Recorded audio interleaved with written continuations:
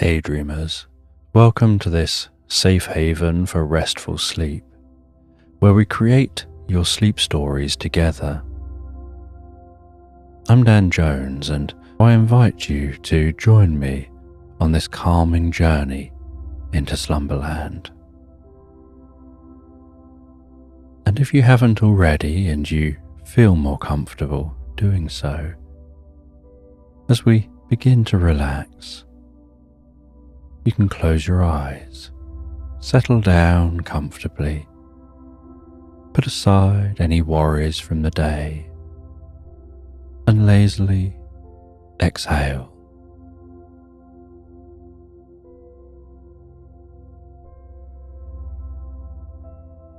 And have a sense of gazing at the evening sky, perhaps 40 minutes after the sunset.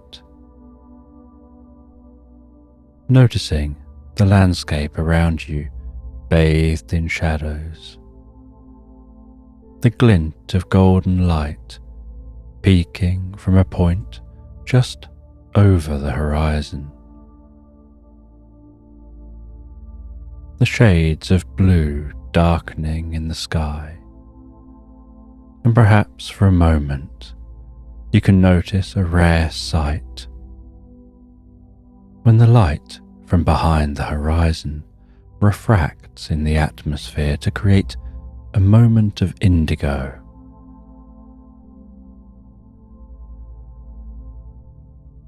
And perhaps you can imagine that indigo light carrying with it the magic of sleep as it travels into your eyes and begins to wash over and through you.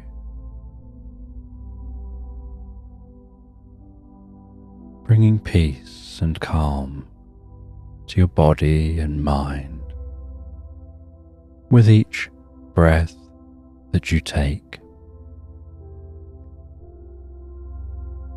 As I softly count down from 10 to 1 before we relax into the story.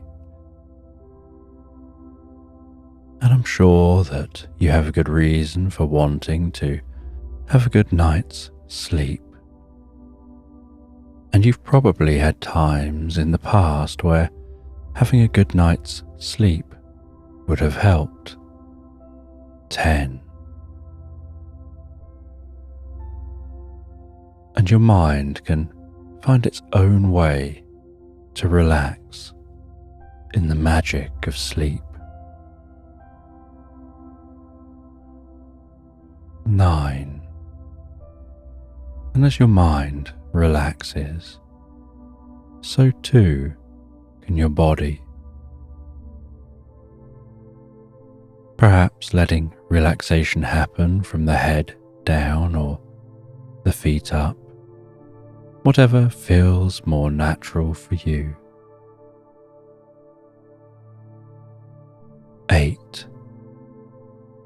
And while listening to this, it's okay to let that deeper part of yourself take over, the automatic process of falling asleep.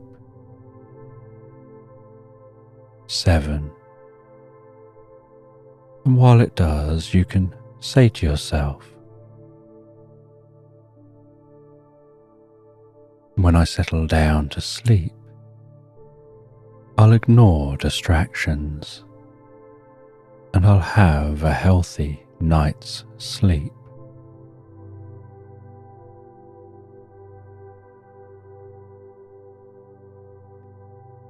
6.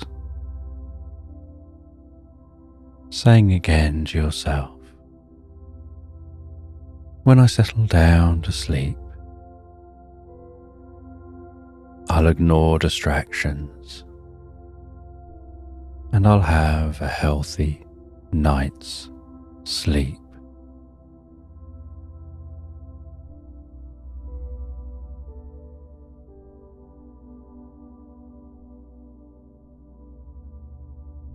5 deeper and deeper relaxed asleep.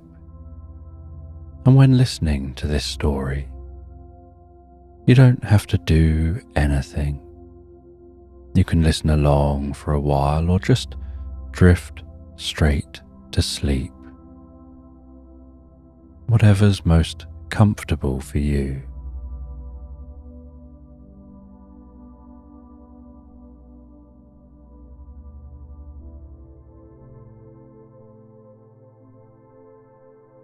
Four. And as the process of sleep is an unconscious one, you can't consciously make yourself sleep.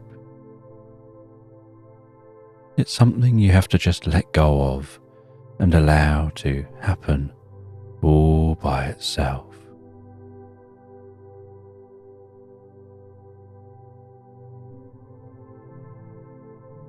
Three. And sleep begins by closing the eyes and becoming very still and relaxed.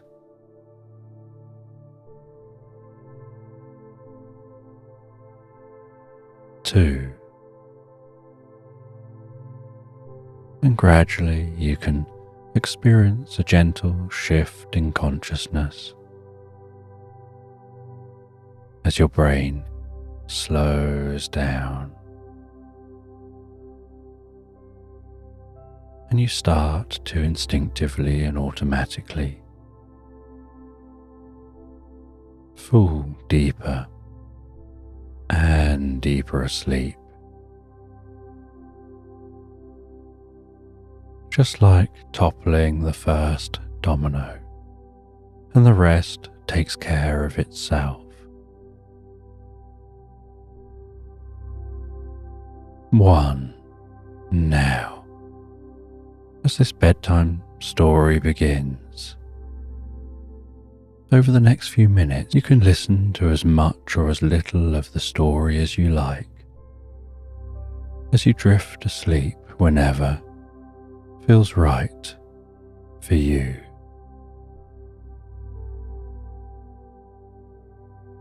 And in this bedtime story,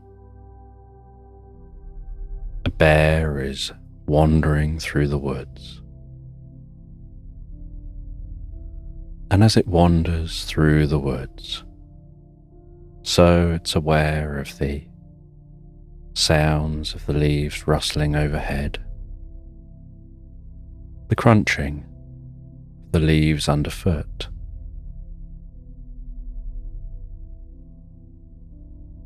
the sounds of birds in that woodland, and the way sunlight dances through the canopy, sparkling across the path ahead.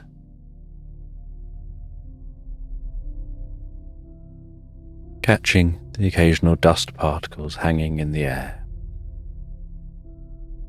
And as the bear walks through this woodland, so the sun continues to pass across the sky.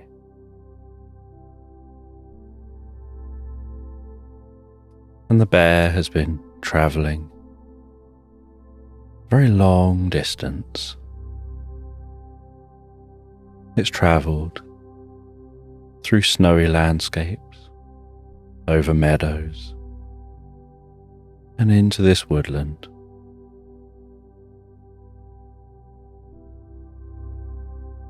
And as it continues to travel, and the sun continues to pass across the sky, the light begins to fade.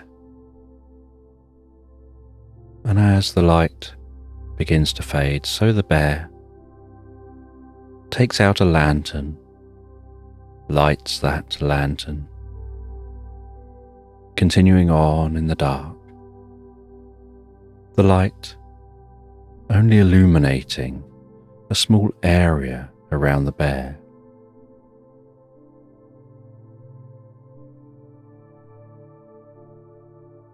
And the shadows dancing into that woodland.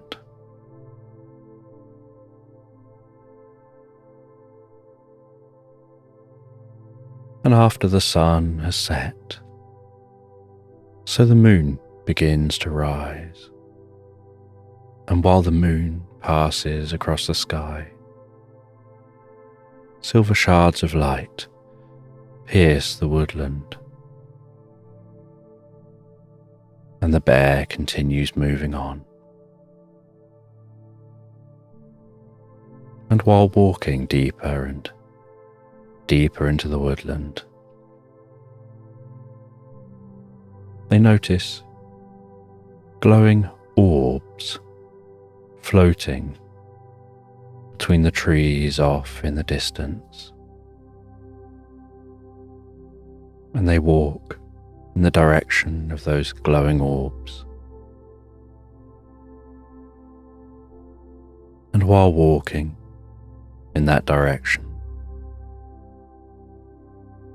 they're curious what those orbs are. They wonder whether they're fireflies, but they seem a bit big for fireflies.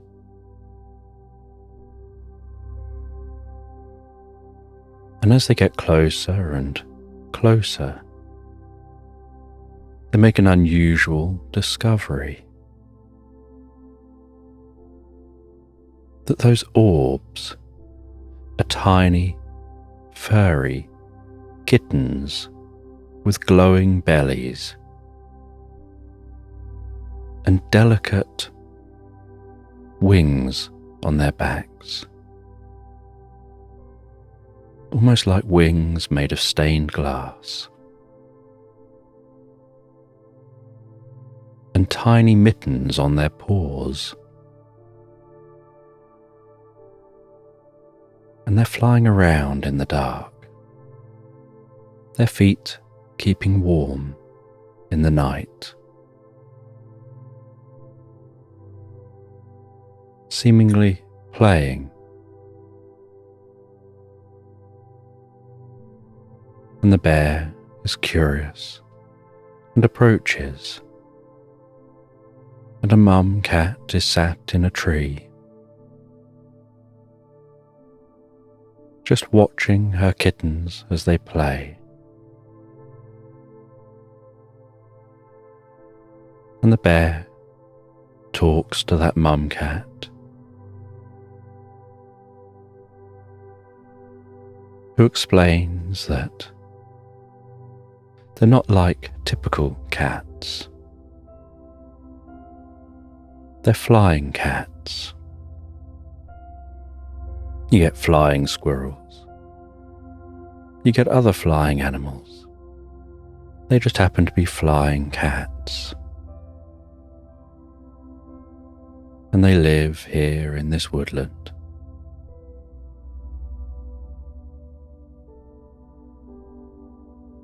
And they became flying cats many years earlier, generations ago.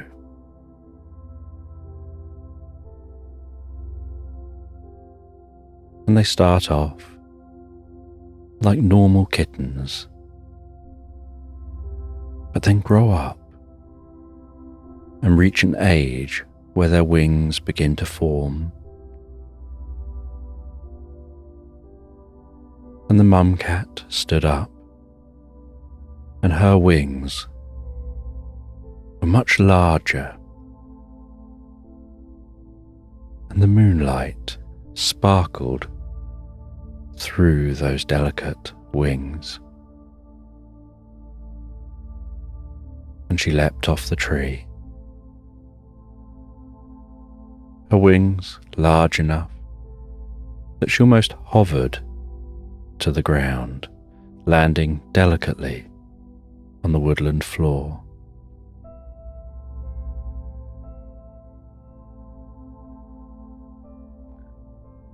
And she explained that their species evolved from magic, that they'd encountered a wizard in another time, in another place,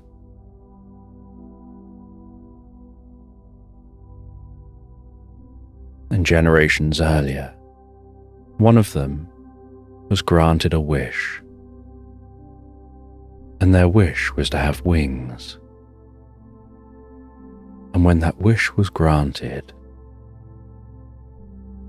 it stuck within their gene pool.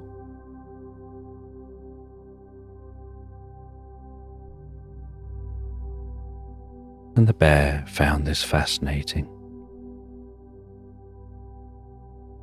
and watched as those kittens continued to play and fly before continuing on his journey. And he wandered through the night, deeper and deeper into the woodland.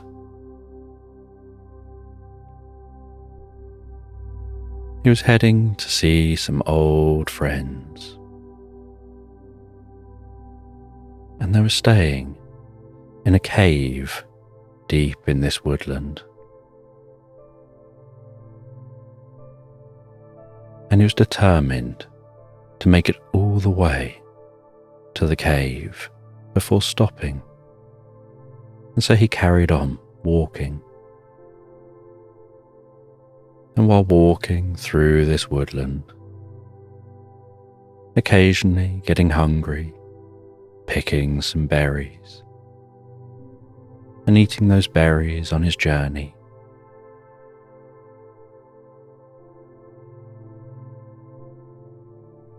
he could hear a pheasant somewhere deep within this woodland, its distinctive call echoing through the night.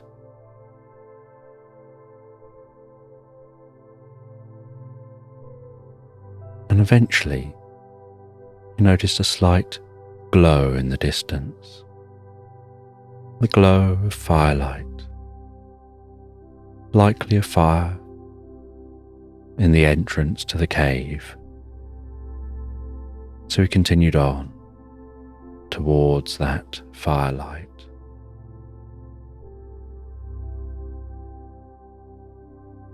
And arrived at that cave, where he met up with his old friends, two other bears who'd also travelled from different locations for many miles. And he sat with them at the entrance to that cave around that fire, warmth of the fire tickling his fur. The light from the fire dancing on the cave walls, making shadows leap and dance around the ground and the edge of the woodland. And they sat and made some small talk before moving on to discussions about what they'd been up to, how their journey was, and what their plans are next. And while they talked, one of the bears mentioned encountering a gnome deep within a nearby forest. And that this gnome claimed to have a magical hourglass, an hourglass which could transport you through time, as the sands of time flowed. And the bear was deeply curious and skeptical about this, and so asked some further questions.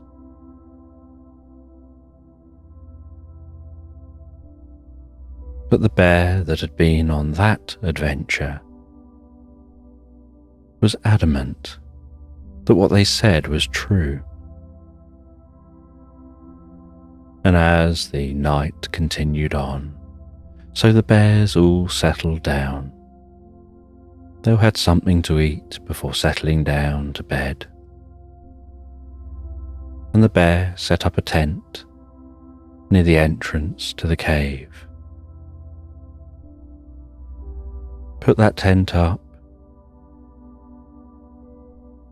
and settled down into that tent.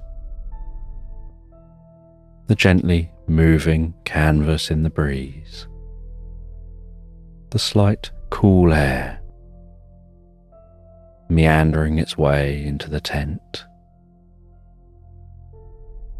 and the bear began to fall asleep, their thoughts filled with the desire to go in search of that gnome, to see if they could unlock the secrets to time travel.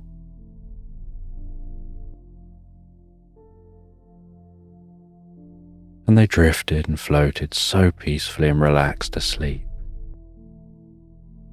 after the long walk they'd been on. And the next morning, the idea of tracking down that gnome was still fixed in their mind. And so they spoke to the other bear for directions to that gnome. And the other bear told them where to go. And so after they'd all met and spent the day together and spent another night together, enjoying this time in the company of old friends, before continuing on their journeys, nomadically wandering the land, the bear set off in the direction of the forest, walking from that cave, weaving around the edge of the woodland, heading over undulating meadows, down into a valley, following a gentle river through the valley, which gradually became rougher and faster, bubbling and then thundering.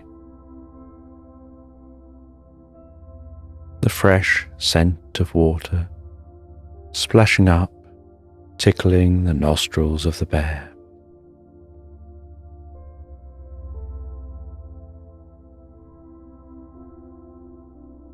As they approach a waterfall, descending even deeper down into this valley,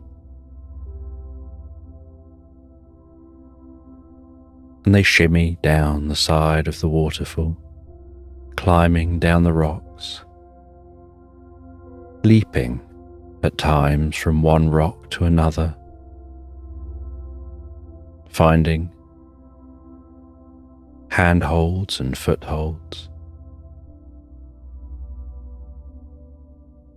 bounding their way down to the floor of this valley, down through the most delicate ethereal rainbow, hovering in the mist above the base of the waterfall. And then following the wider river, which spreads out from a pool at the base of that waterfall. And this wider river is calmer and quieter, and the journey becomes more steady and peaceful. And so they continue, following this wide river, towards the forest. They walk past a handmade stone bridge. They continue on to the beginning of that forest and head into that forest, noticing the way the sound shifts. The atmosphere changes.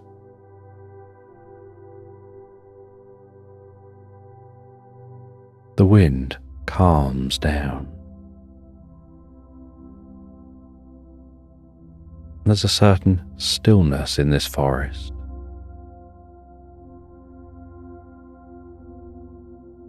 And they walk among the trees, pushing through branches, weaving around the trunks of the trees.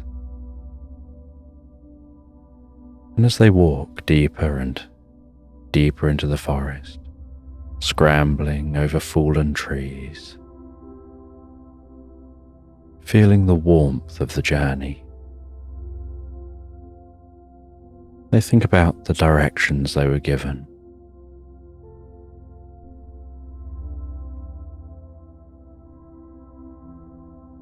And they veer off from the river,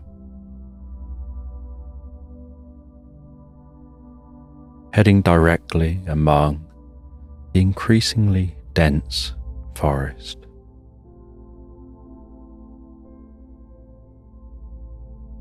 Sometimes having leaves and branches catch on their fur, and having to rub up and down against some of the larger trees to rub off some of those branches which have caught in their fur and broken off.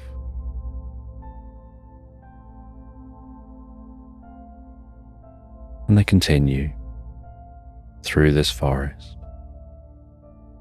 as day turns to night, resting for a while, and night turns to day.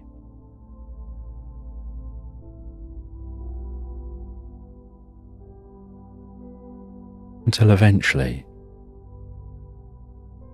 they spy a slight clearing here in this forest. And as they walk out into the clearing, so they can see there's a cabin, and around the cabin is the most beautiful garden, the sweetest scent of flowers wafting in their direction, with a plethora of colour and wildlife enjoying those flowers, and colourful birds flitting within the garden, from trees and bushes to plants jumping on the ground in the grass, jumping up onto logs and posts,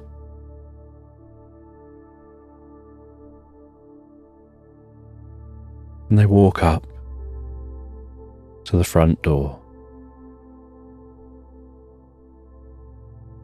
They take a deep breath, compose themselves,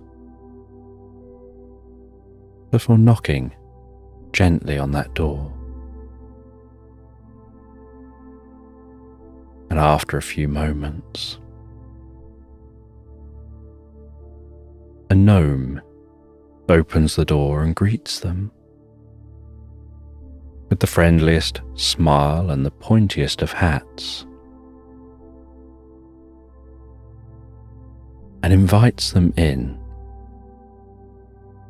And the bear explains their friend told them about this gnome and about that time-travelling hourglass. And the gnome smiles and says it's true. They do have a time-travelling hourglass. But it may not work the way they expect. The sands of time flow through that hourglass. And to use it, you have to know what time you want to go to. And then you turn it over, and time ticks along.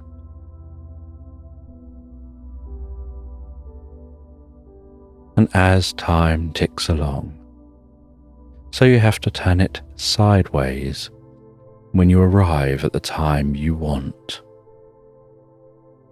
And you turn it back over the other way to head back in the other direction.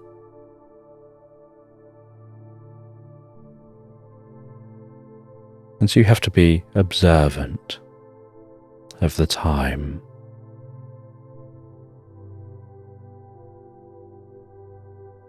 And inside the gnome's home, the bear looks around. It can smell the sweetest scent of cooking coming from the kitchen. Perhaps a cake reaching the point of being done in an oven.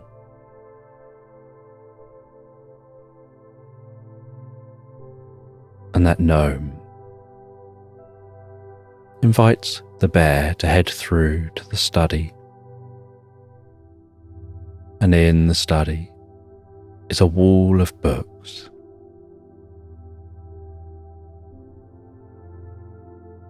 And there are all kinds of books on the shelves, old books and newer books, books about various subjects.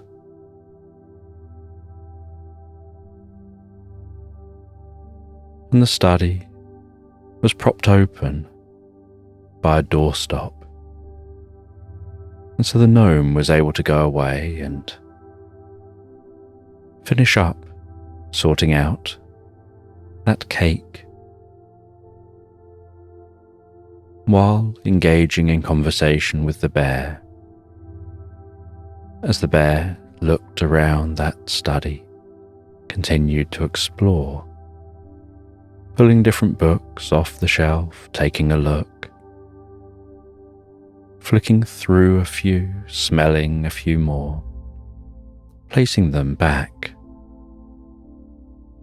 where they were found.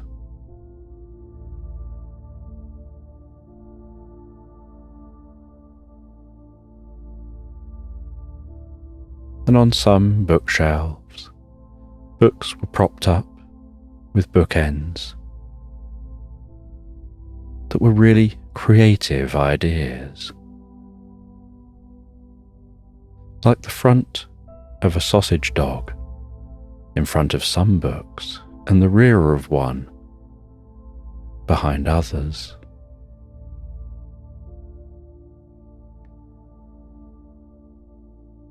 And one had the back end of a yeti and what looked like the entrance to a cave. And on the other side of the books was the front end of the yeti, making it look like the yeti was peering through those books. And its eyes were positioned in such a way that wherever you were in the study, they seemed to follow you round.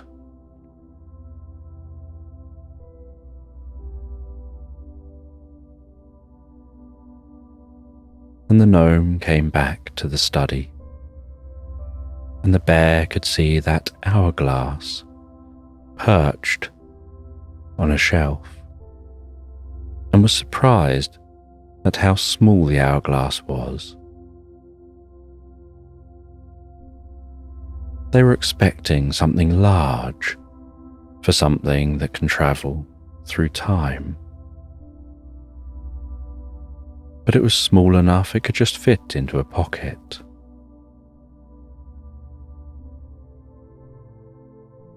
And the gnome took a book from a shelf and sat down and invited the bear to sit opposite them. And as they sat together, so the gnome began to speak. And they said that if you're going to travel through time, you need a good reason for doing so. It isn't enough just to travel for the sake of traveling, because you need to know where you want to go and why. And not just where in time, but you need to know where in space. And sometimes people just don't know. And when you travel through time, you're going to need to keep that hourglass with you. But you need to keep it at the right angle. Up one way for travelling back, up the other way for travelling forward, and on its side for staying where you are. And so the whole time you explore,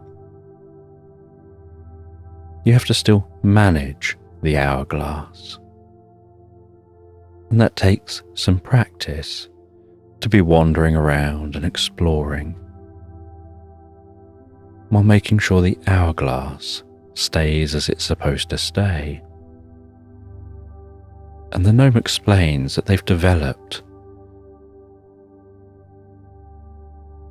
what's a bit like an orb that you can store the hourglass in. And when the hourglass is stored within that orb,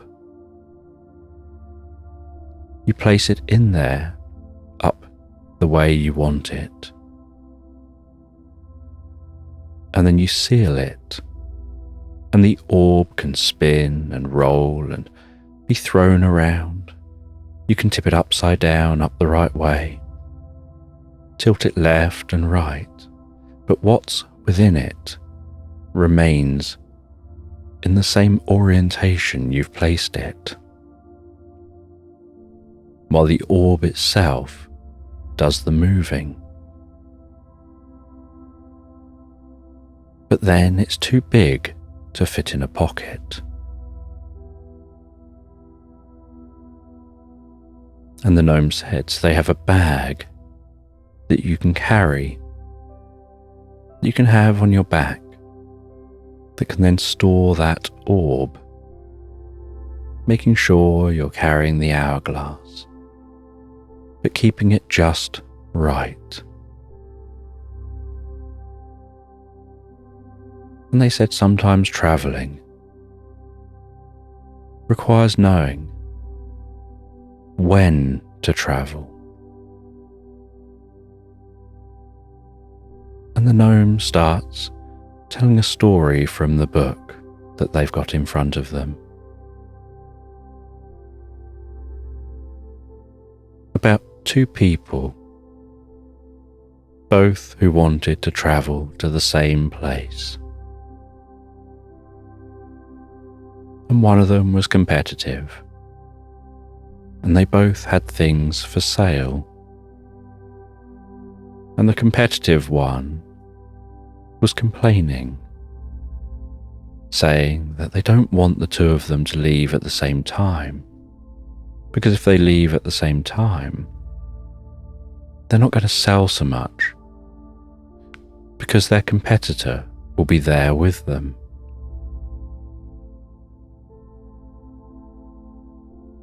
And they were going to have to go on a journey.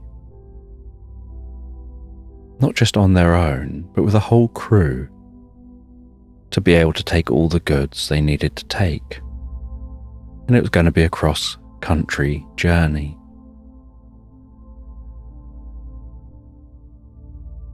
And so the calmer one of the two said, "Well, why don't you go ahead then? If you're worried that us going together may reduce your sales, why don't you go ahead and I'll follow along in a few weeks' time." And so the other one decided that sounded like a good plan. They would go ahead and they would get all of the sales. And they'd make all the money, and the one following along a few weeks later would miss out and not get any sales.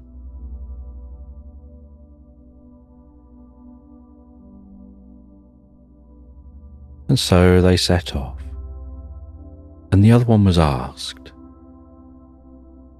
"Why did you let them go first? They're going to get all of the sales now.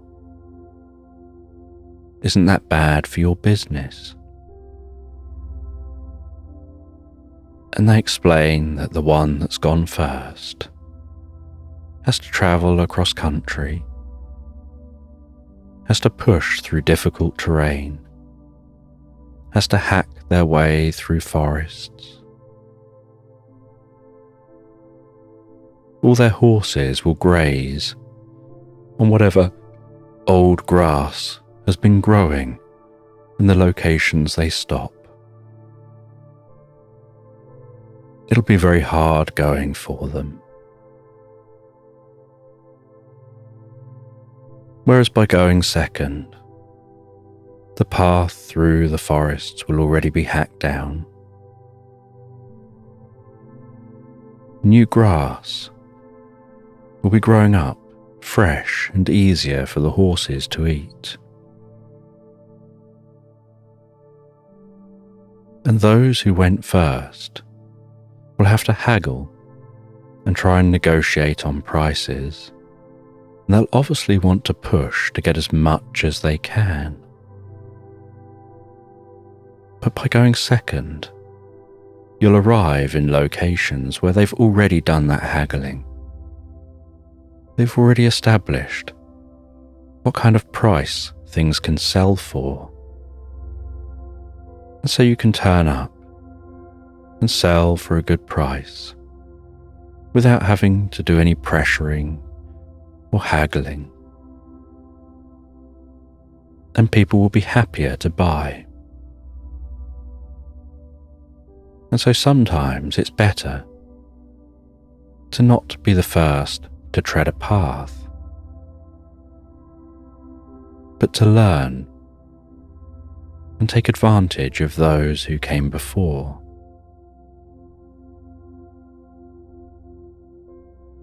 And the gnome continued reading from that book, explaining that this book contains knowledge that's helpful to be aware of when you're traveling through time, because you never know what you're going to encounter, and so you need to be observant enough to be able to learn from those who've already been there and done that. And as the gnome continued on,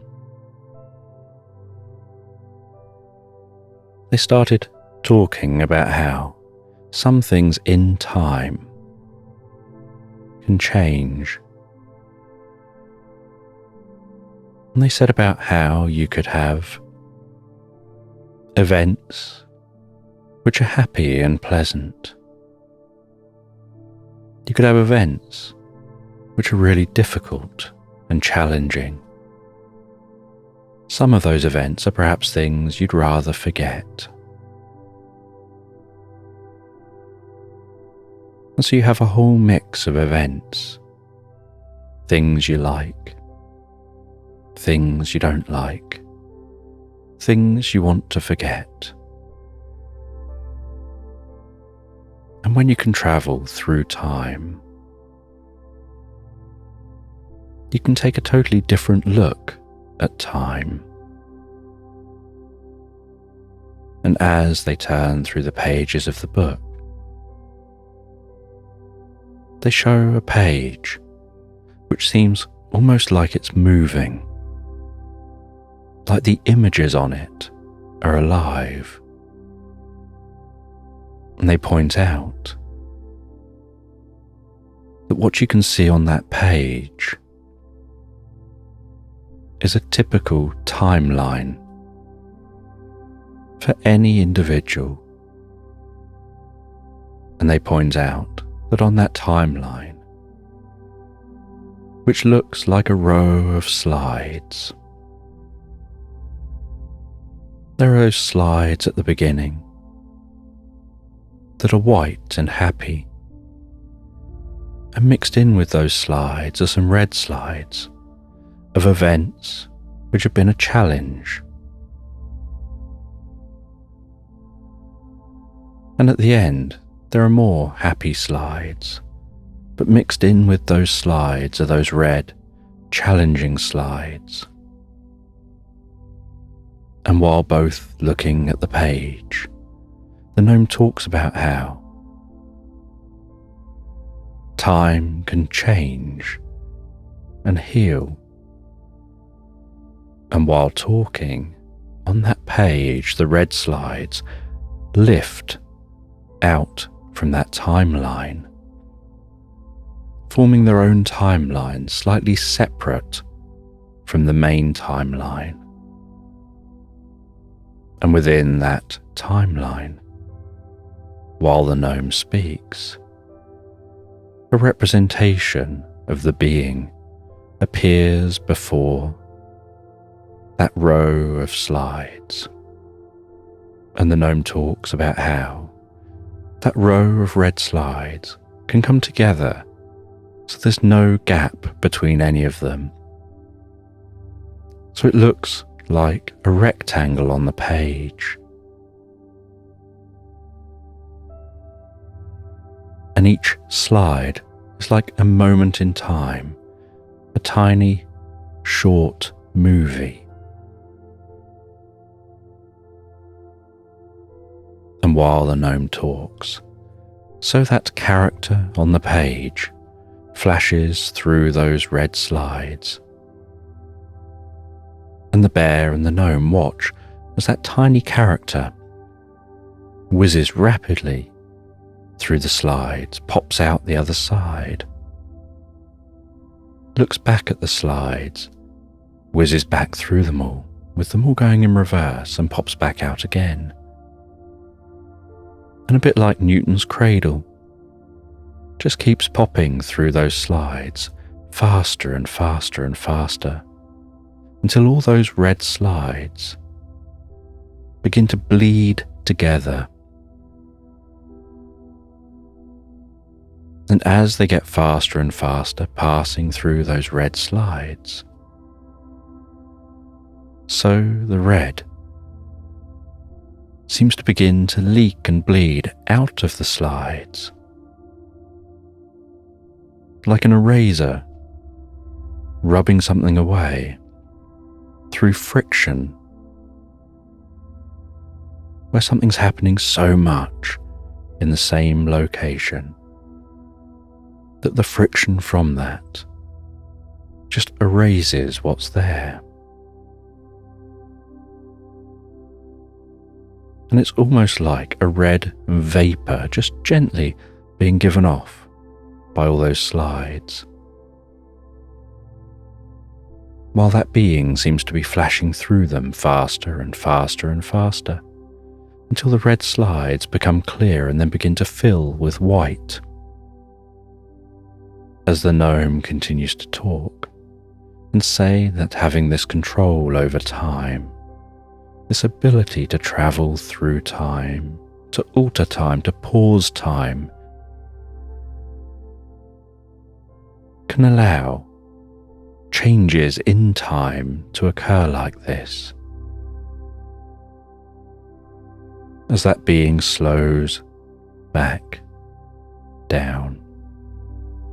And while they slow down, so those slides spread back apart, the last of the red from the slides dissipating as those slides lower back down into the main timeline. And the gnome says that the being is now free from the pain of those memories, of all those red slides in their timeline. He says, this book allows me to help any being to work through the pain of those slides in their life. I just turn to the page for the being, and that being is totally unaware this is taking place for them, and that I can look down over their timeline and encourage their interaction with their timeline in a whole new way, shaping that timeline, freeing them from the trauma of the past, to create a brighter and new future with many possibilities for them to take. And the bear looks on with intrigue as the gnome demonstrates again.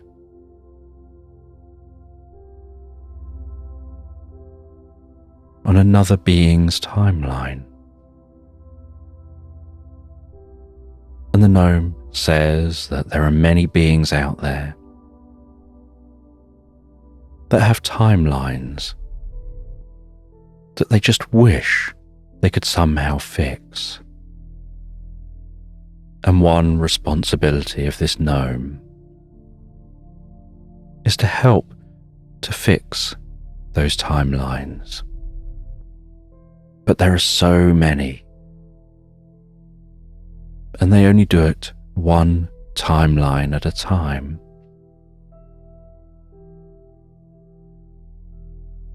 But being able to control time is a huge responsibility.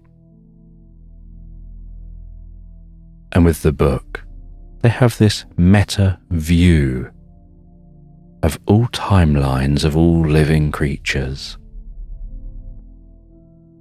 from the past, the present, and the future. And it's a never-ending story, a never-ending book of timelines.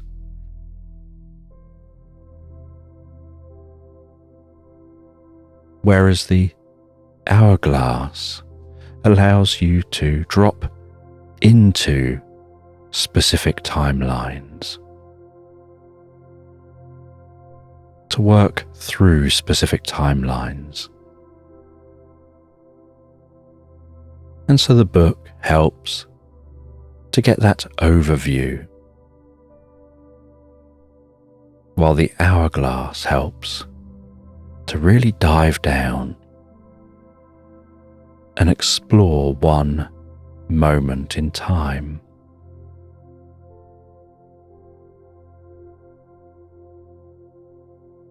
And the bear shares their curiosity with wanting to try out exploring a moment in time.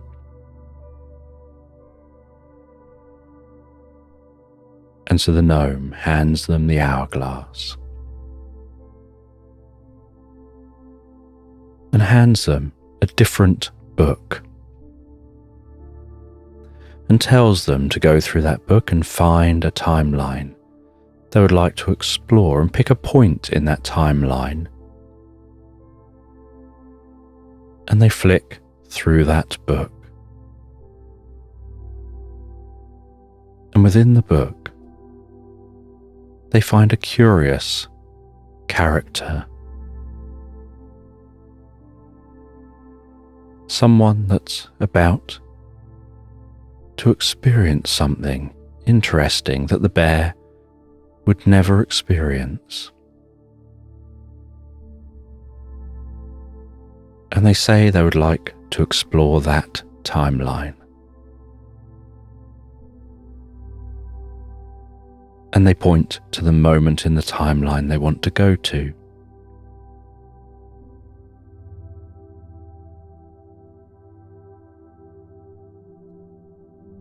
And so they then move that hourglass, thinking about that moment in time, and the time around them begins to fade and fizz and glitch and shift as they move not just through time but space, until they find themselves in the past, in a different time and place. And they find themselves as a meteorologist called Rose. And this meteorologist is exploring why the climate is so hot. And she's out on a boat, a large boat, a short distance from a tropical island, and the boat is gently bobbing up and down in the water.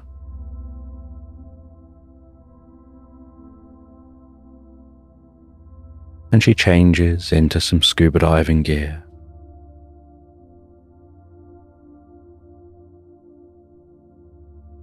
And drops off that boat and begins a descent deeper and deeper underwater.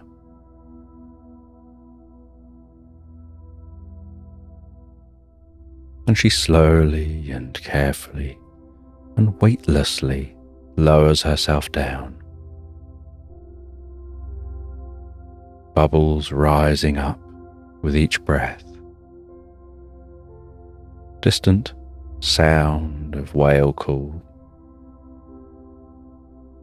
a distant sound of dolphins, a low, distant rumble from a large ship,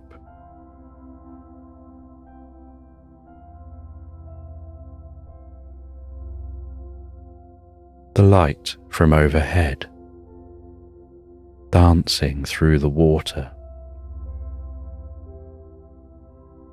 and rippling on the surface, schools of fish parting as she lowers and descends.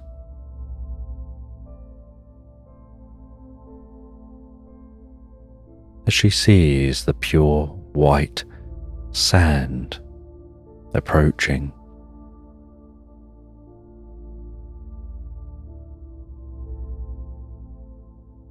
and once down at the bottom, the sand churning slightly while she swims just above the surface. She heads along to a device that's pinging,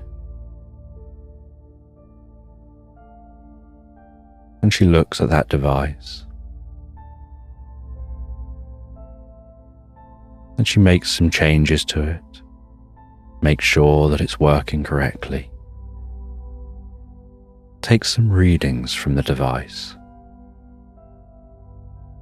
And this device keeps track of the water temperature here, how the water temperature changes, keeps track of the water pressure and how that changes as temperature changes.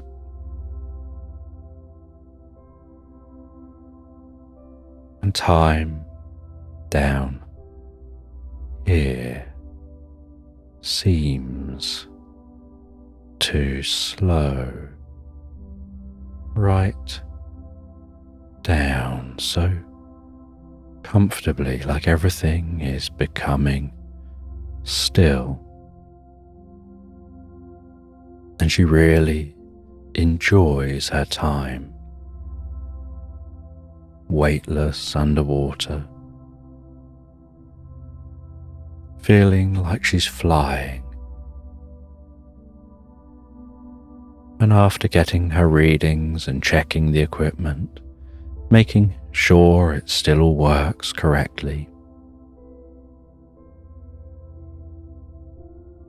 she begins her ascent again. But as she goes to ascend, a small glistening catches her attention. And so she swims a little bit over towards that glistening and sees a tiny box on the sea floor.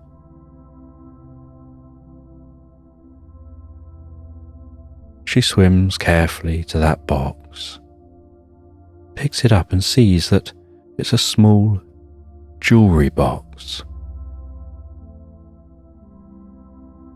And she ascends with that jewellery box.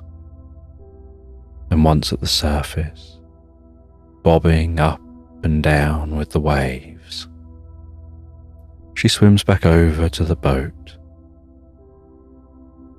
She's helped out of the water and back onto that boat. She changes into something more comfortable. And as the sun is gently setting over the sea, its light tickling the surface, making the surface sparkle in that orangey setting sun.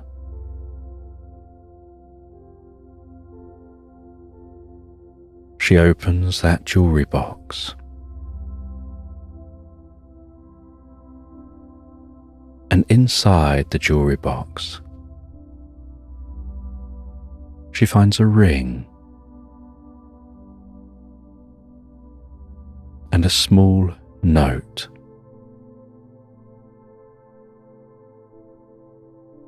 And inscribed on the underside of the ring, it just says, "Forever loved."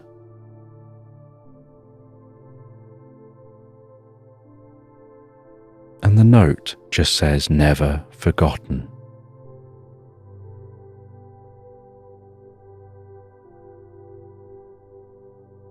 She places that back into the box and seals that jewellery box again.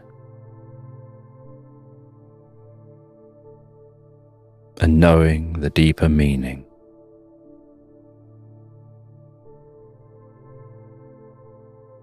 with the deepest kindness and respect, she lowers it back into the water and watches as it sinks out of sight, back down towards that white sand.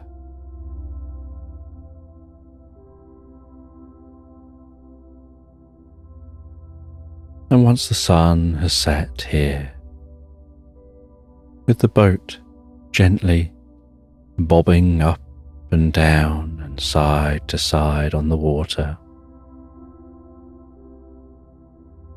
she sits at a computer, records the information she's gathered, and then sits outside on the boat with no lights, insight in any direction. And so the blanket of stars overhead fills the night sky, as if hugging the earth.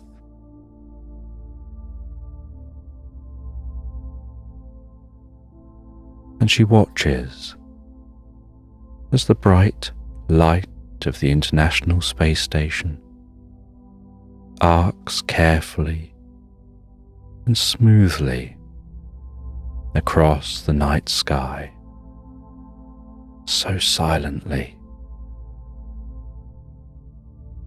wondering whether anyone's up there, looking down at her looking up at that moment in time,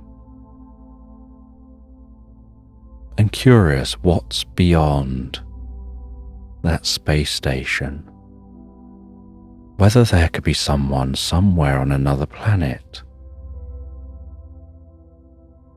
looking into their sky, wondering whether around one of those other stars could be someone on another planet, looking into their sky.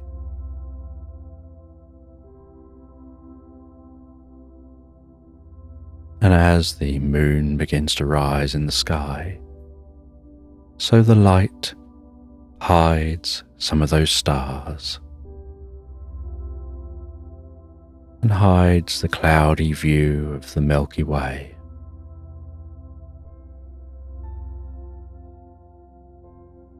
And she sits out on this boat until she begins to feel so tired that she drifts and floats peacefully asleep. And the bear moves the hourglass, and time moves around them. And that time moves back to sitting with that gnome. And to the gnome, it's as if the bear had never gone anywhere, had just phased for a moment, and then the phasing stabilized, and they're still here. But actually, in that phase, they were gone for quite some time, following the experiences of Rose.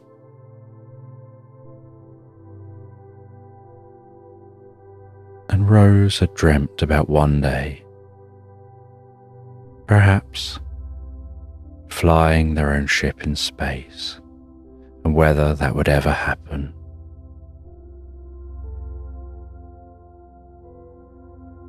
And the bear had felt a deep connection with Rose and their experience.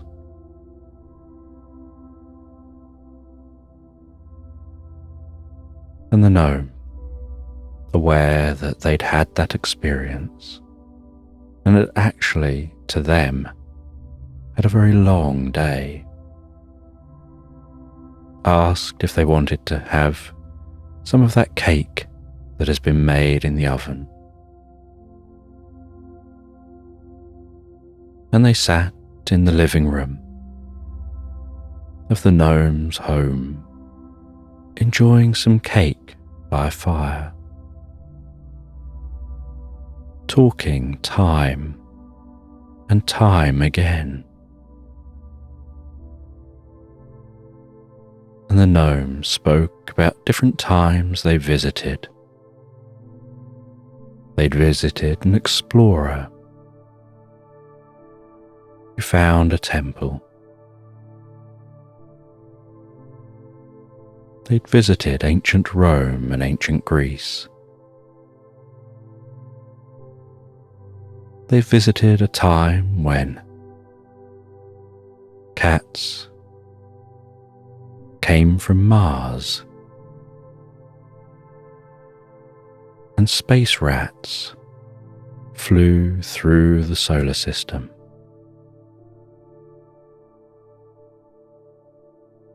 They visited a time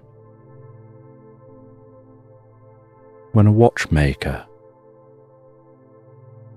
was making watches to travel through time.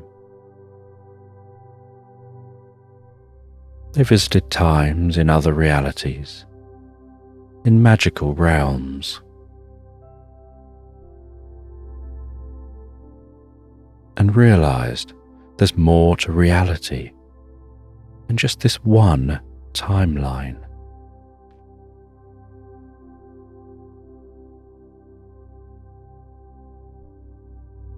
And that you can spend a lifetime exploring time.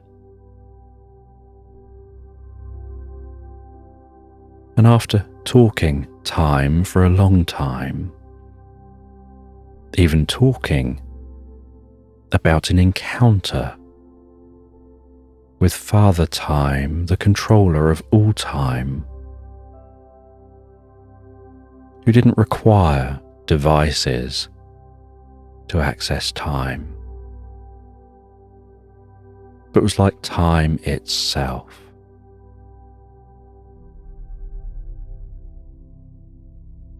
The bear said they were getting tired, and it was now time for them to set off, because they need to find somewhere to go and set up camp and fall asleep. And the gnome said they could stay for the night if they want, and set off the next day.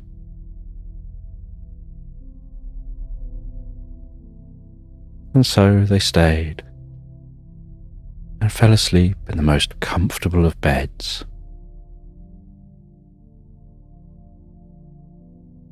And the next morning, before they set off,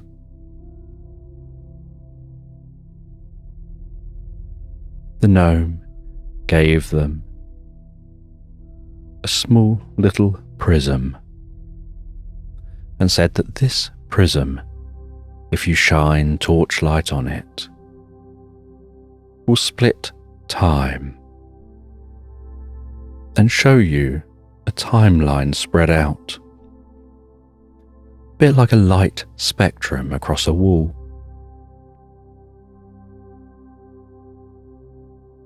And that light spectrum timeline, you can shift it around.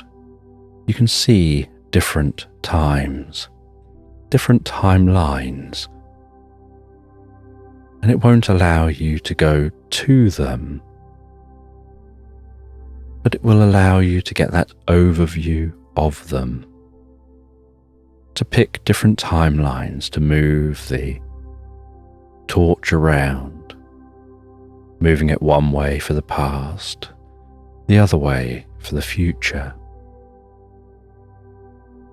moving it back from the prism and forward to the prism to alter which timeline shows.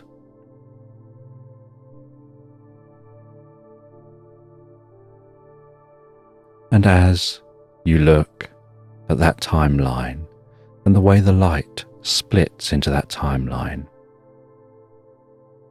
so the type of timeline you're thinking of, it will find the best fit to show you.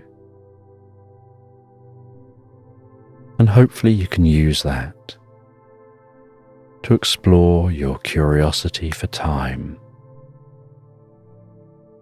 and maybe learn something new that makes you come back here in the future, perhaps as a student of time. And the bear thanks the gnome and sets off on their way. And they start their journey home, heading through the forest, following the river, heading back through the woodland, back through undulating meadows, through mountains, and after weeks and weeks and weeks of travel, they eventually arrive back home.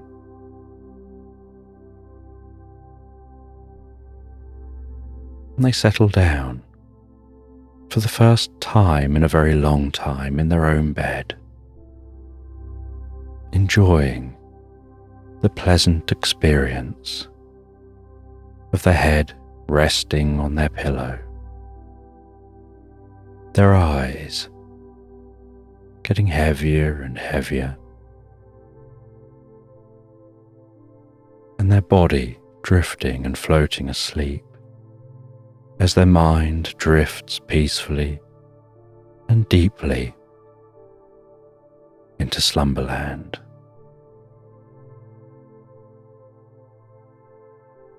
And the meadow was warm and comfortable, with the wildflowers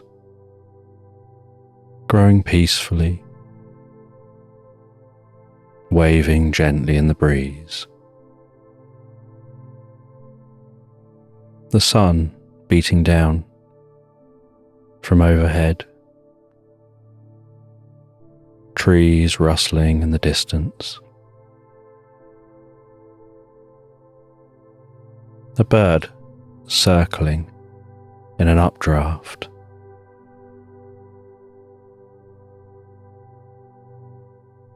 And a pig building a house.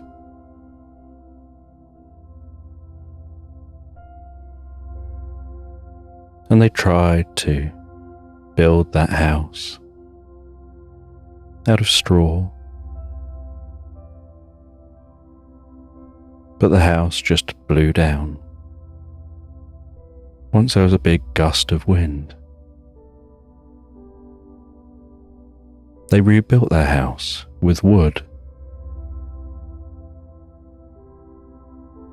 but then an accident with a birthday cake led to that house burning down, and the firemen had to come out and put the fire out. And so now they're building this house out of brick,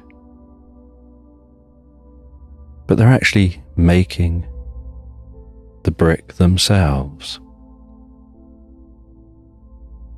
They're getting clay and building their own bricks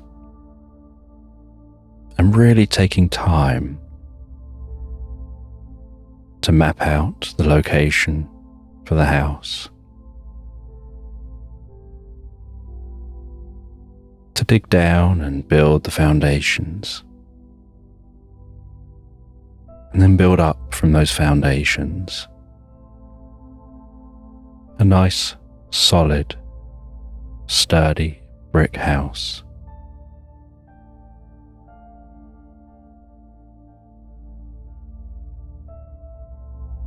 And they start building the house in the spring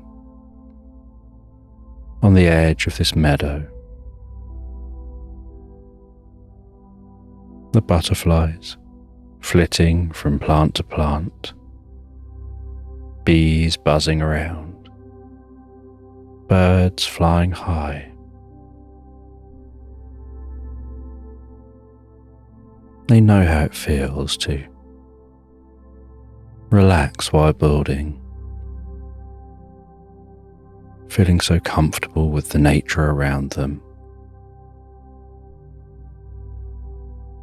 The distant sound of the stream,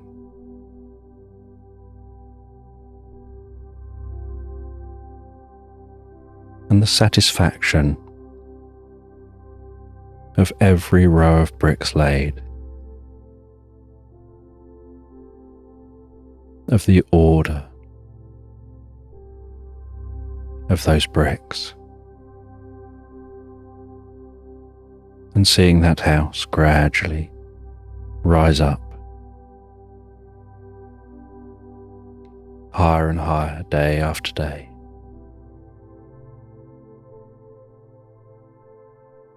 Smelling the sweet scent of the wildflowers in spring. Occasionally stopping for a break, going and sitting down by the stream.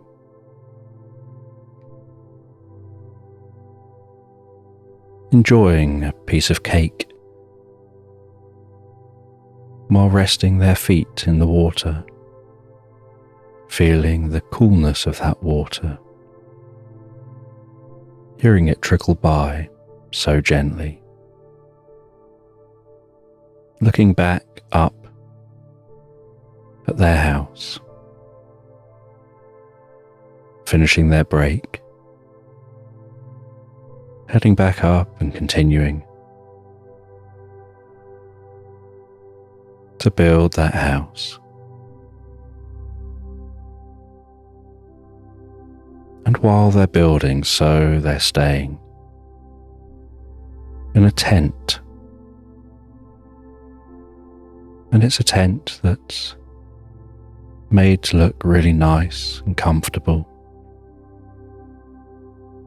like a large yurt.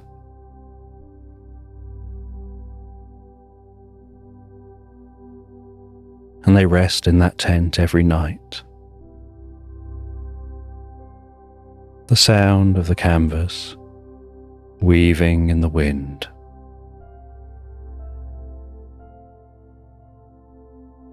The occasional evening cool air creeping through the gaps in the base of the tent and through the door.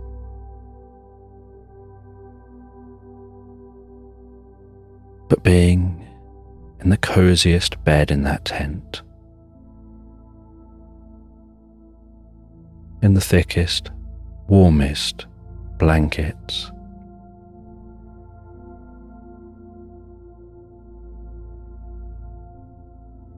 like hugging a large teddy bear while falling asleep. And falling asleep with thoughts of the tasks to do the next day.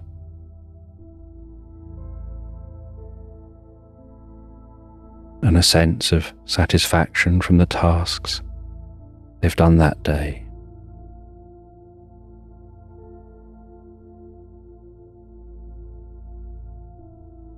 And awakening to the gentle glow within the tent of the sun rising and shining on the canvas,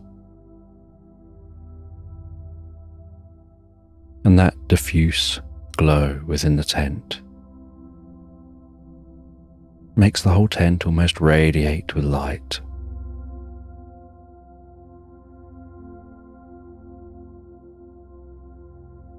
And opening the tent and heading out for another day of crafting bricks and then placing one brick on top of another, knowing that once this house is built, they'll have a tale to tell of the previous houses they'd built. What had happened to those houses? And the thought and hard work they put into this one.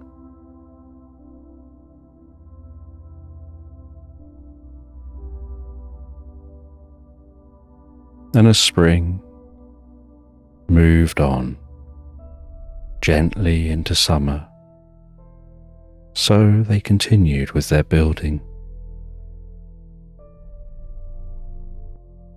The meadow filled with long grass, bright flowers.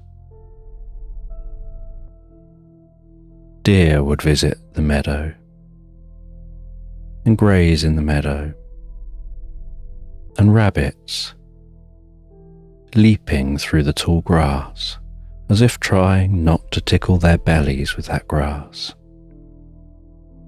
their tails flashing with white as they leapt.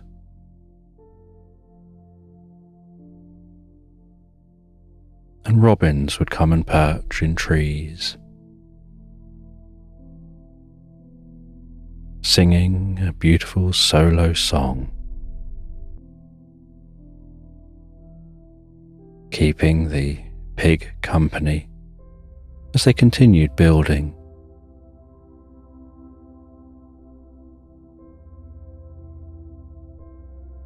And the summer days were long and hot. They'd have to take multiple breaks going into their tent, often spending most of the lunchtime in their tent out of the sun. But they would start really early in the morning.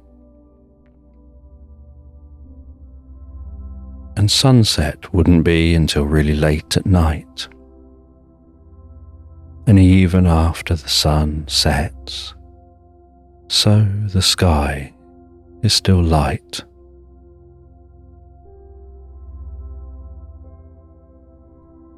And that slight orange glow of approaching night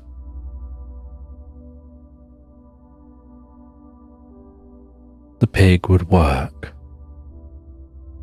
under the gentle light of a torch, just perched slightly away from the house, flickering in the slight warm evening breeze.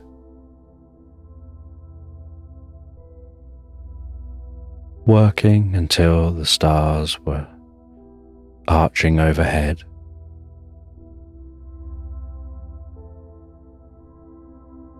Like diamonds glistening. A treat for their hard work. And they would settle down at the end of a long day, sitting beside a campfire, softly crackling and popping.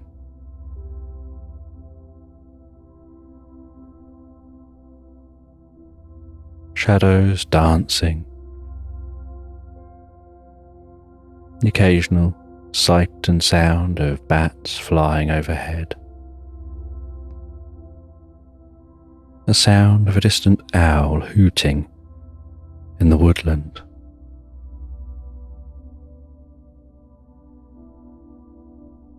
The occasional rustle of animals moving in the meadow.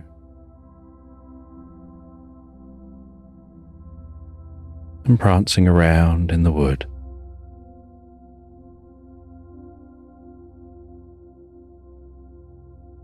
And the smell of food they would cook late in the evening on that fire.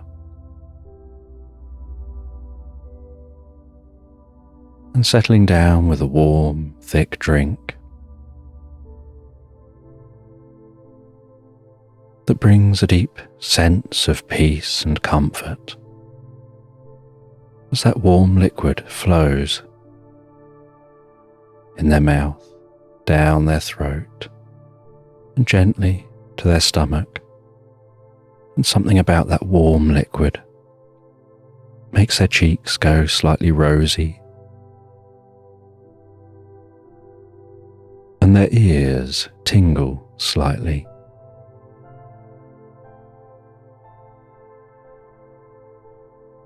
And their breathing slows down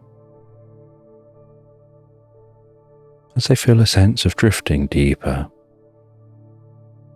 and deeper inside.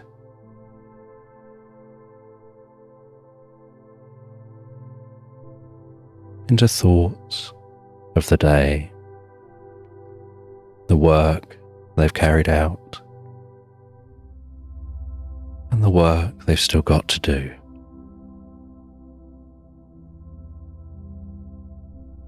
And as they rest there one night, enjoying that warm drink by the fire, gazing into the fire as it sparkles and flickers.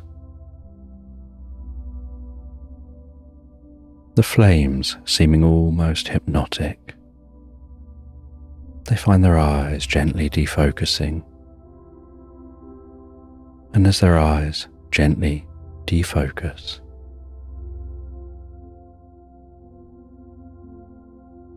they remember how sad they were when their second house burnt down. They remember the fun they were having before it, the excitement of playing hide and seek, of playing different games, and flash forward.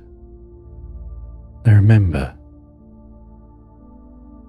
that feeling of excitement when they decided to build a new house and they started working on the plans for this new house, drawing up what it was going to look like, what the foundations were going to be like, what each level of the house was going to be like, where it's going to be situated. And recalling back to that time,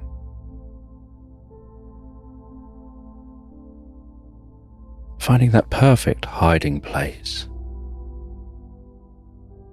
knowing no one could ever find them.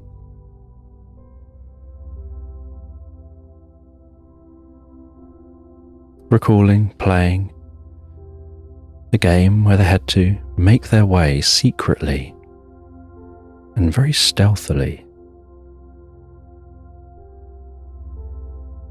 from a starting point to a flag, and their friends had to try and catch them, and crawling through the grass on their belly, feeling the slight tickle touch of that grass on their belly and around their snout as they pushed through the grass so carefully, so quietly.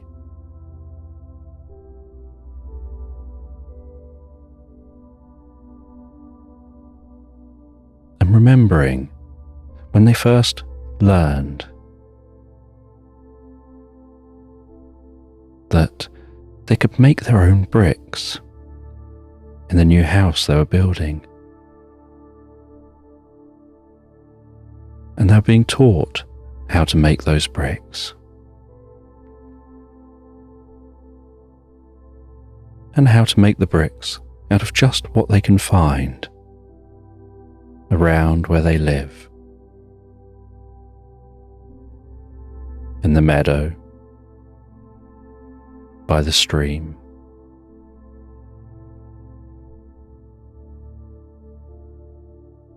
and recalling playing that game, sneaking to that flag, and the excitement of getting closer and closer and not being caught.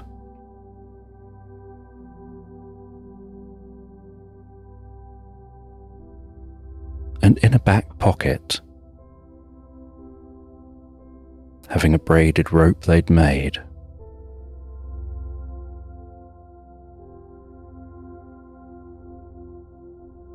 with a grappling hook tied to the end, and throwing that up from the foot of a tree, it swinging around the tree, catching on the rope, and then shimmying up that rope, up into the tree, pulling the rope up with them, creeping carefully along a branch, overhanging the flag,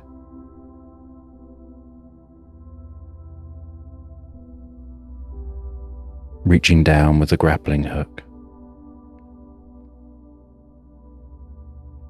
that hook swinging gently, left and right, left and right, and circling and spiraling slightly,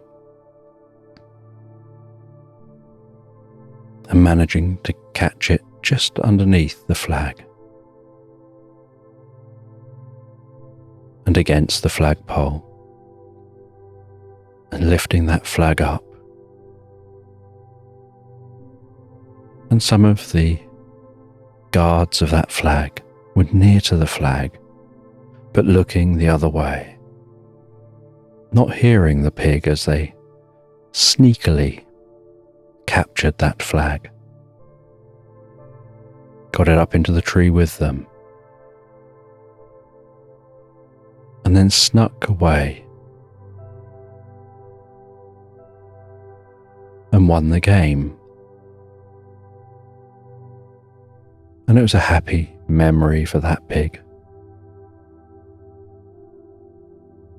As they flashed forward to laying that very first brick, knowing that that first brick is the start of a whole new home.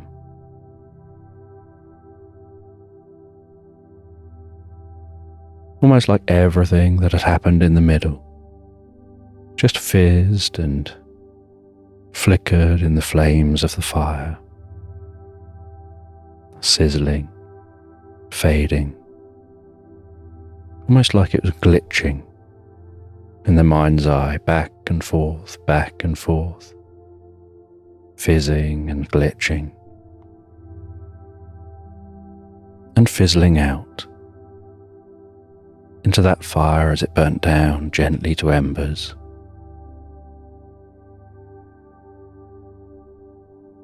And as the fire dimmed, so did the negative feelings they had of some of those experiences. They remembered it wasn't the greatest moment,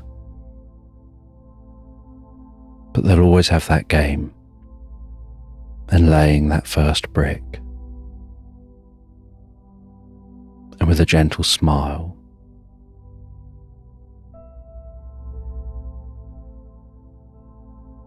as the fire turned grey and ashen, and the last of the red of the warm logs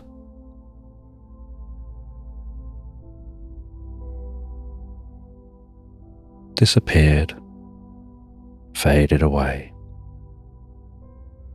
so their eyes wanted to close, and so they settled down into that most comfortable bed.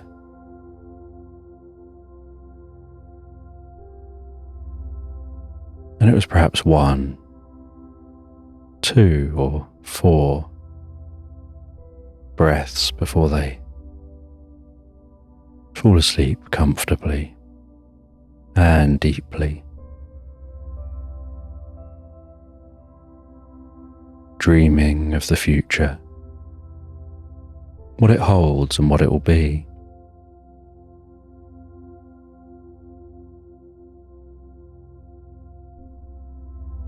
Awakening early to that glow through the tent. The fresh scent of the summer air,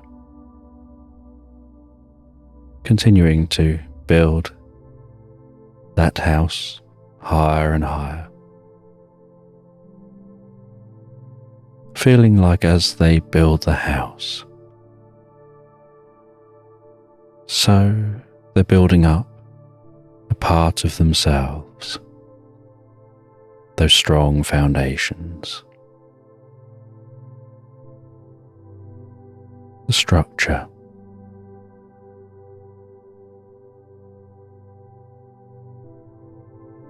the decision on which room goes where, And through the long summer days, they get a lot of the work done. And they spend a lot of time dangling their feet in the stream.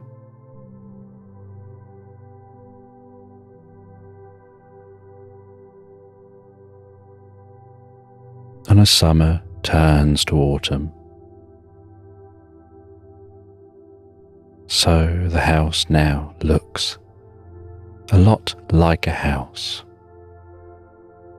just missing a roof and half of a top floor. And the autumn days are shorter, and the meadow has dwindled. The long grass is now short. The bright flowers have vanished.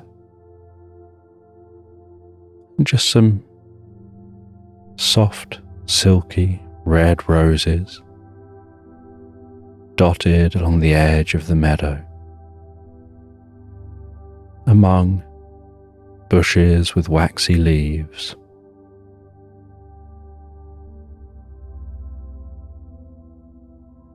The trees now rustling, as if trying to rub off the last of the leaves, and those brown, golden leaves, and the oranges and the different autumn hues,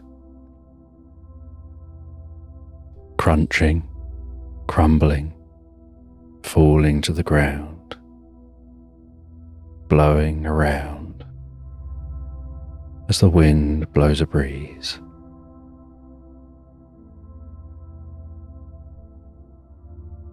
And while the wind blows a breeze through the autumn trees, so those leaves begin to carpet the floor of the meadow.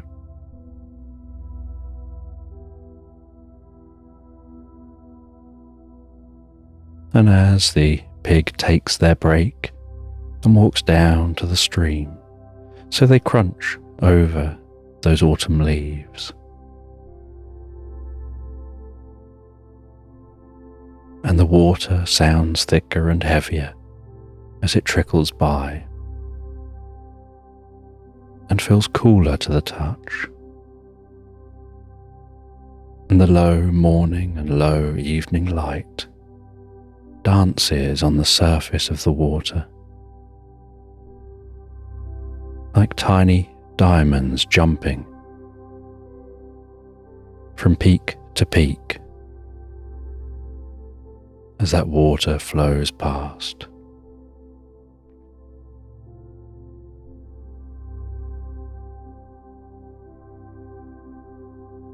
And each morning starts off cold, and each evening ends more chilly. But the middle of each day, there's a certain warmth on the sunny days, and a slight heaviness to the cloudy days. And sometimes it rains so heavily and so windy, they spend much of the day tucked safely away in their tent, the wind and rain buffeting that tent, the canvas shaking, pulsing and rippling, the sound of the rain turning the tent into a drum played by a million insects at once, reverberating through the tent as they wrap themselves up so warm and cozy in that bed. The blanket tucked up just underneath their head,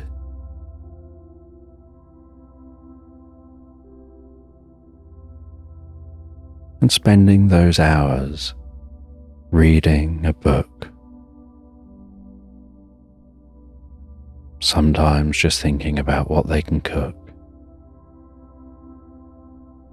because they can't cook outside when it's pouring with rain.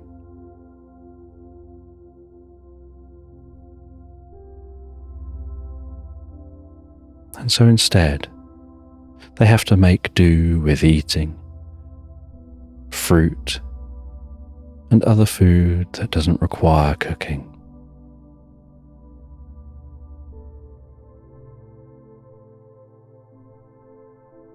But on the clear days, they get as much of the building work done as they can.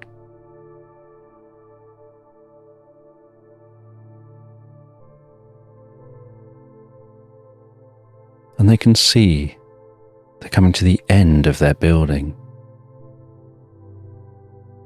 They know it won't take long now to finish building this house.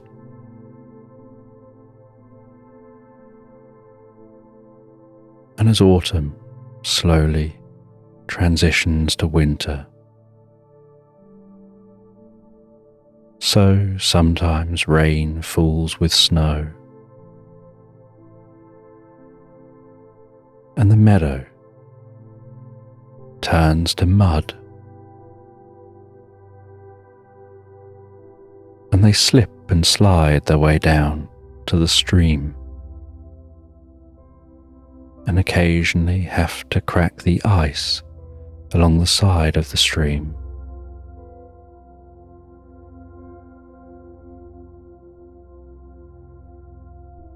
And that water smells so fresh and calm.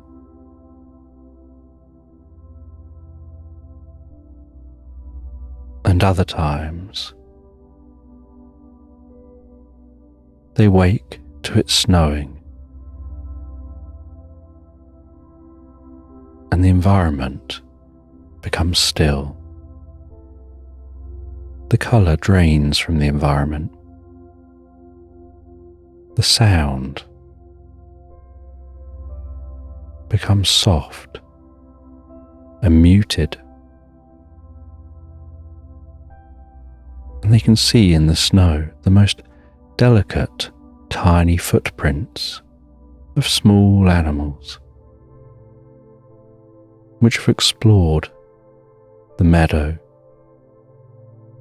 and nuzzled their heads into the snow-covered land in search of grass buried beneath that snow.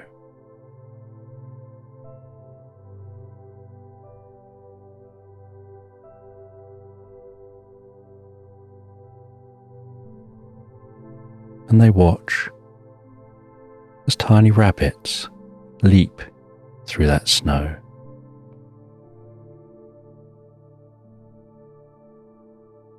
As large deer walk through the meadow and back into woodland. And a curious fox which occasionally comes out from under a bush, roams around for a while, one day even rolling on its back, whipping up the snow with its tail, ending up with a fluffy, snowy white tail, and playing in that snow, leaping off a tree stump, splatting into the snow, leaving a fox print in the snow.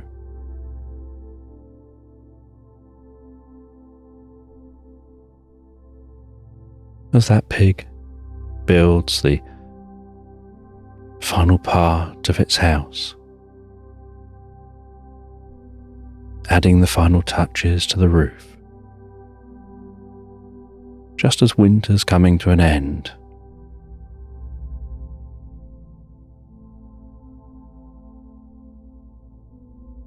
And as spring dawns, and the first spring sun shines across the meadow, so the house is complete on the outside, and they now begin to work on the inside. They know that their outside is how they want it, and it all looks right. And from top to bottom, they think about the inside, what goes in the different rooms. How do they want it decorated? How do they make the inside how they want it?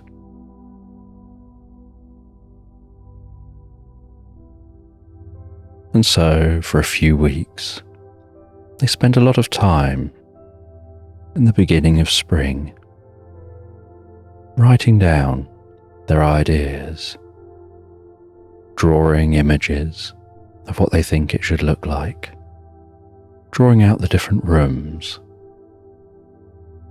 taking measurements for their pictures.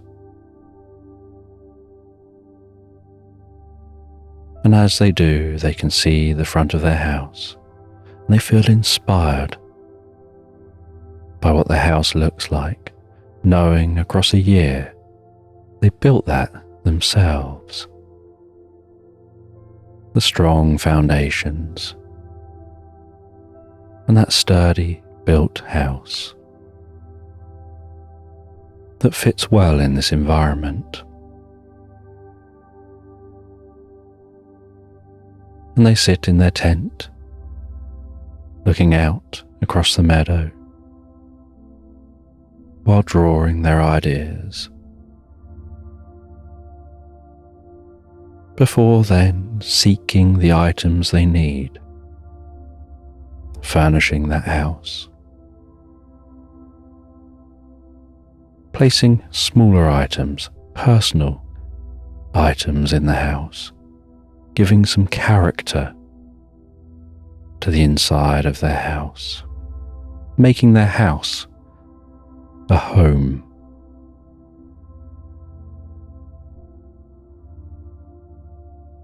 Watching and noticing the animals that have been around, watching them build this house all year. Now stopping and looking at the achievement.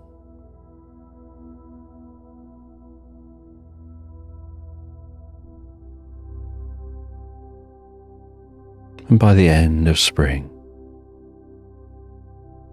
the house is as they want it, and they take down the tent.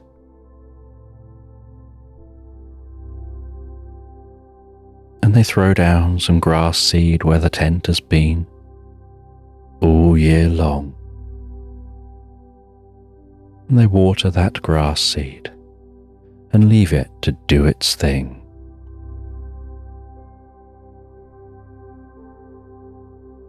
And as a celebration of their new home,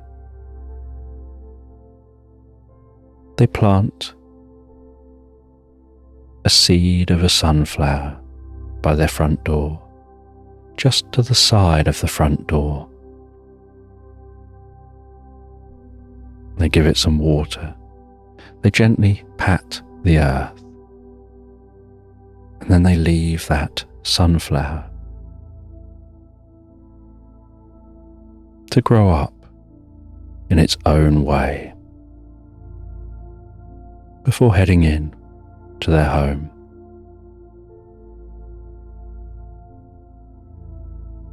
Putting on the kettle in the home for the first time ever. Waiting and watching with anticipation, transfixed on when the water begins to bubble and boil.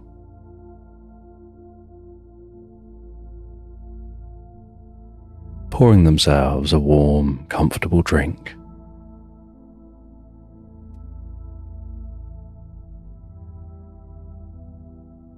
And then sitting out on a small porch out the front of their house, holding that drink comfortably.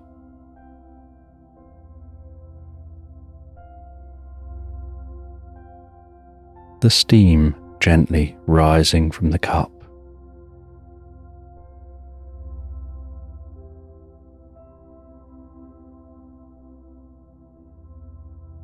As the sun begins to set.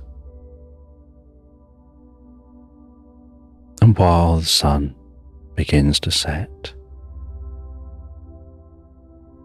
they drift into a reverie, curious about the day, about the future.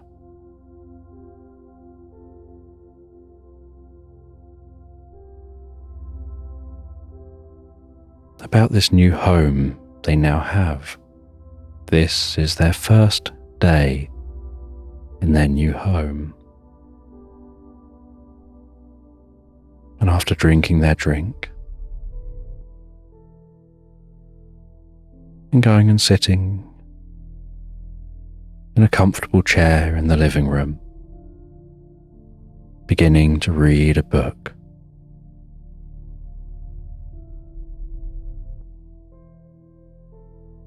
they decide, with this being their first day, they're going to keep a diary or a journal, a record of this new life and this new home.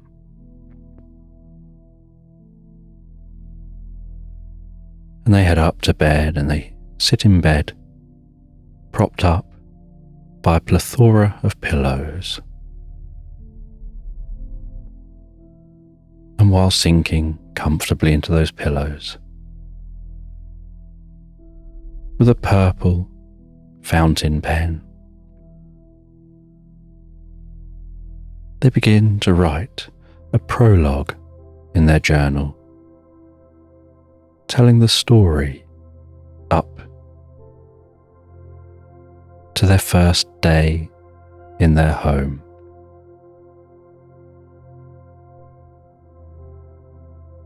And after writing that prologue, they start to write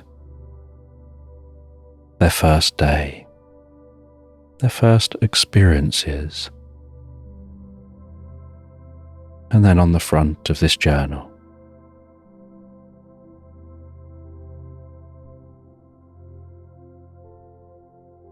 they write a pig's tale.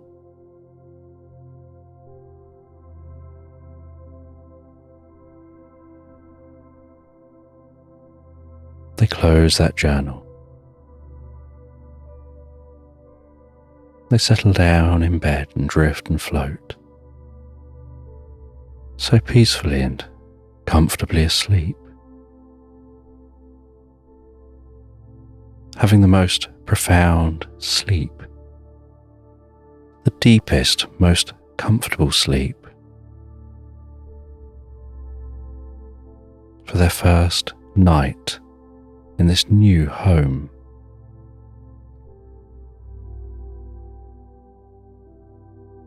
And the next morning they awaken, curious what to do now they've finished building. They've spent a whole year building this home, and now that it is a home, they don't have a task to fill their time.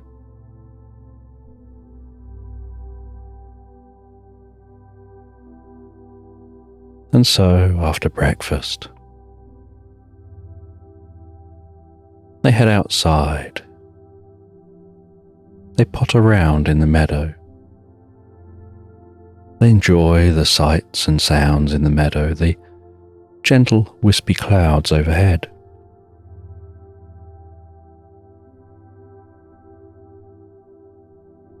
But they feel a bit directionless. They feel like they need some kind of a task. They feel restless, like they've got no outlet for their energy.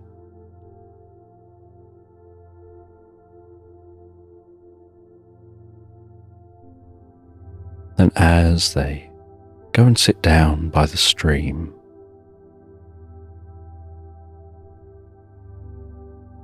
they hear the noise of an animal eating the grass. And they gaze up, and they see the other side of a stream.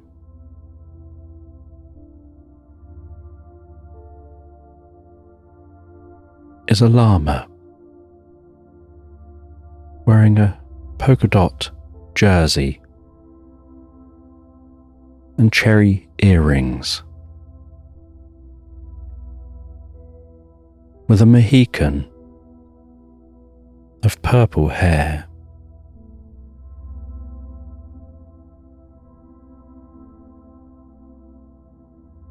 And the llama talks softly, gently to the pig, and tells the pig that they're needed, that there's a bigger purpose for them, and there's an adventure for them to go on. And the llama hands them some dark glasses.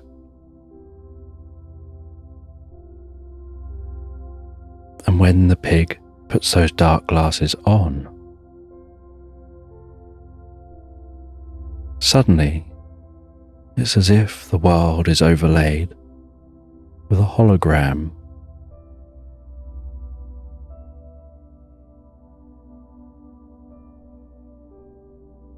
They see a turtle standing before them. And this turtle explains that they're from another time. And these glasses allow you to communicate and see things almost like augmented reality.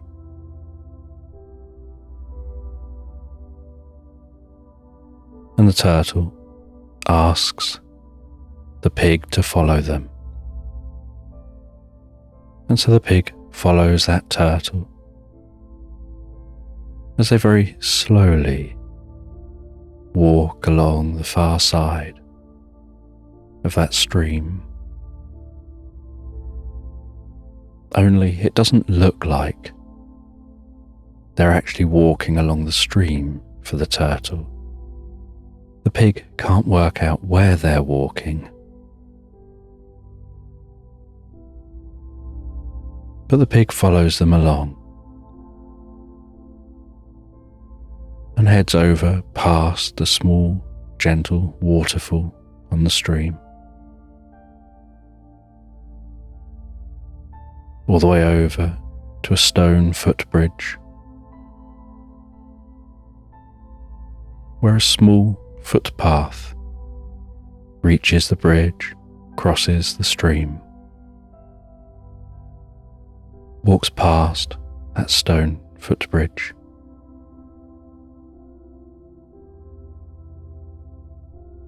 and heads to a large oak tree. And the turtle stops in front of that oak tree and tells the pig this is where they need to go, and gestures to the tree. And the pig takes the glasses off, and it just looks like an oak tree. Puts the glasses on, and the turtle is stood there, still gesturing. And so with the glasses on, the pig feels around the side of this tree, pushes on the bark, even tries shaking the tree a little which just makes the leaves softly rattle and shake. And then while pushing on the tree and walking around the tree, the pig accidentally steps on a root which seems to move and open a passageway into the tree. And the other side of the passageway, as far as it looks on the glasses, is a fizzing blue portal. And the pig removes the glasses, and it just looks like an entrance into the tree. And the pig places those glasses back on again, and the portal is right before them. And so they step through that portal, and their whole body tingles. From the top of their head to the tip of their tail. And everything around them goes electric blue. And in a flash, it feels like they're exiting the other side of this tree. They find themselves in the most beautiful bluebell woods. And they walk through this bluebell woods. The scent of the bluebells filling their nostrils.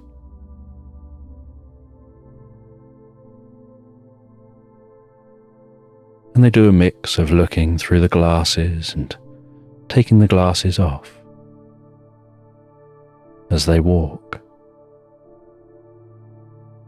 to try and see if they can notice what perhaps they're here to do. And as they walk, they hear the sound of a drum being played in the distance,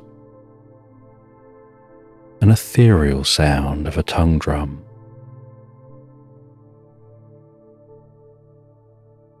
And as they get closer to that sound,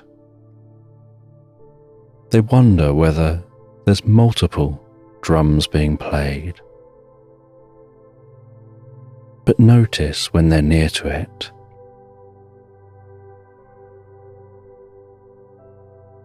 that it isn't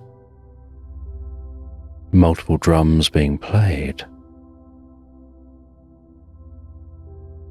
It's a single drum being played.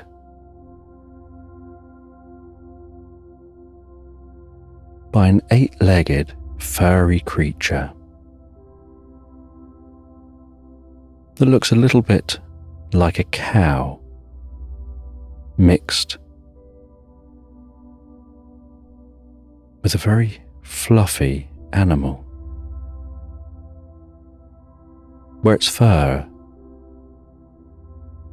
is even more fluffy than a Highland cow.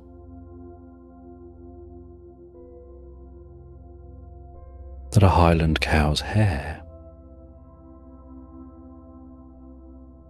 would even be short and thin compared to this creature.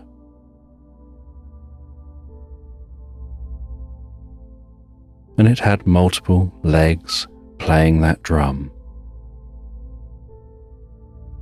almost playing in harmony with itself. Its eyes seemingly glazed over while it was lost in thought, absorbed in the playing.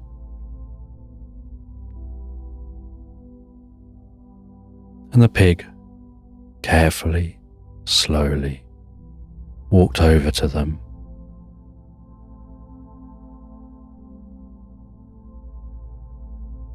And as they got near,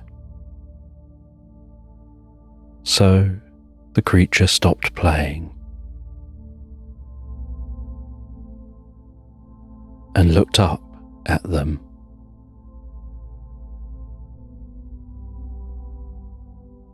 And smiled so gently.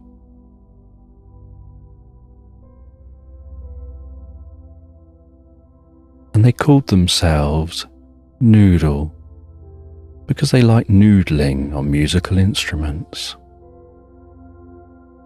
Just being lost in the experience of playing music. Whether it's playing this magical drum,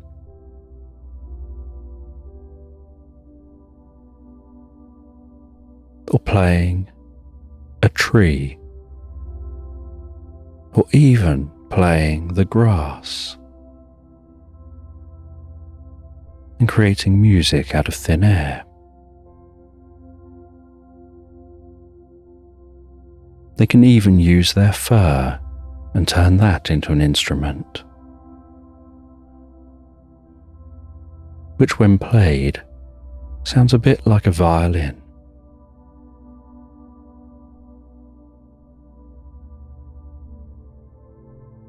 And so they enjoy just noodling on instruments. And they told the pig that they have a job they need to do and a role they need to take.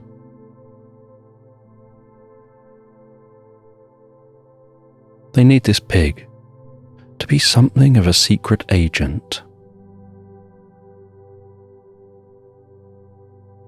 They're aware of their past, their skill at sneaking.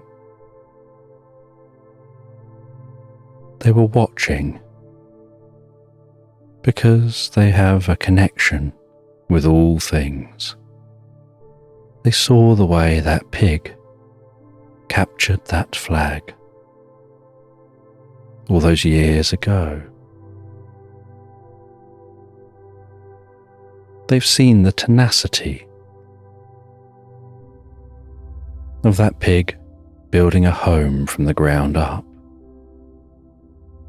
The patience the pig has deep down. The planning. All these skills that are necessary for working as a secret agent. And they'll send them on a mission, and then for future missions,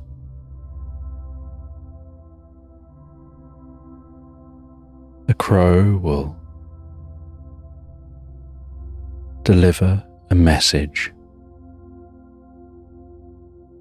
and leave that message at your home, they say. And your missions take place through time, putting right what once went wrong. Each time leaping home, back to that tree, where you'll exit that tree and find yourself back on the edge of your meadow.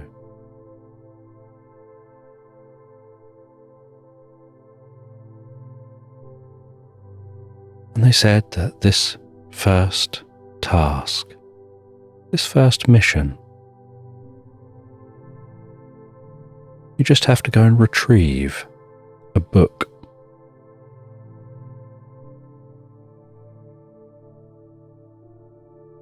And so to retrieve that book,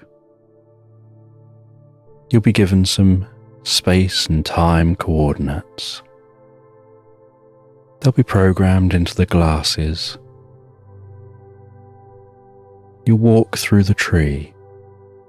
You'll find yourself at those coordinates.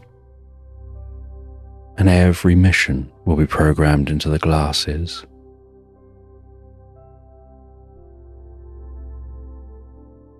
And so the first coordinates are programmed into those glasses.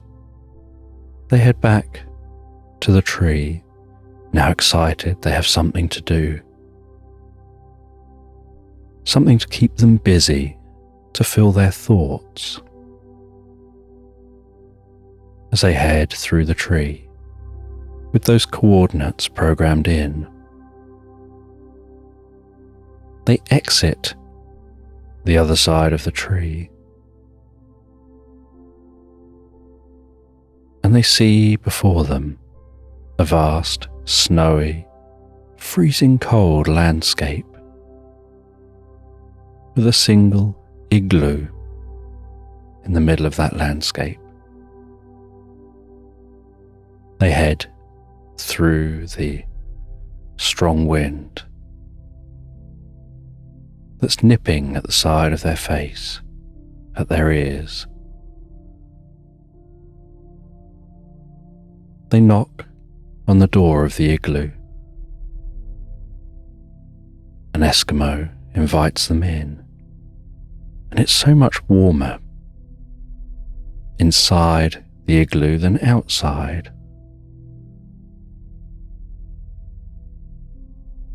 And the Eskimo knows why they're there,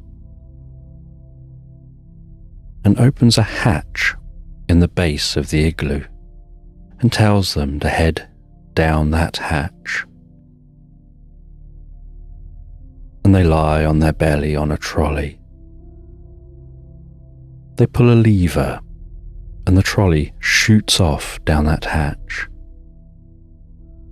rumbling, weaving around an ice path, deep under the landscape.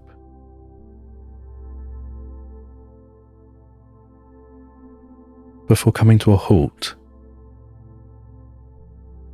at the edge of an ice cliff, looking out under the ocean. And they're surprised by what they see. Under this ocean is a dome. Inside that dome is an underwater garden.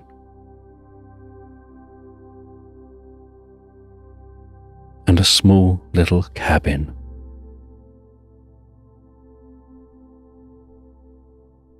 And so they get off of that trolley. They see next to them is some diving gear. They place on that diving gear. They head through a door, seal that door behind them. They press a button that makes the water slowly fill this space that they're in, until the water inside the space they're in is entirely filled. And then they open the door to the ocean, close that door behind them. The bubbles from their diving gear with each breath, tickling the side of their head as they rise up towards the surface. They swim towards that dome. They find their way to the entrance to the dome. They take the lock-picking kit they have attached to their diving gear. They carefully pick the lock. And as they open the door, so the water floods in with them into the chamber the other side of the door. They seal the door behind them, press a button, and the water pumps out of this chamber. They remove the diving gear. They pick the next lock into the dome. And they sneak their way through this garden,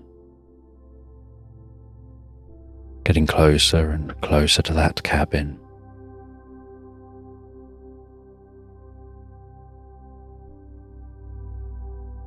And they can see, off to the side of the cabin,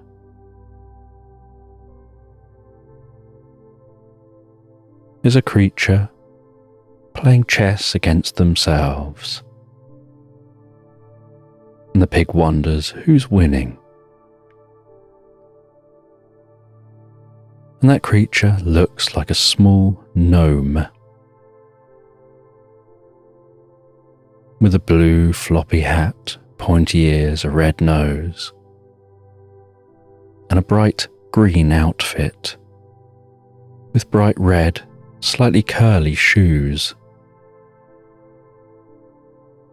And they seem so preoccupied with their game of chess against themselves that the pig manages to sneak their way through that garden, find their way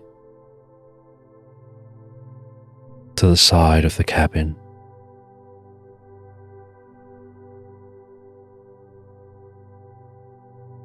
And they shimmy up the side of the cabin, in through an upstairs window, so quietly, so carefully.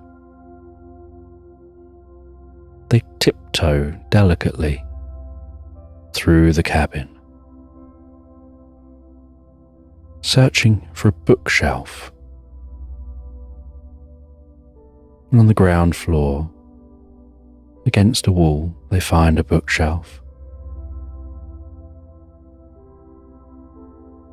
They look for a specific book.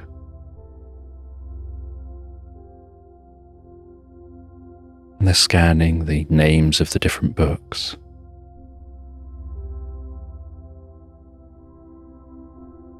They find the book they're looking for. They carefully pull on that book,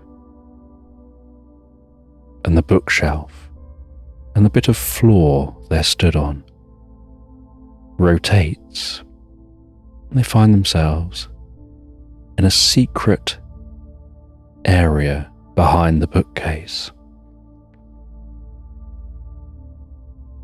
They start to descend some steps behind this bookcase, walking deeper and deeper into the bowels of this secret location.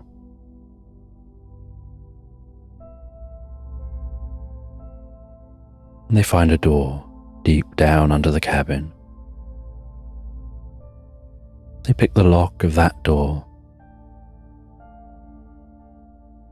They carefully head into this room.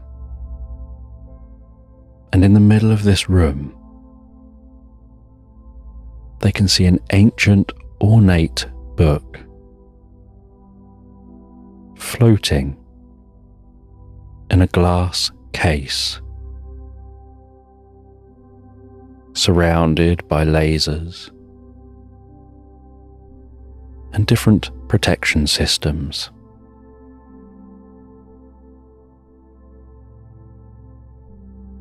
And so the pig carefully weaves and undulates and worms themselves around the lasers, over some, carefully trotting over them,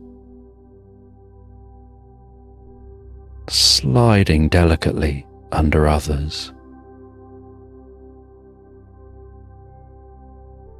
having to almost leap in a Superman pose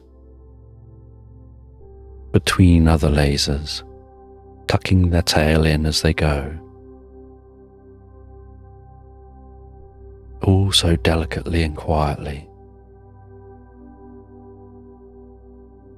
until they get up to the glass. And they take a look at that glass. And all they've got on them is a pickaxe, and it's only a very small pickaxe, more used for climbing ice.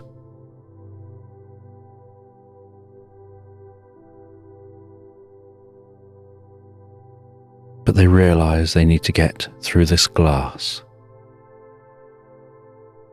and so they very carefully score the glass with that axe.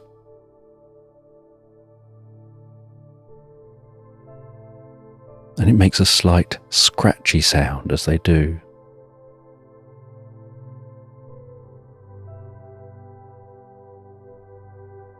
And then they have to get up to the height of the gap to be able to reach straight through to get the book.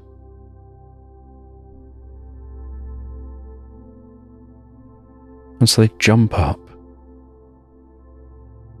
as high as they can, catching the axe in a beam overhead.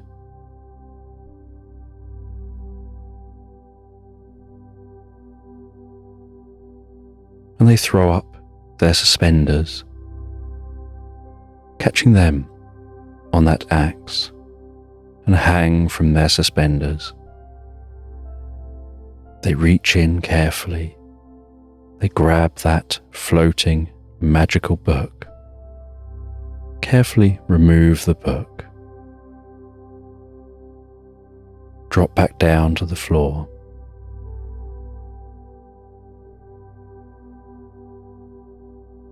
and begin to sneak their way back out.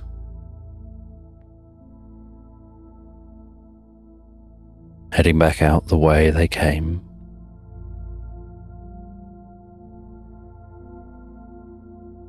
Leaving the dome.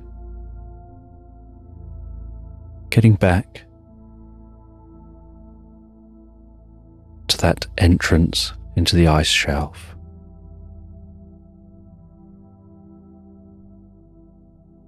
And they can't take the trolley back up to the igloo. But they notice there's another doorway.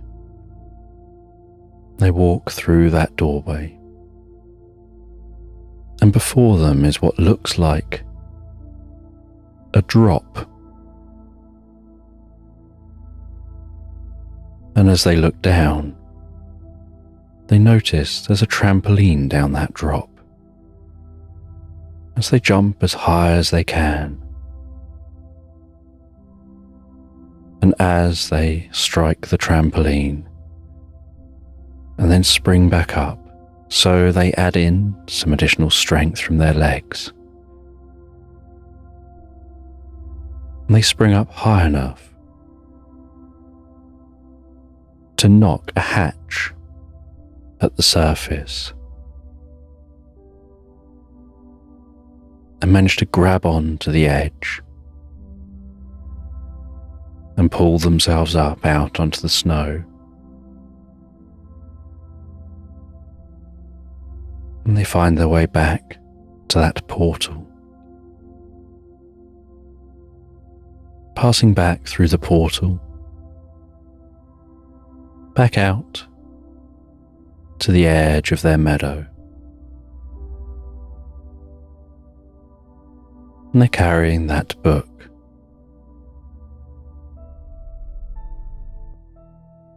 And as they walk through the meadow, so they encounter that llama again, who takes the book from them, thanks them for the good job they've done, tells them they'll be required, if they're happy to do so, to do many more missions in the future. And that these missions are all about saving reality and putting right things that went wrong. And they'll return that magical book to its rightful place, and changes in a different time and place will be fixed because of them, because a wizard will be able to do what they need to do. And you don't have to know what the changes achieve, because if you've made the changes, life will go on as it's supposed to. And so they tell the pig, from your perspective, nothing will ever seem different, but only you'll know that you're the reason why everything is the way it is.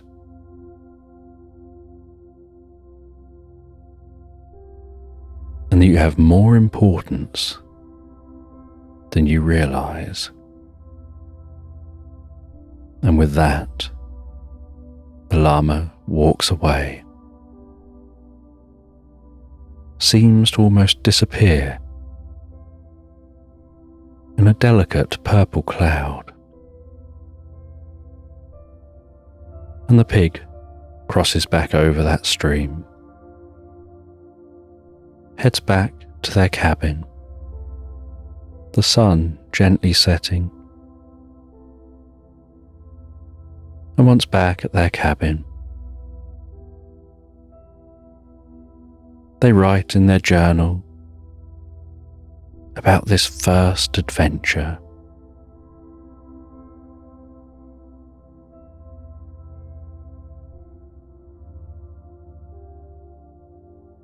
And at the end of the day, they head to their bed. They settle down so peacefully, so comfortably, and without any effort at all. They drift and float, so peacefully, so relaxed, into Slumberland.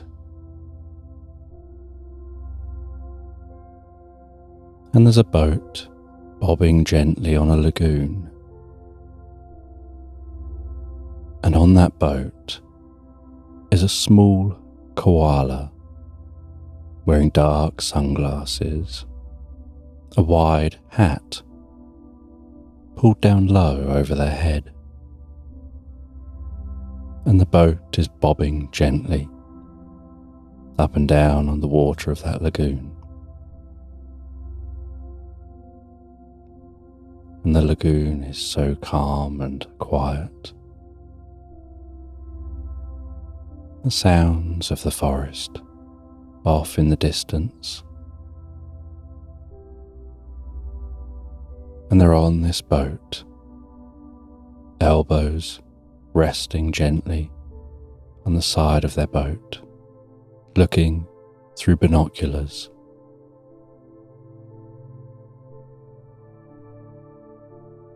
And watching some people on shore.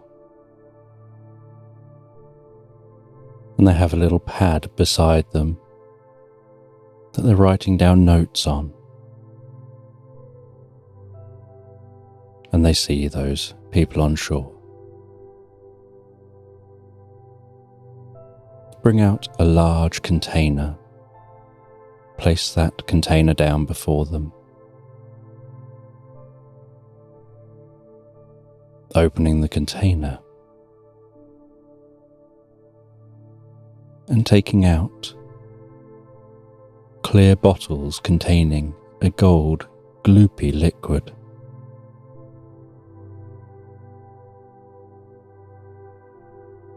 And one of the people hands that gold gloopy liquid to another one to check. And they take a look at the bottle, they hold it up in the air. They turn it around, closely examining that bottle.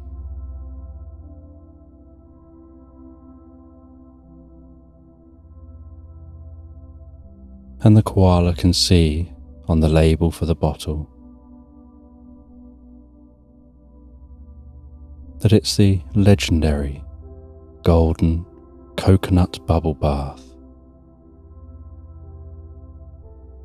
that's said to be so potent that just a single drop in your bath can fill your bath with calming bubbles that send you into the deepest of sleeps.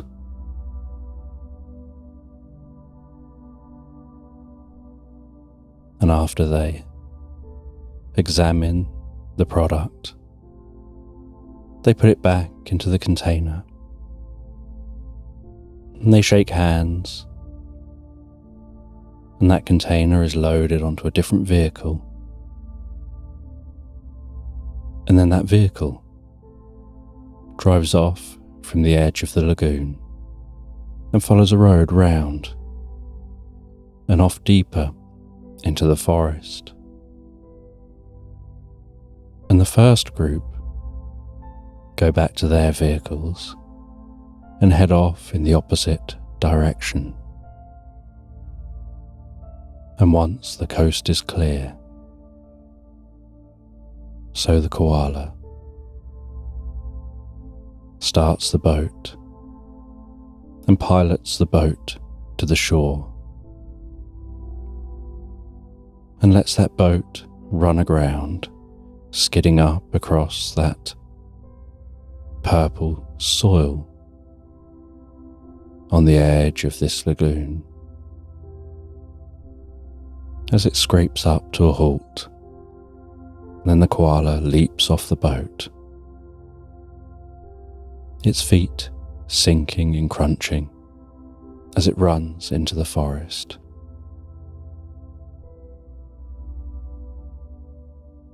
And while the koala is running through the forest, they grab an item out of their backpack, and while still sprinting, they swing it around up over their head. It extends and clicks and clacks into place. The koala pulls down 2 bits at the side, at the top and the bottom, still swinging it around over his head.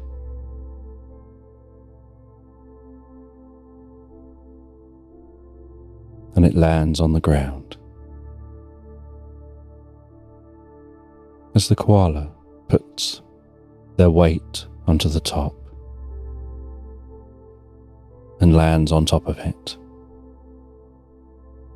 and begins pogoing at high speed in chase of the vehicle. Pogoing over roots sticking out from the trees across the path, ducking and weaving under branches overhead,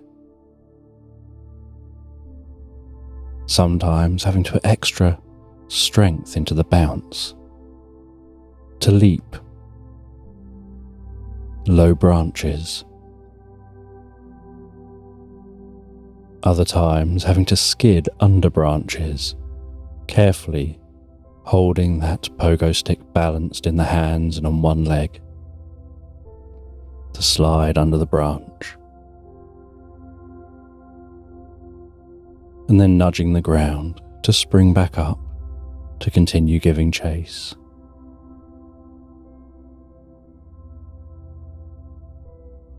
And they can hear the distant sound of that vehicle as they continue to do their best to keep up, heading off the main track, trying to cut the vehicle off. And they can see the edge of the forest getting lighter and lighter, and catch a glimpse through the trees of that vehicle.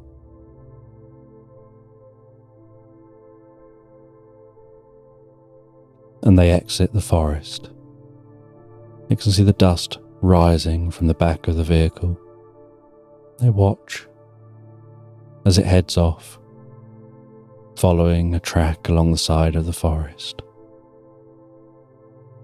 And they run across the track,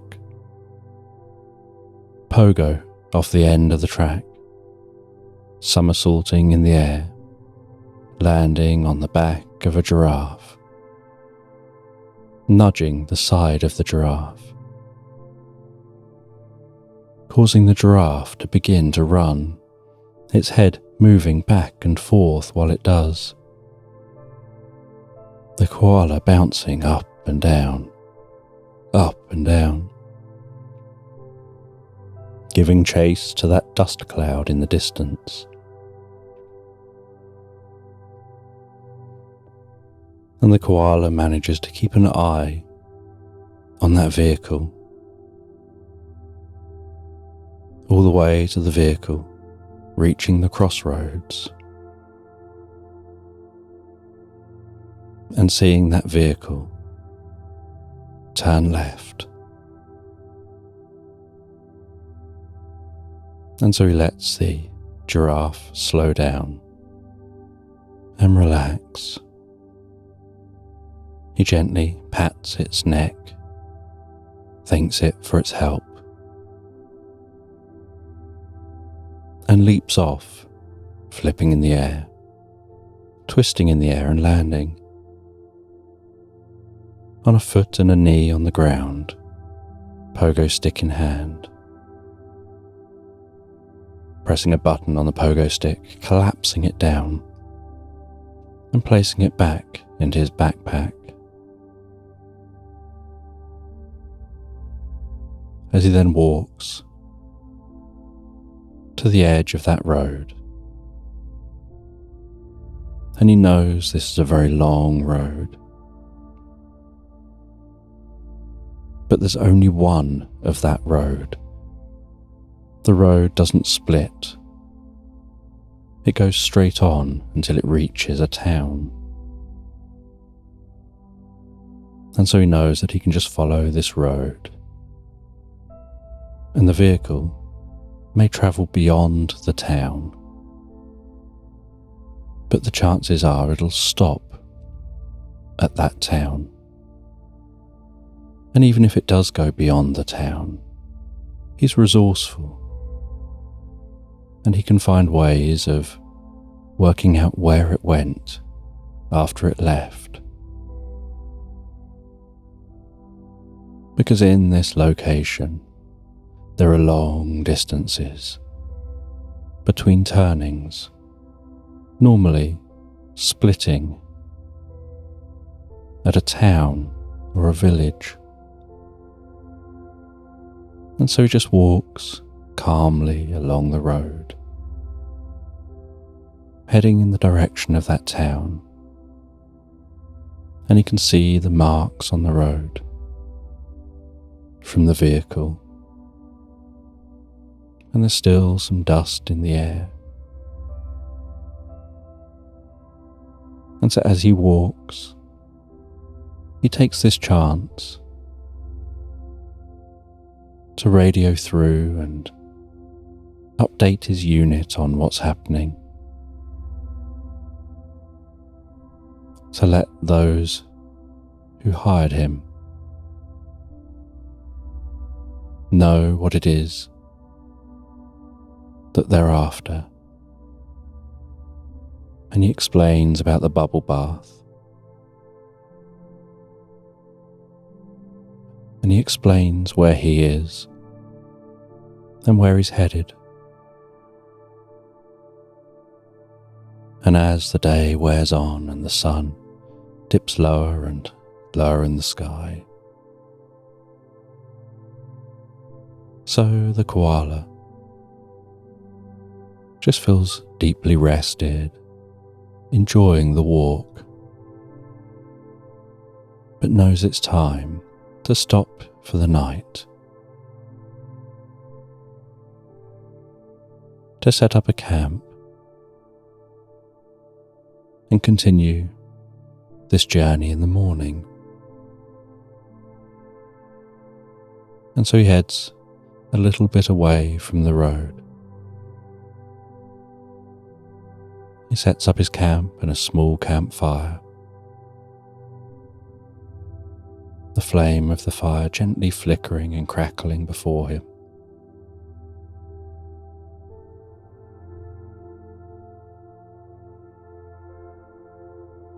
He warms up some tea on that fire, gently sips that tea,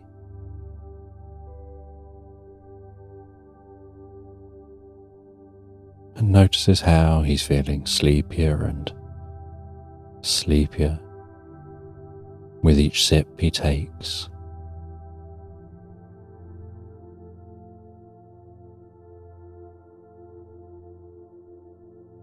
And he takes a little bottle out of his backpack, and with a little pipette, he lifts up some of the liquid from that bottle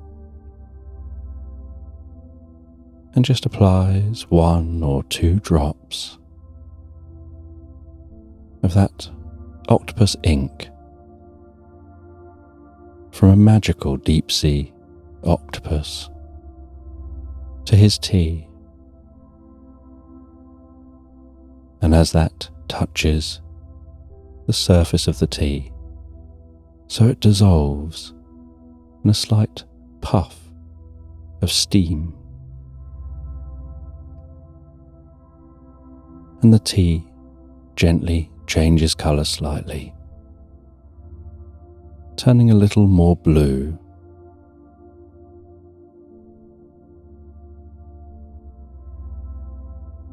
And he continues drinking that tea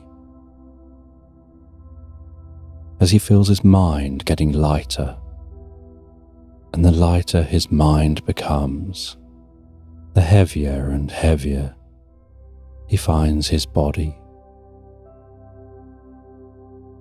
And the heavier he finds his body, the deeper and deeper relaxed he gets. And the fire burns down to embers, and he covers over the dregs of that fire so that he can settle down to sleep. He backs himself into his tent, his mind still getting lighter and lighter as his body continues to get heavier and heavier.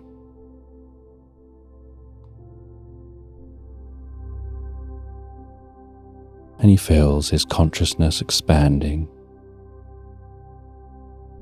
his connection to his inner potential.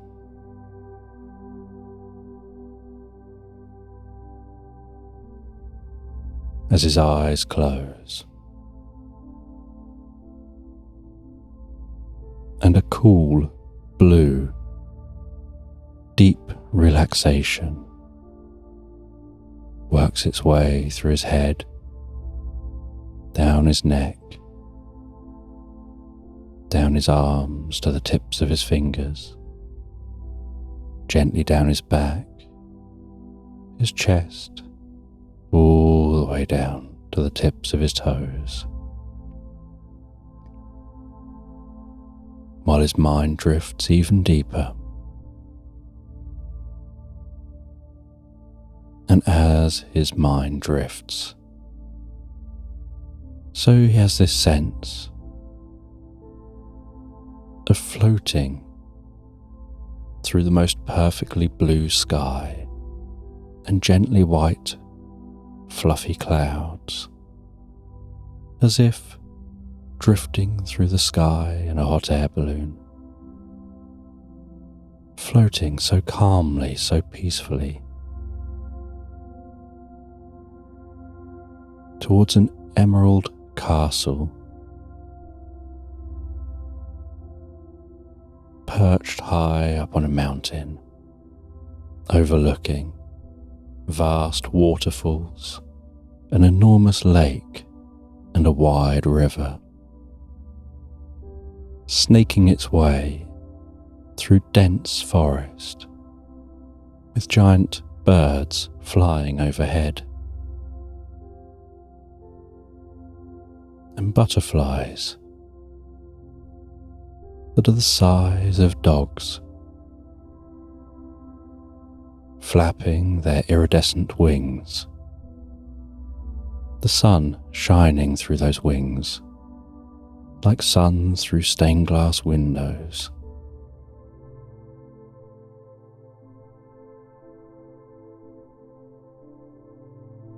And fluffy dragons flying off in the distance,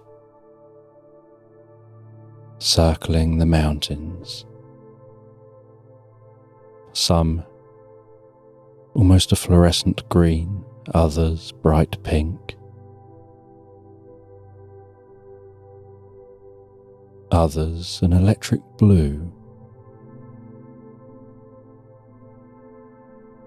And he finds himself floating through this sky. And as he looks down at his body, he realizes he's just a consciousness, like a ball of energy with the faintest light, travelling through this land. And at the Emerald Castle, he passes straight over the giant waterfall, over the vast stone bridge, through the enormous wooden gates, right up to the front door of the castle.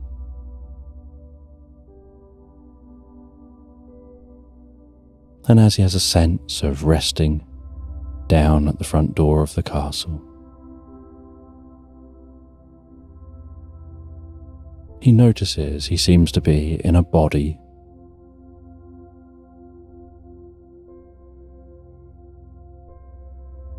And he feels himself to be in a four-legged body. And as he goes to knock on the door of the castle, so he discovers that he's a bulldog. And so he nudges the door with his shoulder a few times to knock.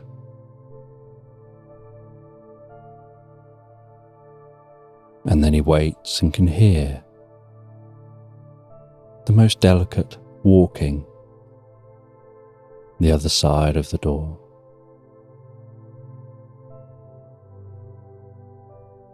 And he's looking up as the door begins to open to see who's opening the door. And he can't see anyone there, and then he looks down. There's a tiny little mouse wearing a door person's outfit with a little red hat.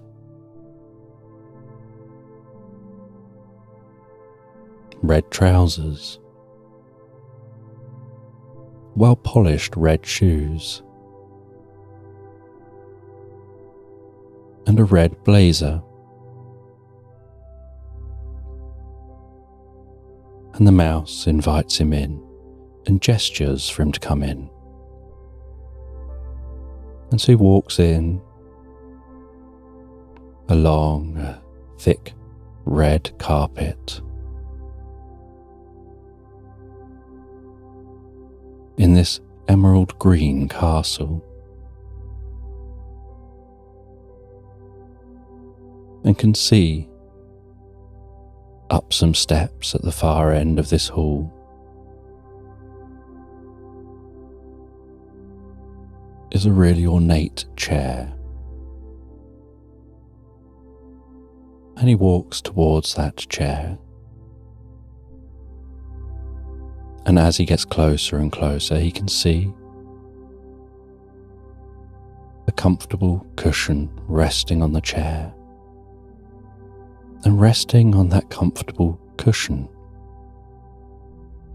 is a curled up, sleeping, purring ginger kitten.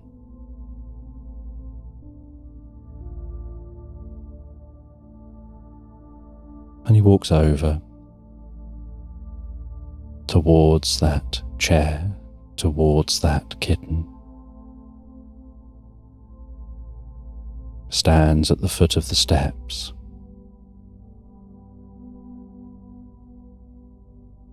and you can hear the kitten purring and gently breathing. And then a little mole stood dressed in a jester's outfit, very politely just waiting there.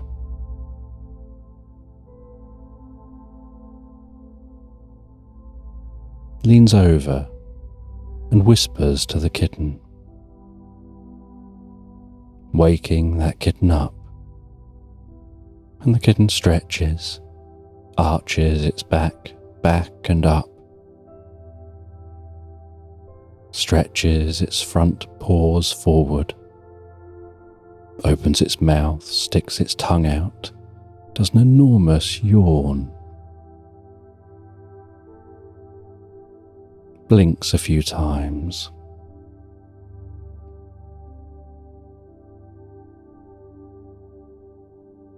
before circling around a little bit, facing forward and sitting upright, looking out and over at that bulldog sat at the foot of the steps, and says it's time for tea, and the mole walks off.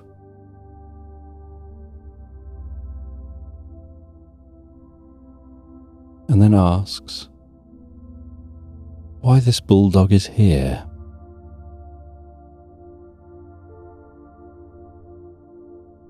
And the koala speaks and says this is a dream. I've not worked out why I'm here yet. I fell asleep and I'm here as a bulldog. But I don't yet know,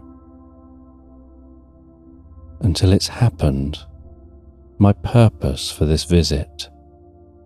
I just saw the Emerald Castle, and I knew that this was where I had to go. And the mole comes back, gives a little nod, and then faces forward and stands politely.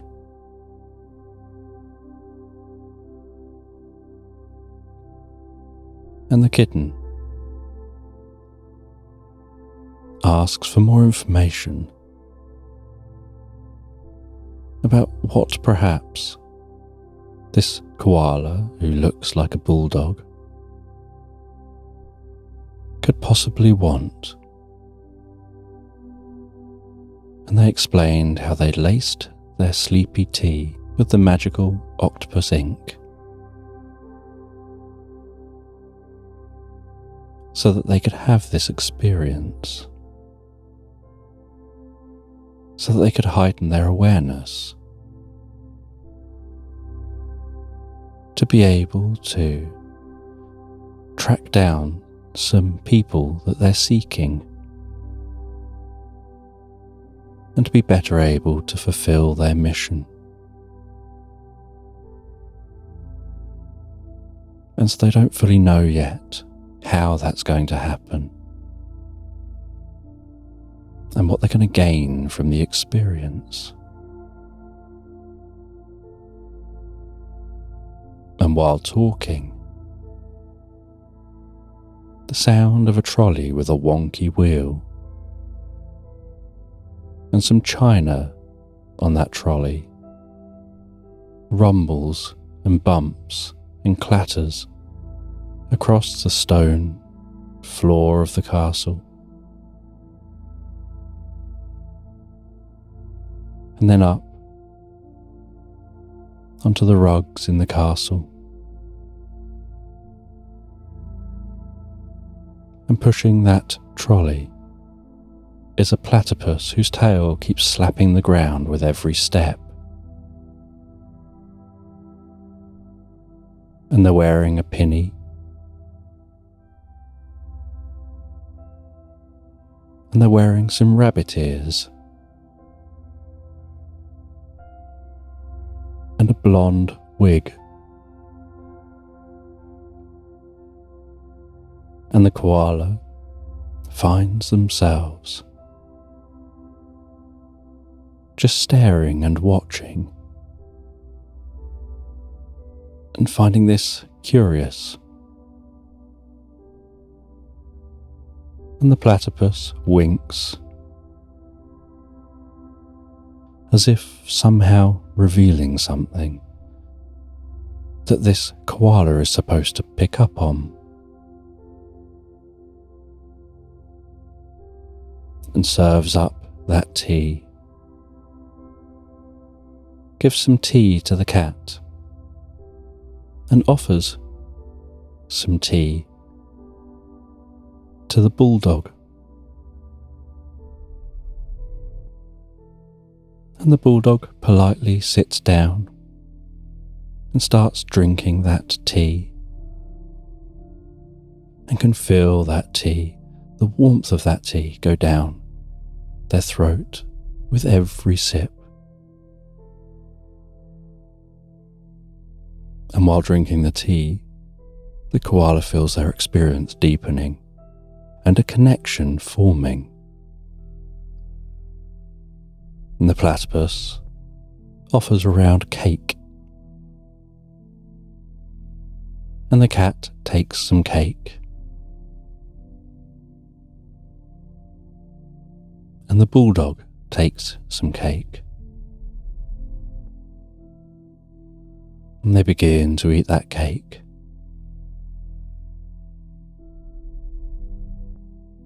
And they feel something shifting inside themselves. They feel their body changing from a bulldog body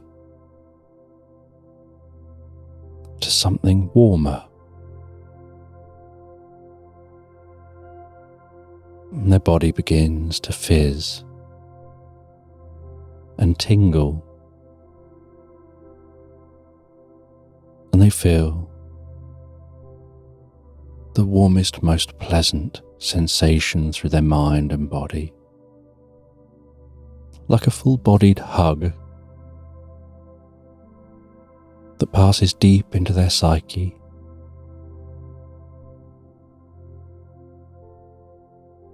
And they start to notice a glowing around them.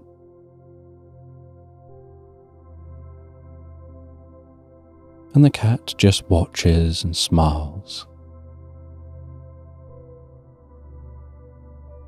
And as that kitten watches and smiles, so they realize they have wings,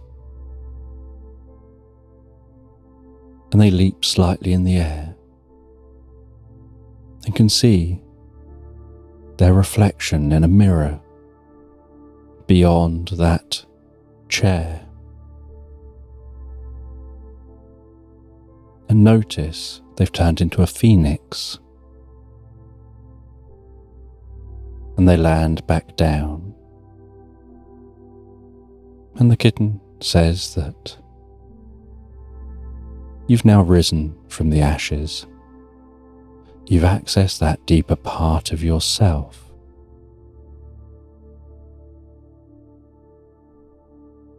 You've drunk this magical tea. You've eaten that cake. And this has helped you to change on a deep level, to have certain abilities that you came here knowing you were going to have, you just didn't know that you knew it yet.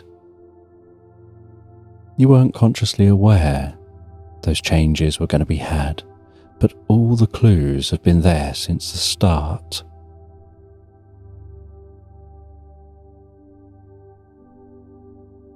And the cat then clicks a paw as the Emerald Castle vanishes, and while they fade away and everything around fades away, so they turn around as if relaxing back down into that cushion. And the koala finds they're a phoenix, glowing, flying in space, seemingly weightless, just floating there with no up, no down, no left nor right, no back nor forward, just them, floating, flying in space.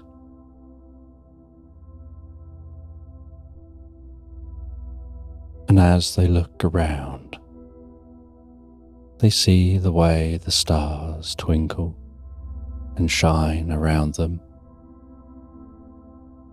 And those stars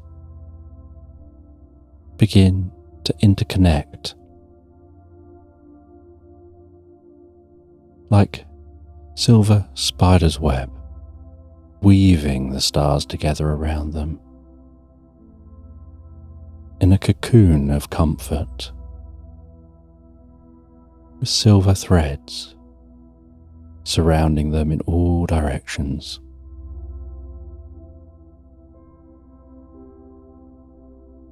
And that cocoon of silvery comfort begins to glow with bright white light. And their mind begins to glow with bright white light as they relax deeper and deeper asleep.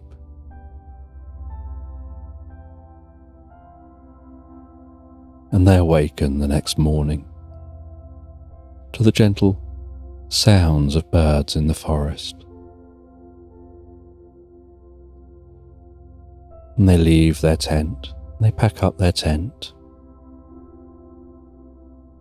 and their mind still feels light as they continue their journey along this road, heading towards the town in search of that vehicle.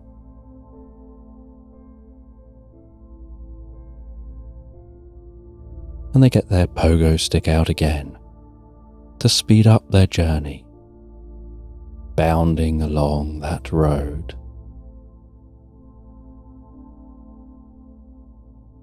And they can see the town in the distance, and very slowly the town becomes more and more in view as they rapidly approach.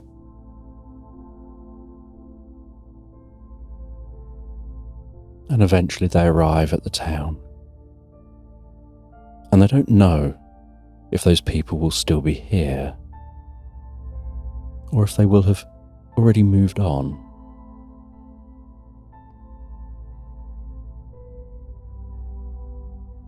And this town is bustling with people. So they head to the main bar in the town. They know that if anyone knows of travellers through a town, it's those who work in a bar. And in that bar, they learn that the people they're seeking stayed for the night, but have continued on their journey. And there are two roads out of this town, one going straight on and one turning right.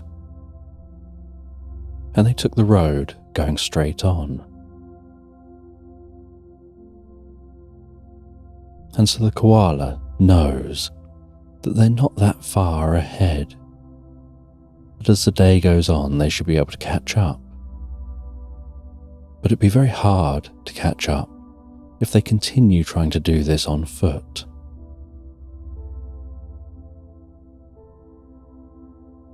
And so they try to find a horse or something they can ride. Maybe someone's got a vehicle they can use. And they get given a horse, and they jump on the back of that horse. And it's the most pure white horse, almost glowing. And it seems to almost hum with each step.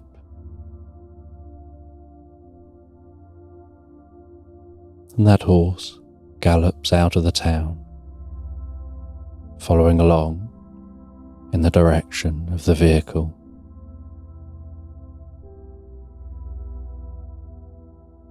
And as the day goes on, so the horse begins to catch up on the vehicle. Because as the day goes on, and the road gets further and further from any town, the quality of the road gets more bumpy with deeper holes and more difficult to drive through. And so the vehicle has had to slow down a bit, whereas the horse can just carry on.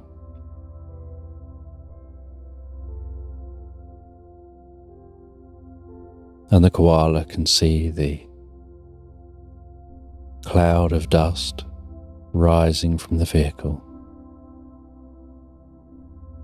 and as approaching closer and closer, can begin to hear the faint rumble of the vehicle.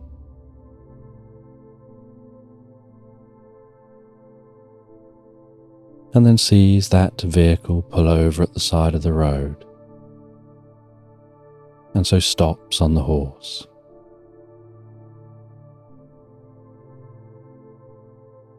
And pulls over himself, and sitting on the horse, looks through his binoculars and can see that they're setting up a camp.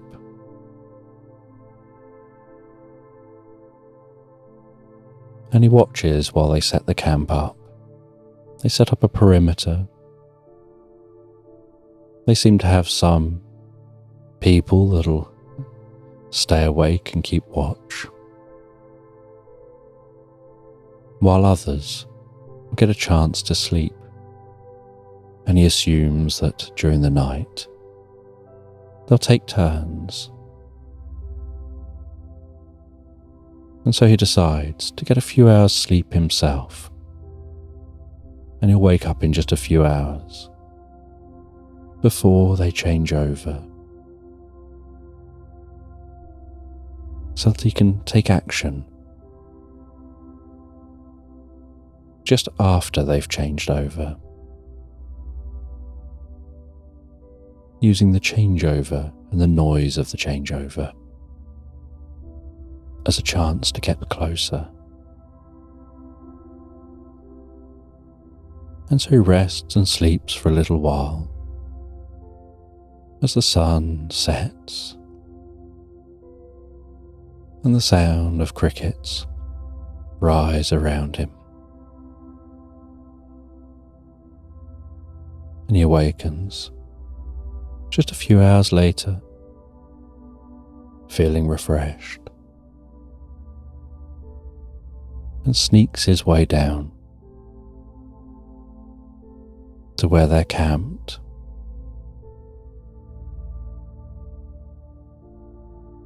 And thinks about blending in.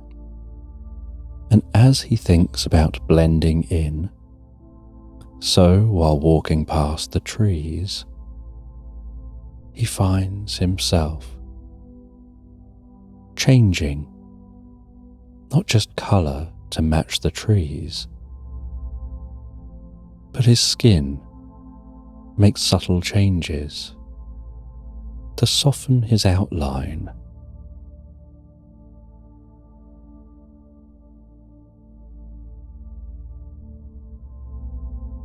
And so he slowly moves,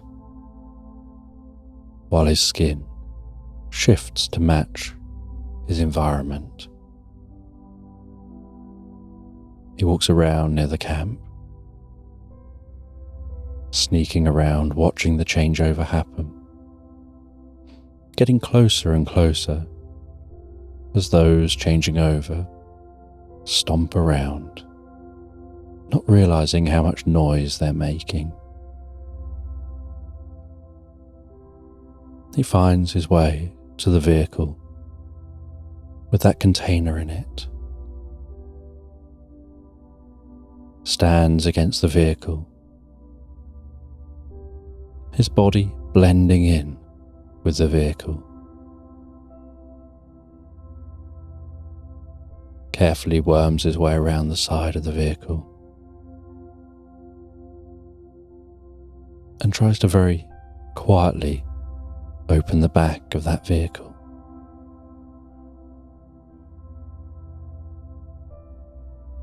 the lock on the back of the vehicle opening with a slight creak.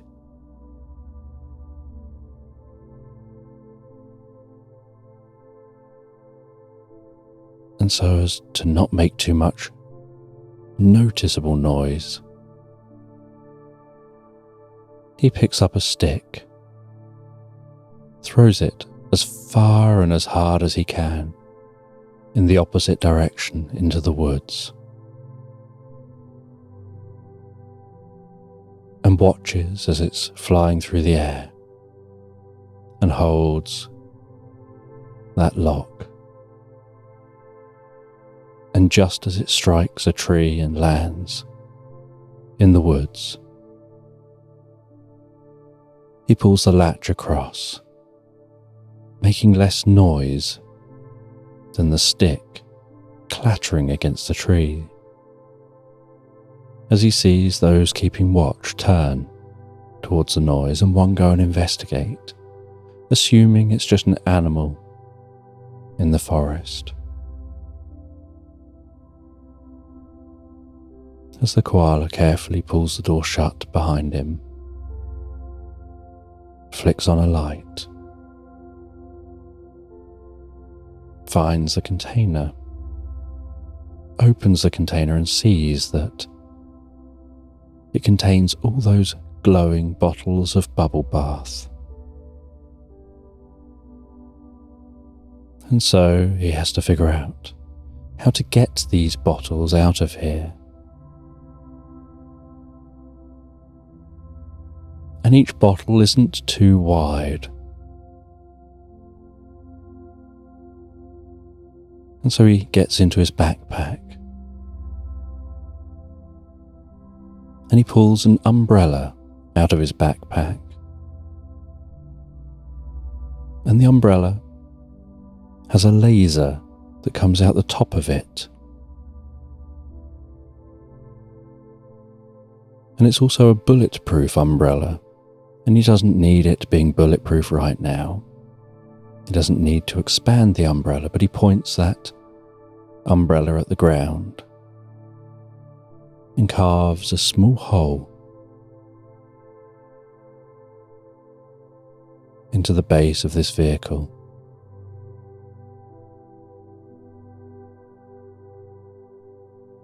And then very carefully places each of those bottles of bubble bath through the hole to now be under the vehicle, and then pulls the container over the hole.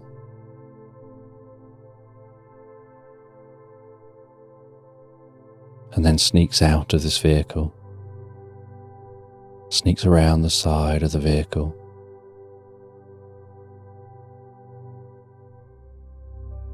takes a coat that's a waterproof coat for if he needs it out of his backpack, but it's also a coat that's a bit like a chameleon itself, that just blends with the surroundings. And he places that under the vehicle, crawls under the vehicle, moves all of those bottles of bubble bath into his coat, zips his coat up, ties the sleeves up, ties the hood to the sleeves, and then ties the base of the coat to the sleeves. And as he drags it along the ground, it's slightly rattling with all those bottles inside. He blends in and can't be seen. And his coat just looks like a rock. That to anyone watching, it would look like a rock is moving slowly along the ground. And whenever it stops, it blends in with its background more fully. And he tries to pull that slowly, carefully towards the forest, with his idea being that he'll head into the forest away from the camp first, and then arch round back to where his horse is, cutting round through the forest. And once he's dragged that deep enough into the forest, he leans down and hoiks it up onto his shoulder, where he can make a bit more noise now, and begins to walk back to the horse. That jacket over his shoulder. He finds his way back to his horse, attaches it to the back of the horse, climbs onto the horse, and decides not to hang around, but to get out of there now. And so he heads back in the direction of the town. And once back at the town, he follows the other road to head away from the town, with only the moonlight guiding him. And he can see another town in the distance as the sun begins to rise and the horse begins to tire. And he heads into that town. He finds a tavern to stop at, heads in and asks for a room for the day. He heads up to that room, and with exhaustion and no thought at all, he just flops onto the bed and drifts and floats, deeply asleep.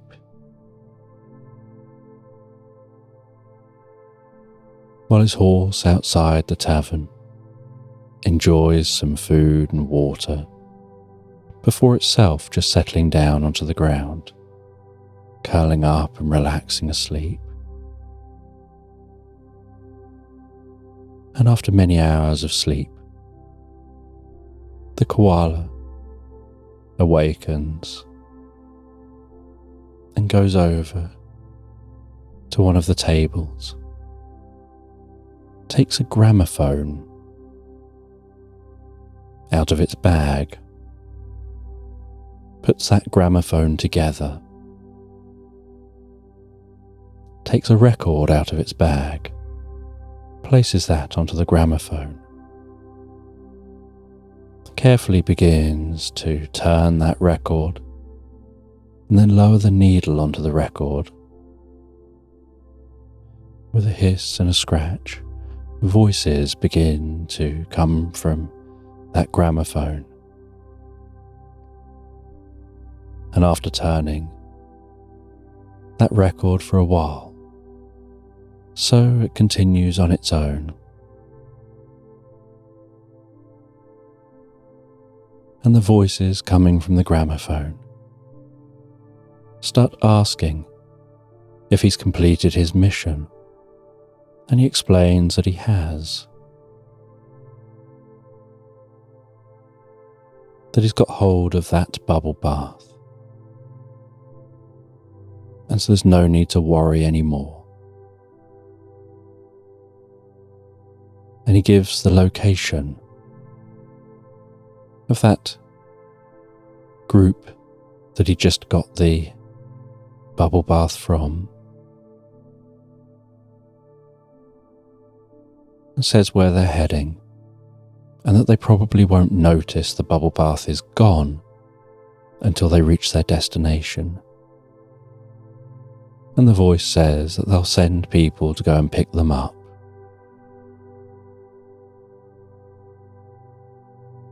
And the voice tells the koala to dispose of that bubble bath. And so the koala goes to the bathroom, with all of those bottles,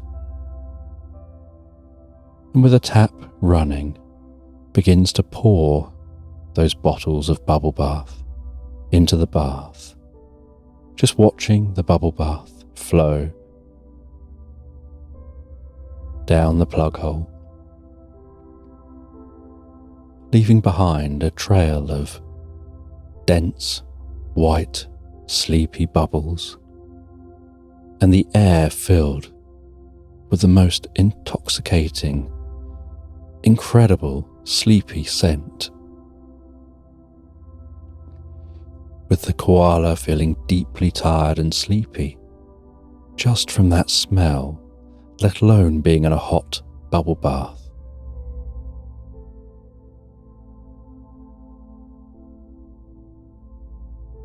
And that deep coconut scent fills the bathroom, begins to fill the whole of this room. But eventually, the koala manages to pour all of that away, proud to have done their bit again, to avert a crime happening, that those people are no longer going to be able to go and distribute that bubble bath, to make all of the people in a building they plan on robbing feel so tired and sleepy that they head to sleep into the deepest of sleeps and are no threat while they come in and steal the world's largest diamond from their safe.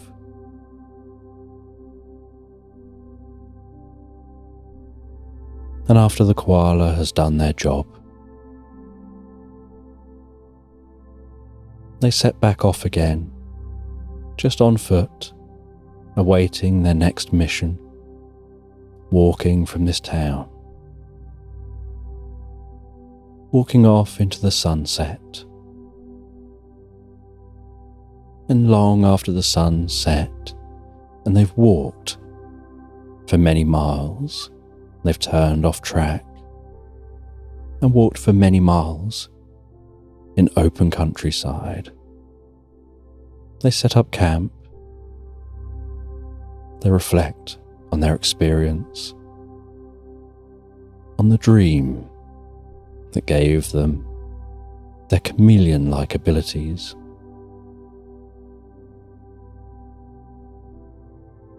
And they drift and float, so peacefully, so relaxed asleep, into Slumberland.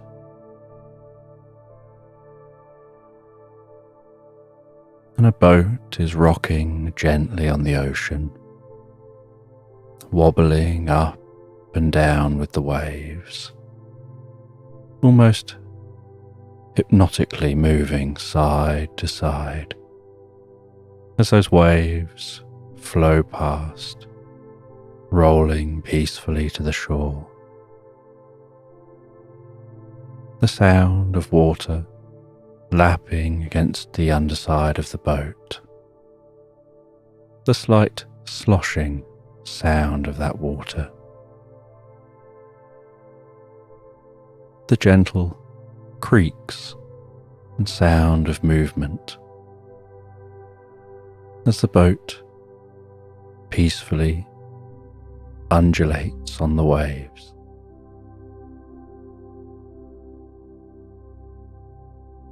And on this boat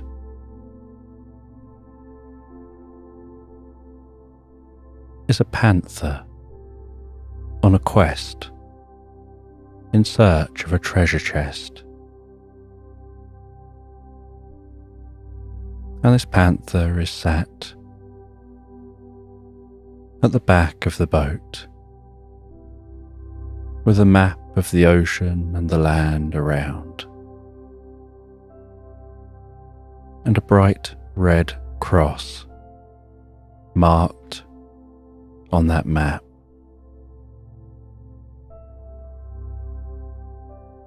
And the panther looks around and squints, looking off into the distance,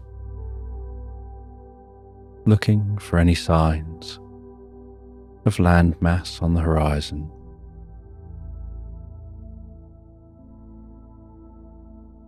Looks at the sun and the shadows.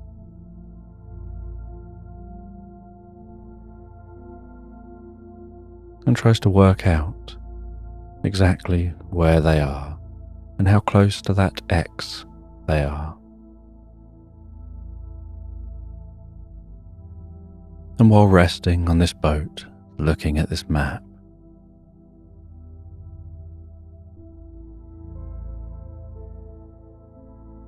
they can smell that salty sea air. And they decide that they're fairly close to that X. And they head to the front of the boat. Push the lever forward, the motors whirring at the back, moving that boat just slowly around,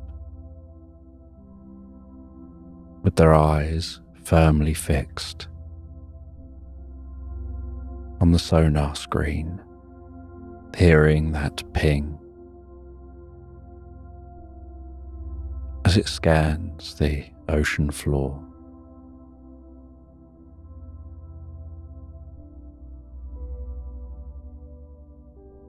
And just moving slowly through the water.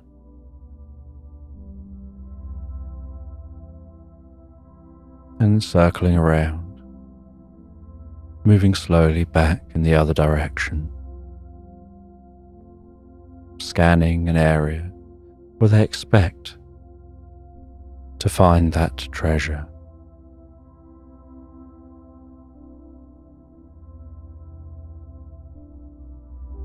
And then scanning back the other way as the sun continues to creep slowly across the sky.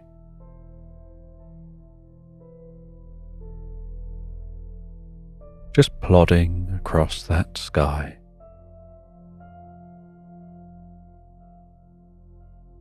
With its regular pace, until the sky begins to darken and the horizon begins to turn orange and the air begins to cool.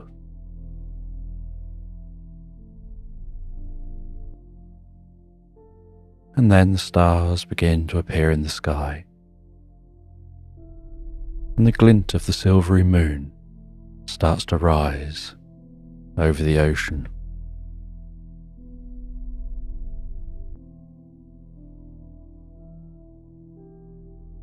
With the surface of the ocean sparkling like a million diamonds dancing on the surface of the waves. And the panther continues to scan the ocean floor until eventually they get a ping back that there's something there.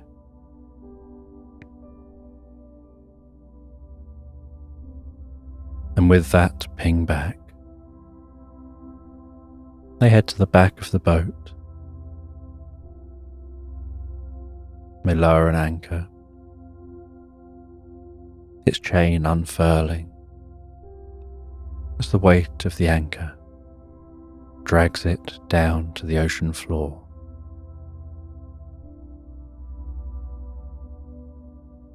And find something to hang on to with a gentle thud. They then place an automated submarine into the water, and they begin to steer that automated submarine down towards the ocean floor.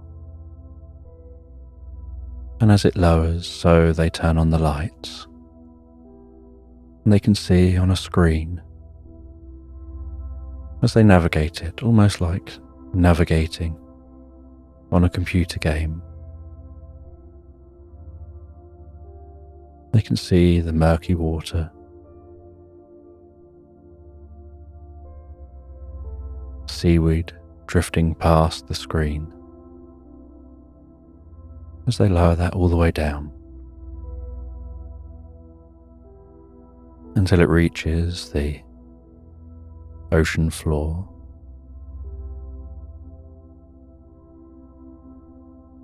And on the ocean floor they navigate it to the location that pinged on the sonar.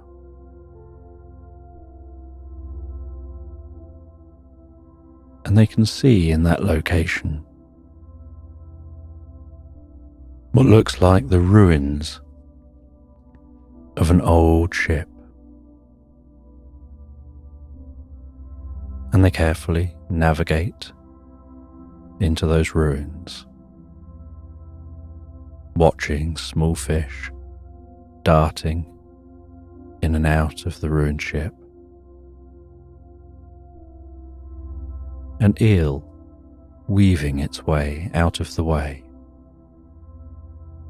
and out through a window.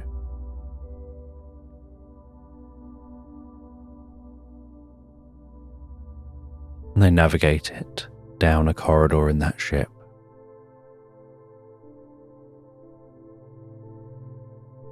This ship, reclaimed largely by nature on the ocean floor, with life surrounding all the old wood.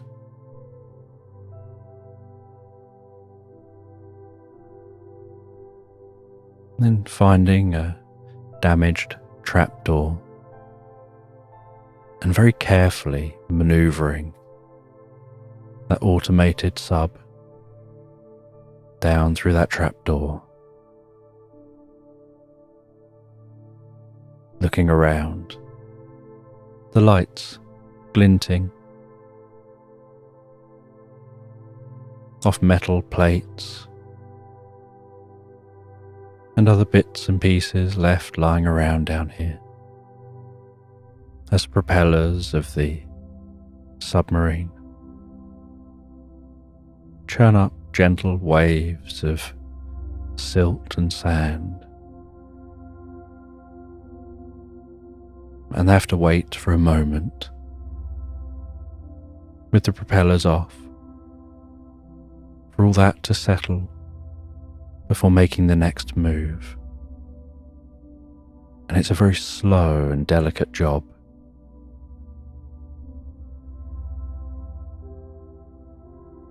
But as they explore, they eventually find what they were looking for. In the corner of a room,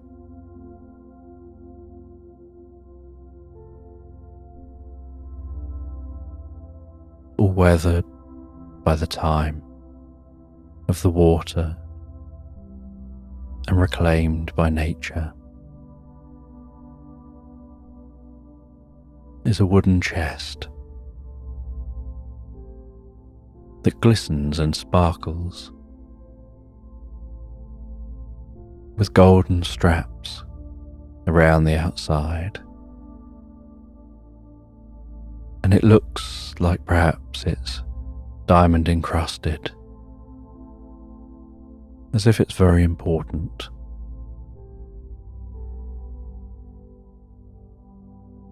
And the panther carefully maneuvers that sub back out the way they came, very carefully back out of that trapdoor.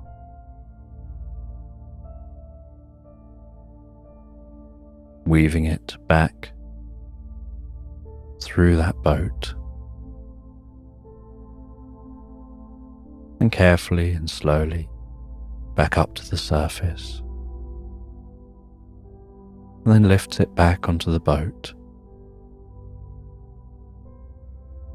cleans it off, closes the computer,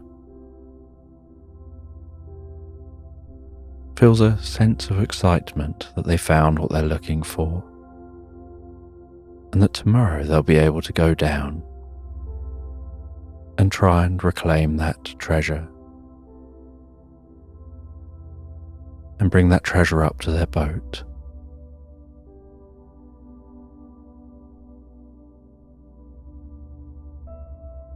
And with that, they head to bed on the boat. They rest down and almost being gently rocked to sleep by the waves rolling by.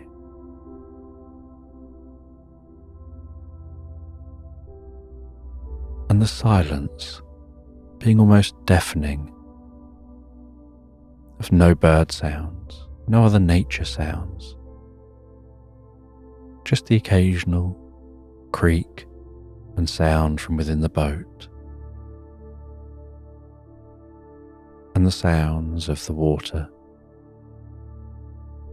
churning and bubbling against the underside of the boat,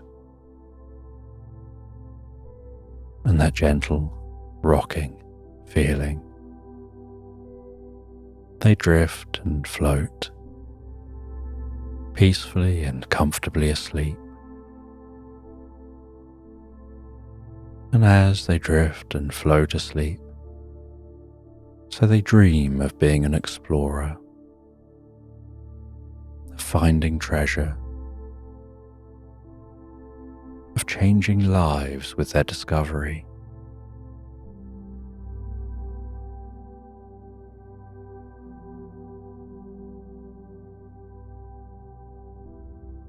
And they drift deeper and deeper asleep, enjoying the most peaceful, restful sleep, before awakening the next day. And once they're prepared for the day, they get into their diving gear, head to the back of their boat, and the low morning sun is almost bobbing on the horizon, just tickling the surface of the water. A slight orangey yellow glow dancing along the water's surface.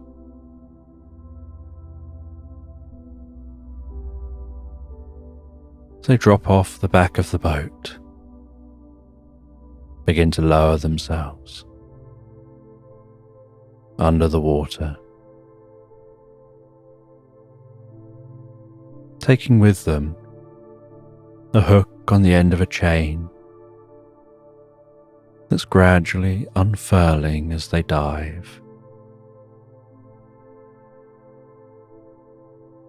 And they can hear the low sound of that chain unfurling and gradually passing into the water as they drag it deeper and deeper.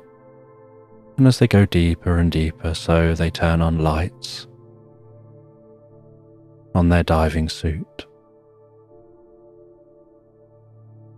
And with their flippers, they push further down, their breathing bubbling upside them.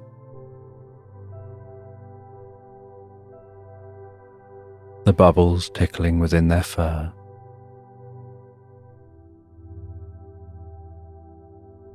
The slightly cool water moving around within the suit.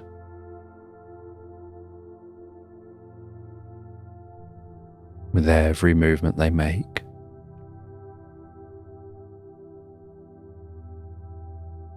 And they head down to the ocean bottom, along the bottom of the ocean. Swim in through the side of that boat. Find their way down to that trapdoor.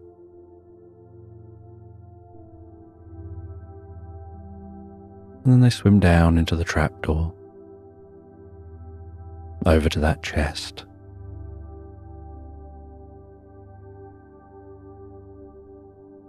And it takes a while, but they attach the hook and the chain around the chest. Then they do their best to manually move the chest to beneath the trapdoor.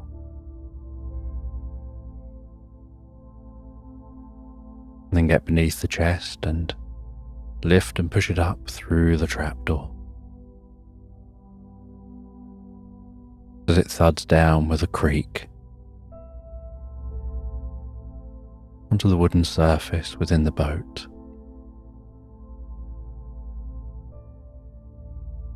Then they swim up through the trapdoor and lift and pull that chest through the boat, just trying to get that chest out into the open, out onto the open ocean floor.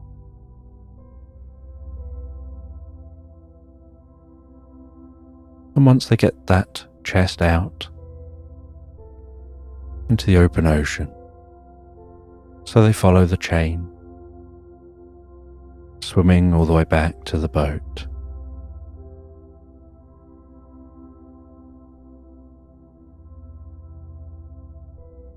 Coming up next to the back of the boat,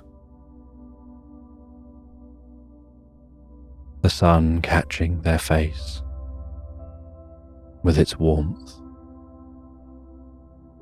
the waves lifting them up and down, slightly out of time with the boat.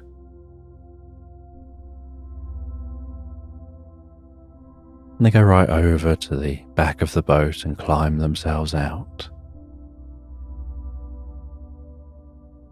They go and change out of the wetsuit and their diving gear. They have a rest for a moment and have a drink of tea before then going and starting to reel in that chain, just slowly and carefully. And as they reel in that chain, they can notice the weight of that chest on the chain. They pull that chest all the way to the boat. And once at the boat, they help the chain, hoiking it out of the water, carefully lowering it onto the floor on the back of the boat.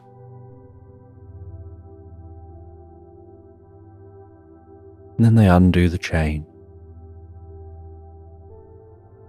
They let the last of the water flow off of that chest.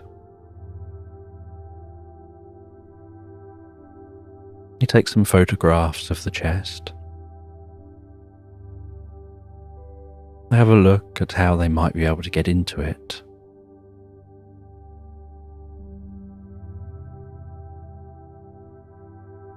Before just deciding to break the lock. And this chest was sealed so tight that as they broke the lock and then broke the catches, it gave a hiss as air finally managed to escape it, as if the air inside the chest was under some pressure, perhaps what stopped the water getting in.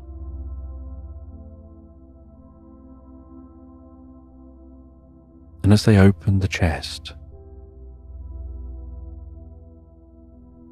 they saw that inside it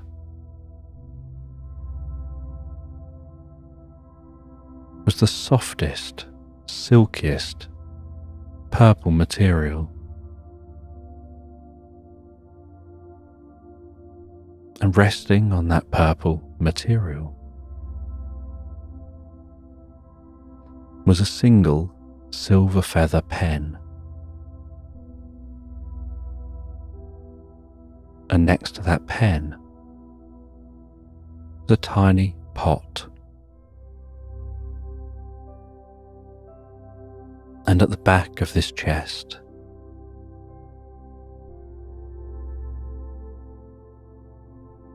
were some sheets of parchment, most of them unused.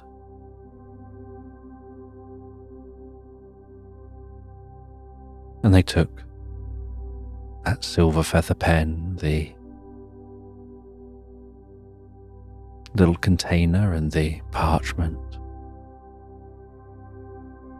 through to the main part of their boat, placed them on a table, and started to take a look at them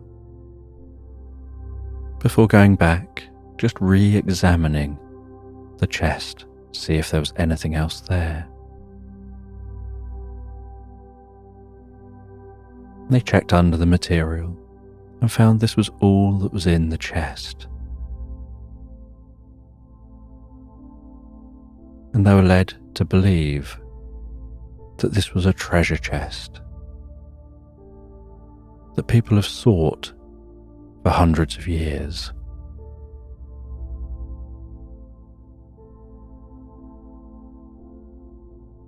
And they opened up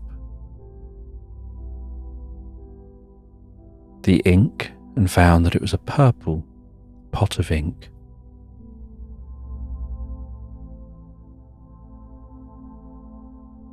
And it had a slight fruity smell to it, a very pleasant scent.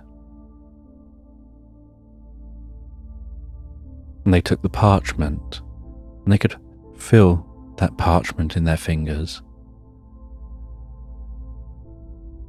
the slight coarseness to it.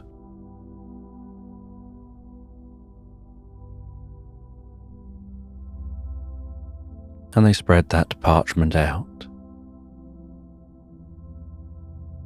and they saw that one of the bits of parchment had some scribbling on it, and perhaps some writing, and the other parchment was clear. And they carefully dunked the tip of the silver feather pen into the ink, and it was almost as if the pen drank some of that ink, sucking it up, the nib of that pen turning slightly purple. They dabbed it onto the parchment and then made their first stroke, and then another and another. And as it scratched across the parchment, they felt themselves almost drifting into a reverie, as if their hand was just mapping something out on that parchment, almost as if they were possessed or in some kind of altered state, just one with the pen. Their mind almost seeming to go blank.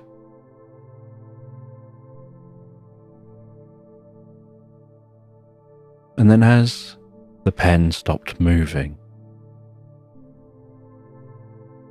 so their eyes focused back on the parchment,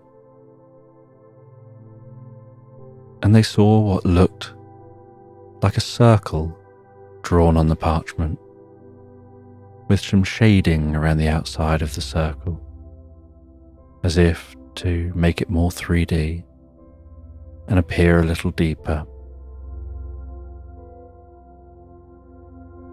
And they'd coloured in the centre of that circle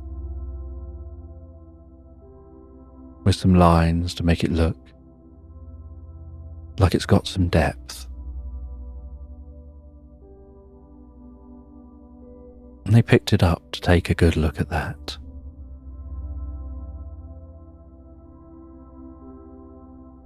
And they couldn't understand what they'd drawn. They put it to one side. They put the pen down, the ink down. They moved it all out the way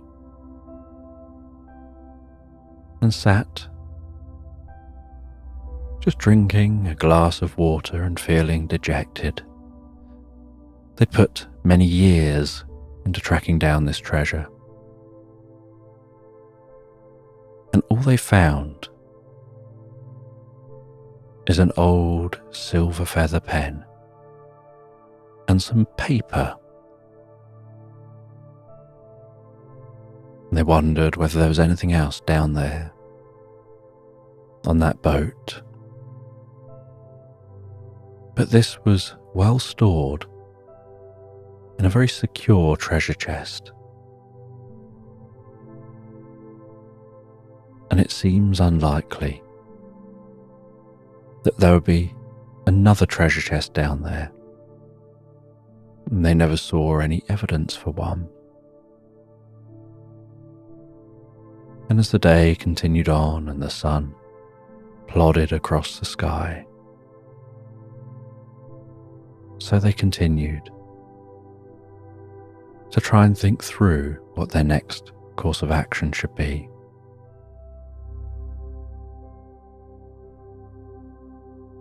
And the sun began to set, and the moon crept up in the sky, and silvery light of the moon shone low through the windows of the boat, tickling the surface of that parchment, which started to glisten and fizz and crackle, drawing the attention of the panther, whose ears pricked up as they looked over. And they could see on that parchment silver sparkles happening where the ink was. First just fizzing and popping, but then beginning to turn slightly smoky, almost like fog, but with a silver quality.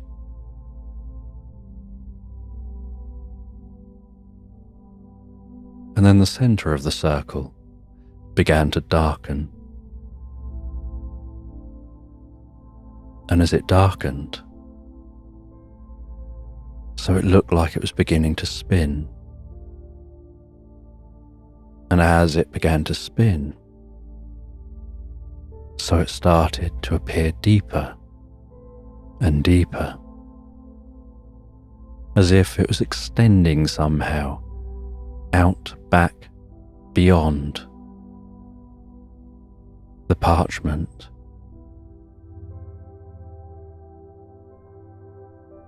And the panther went over and carefully picked up that parchment. And there was no damage to the table, so it couldn't be going back through the table. But it definitely looked like it was getting deeper and deeper. And they moved it around and looked around it in different angles. From the side, it just looked like a sheet of paper, and from the back, it was just a normal flat sheet of parchment. But from the front, it had depth. And they placed it on a chair and sat down opposite it, gazing into it, trying to really work out what's going on, thinking they can almost make out subtle shapes within that slightly twirling vortex that's appearing on the page, hearing that fizzing and popping, sounding like it's starting to wrap around them, as if it's coming off the page. And as they lean forward to look even harder, so they start to feel almost like pins and needles around their nose and their cheeks, around their forehead. The tips of their whiskers tingling, the fur on the back of their neck vibrating.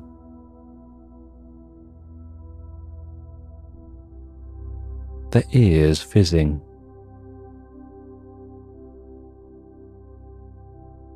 They had a sense that with their eyes, they could see their nose elongating, and found themselves drawn into this picture, somehow sucked into that vortex, with everything turning a silvery colour, and then white, and then out of the white turning black, and out of the black finding themselves in a meadow at night, with a silvery light behind them, what looks like that parchment still fizzing and popping, and seeing in the parchment the faintest hint of looking back at the inside of the boat.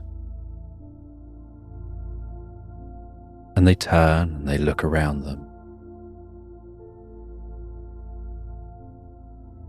and they can smell the different scents of the flowers in this meadow. And being curious, they begin to investigate. They make a note of where this location is and start to explore the meadow. And as they walk around this meadow, so they can hear the sounds of night animals. They can see a different moon to the one they're used to, and a very small second moon, but they can't tell whether it orbits the moon in this sky, or it's just two moons visible from this planet. And the night sky stars look very different to the stars they're used to.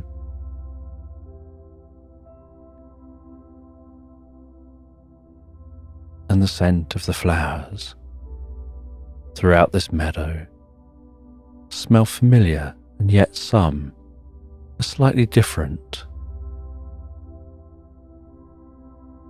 And there's the fluffiest of moths darting in and out of some of those flowers, and some nighttime birds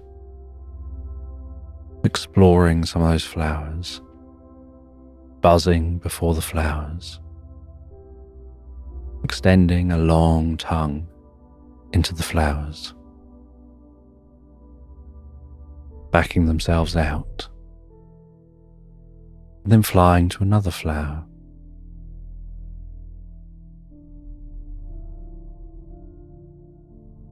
And they brush past some pink flowers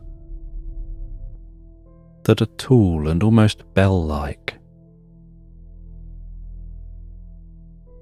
but they smell of the sweetest scent of lavender. And as they put their noses forward to get a closer scent, so they notice the inside of these flowers seems to be oozing a slight green goo. and as they touch that goo, it's ever so slightly sticky.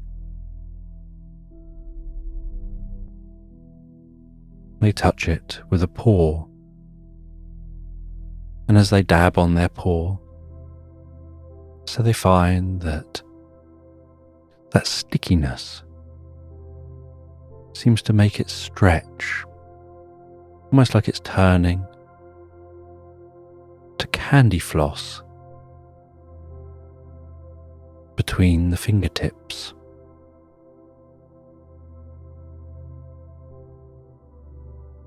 And then a bird comes over, hovers before the flower, extends its tongue, and seems to drink out and suck out that green goo.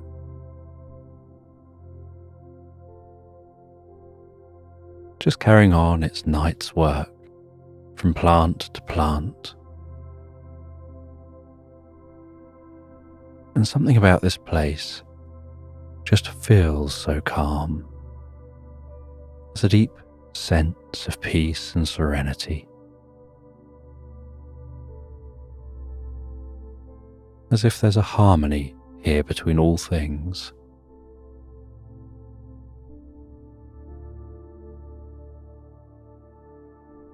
And they continue on through the meadow to a distant sound of flowing water. And the water is just bubbling along somewhere beyond the undulating hills of the meadow. And they push on through the meadow, rustling through the grass, the way the moonlight seems to dance along the surface of the grass, which moves like waves on the surface of the ocean as the wind blows the softest breeze. And while walking, they spy a large shadow, and they can hear the chewing noise of some large animal.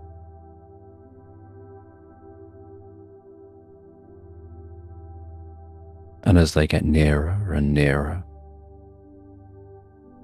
so they start to think it's like a wildebeest or some other big mammal. It seems to be eating the grass the way a cow or some other similar kind of animal would eat.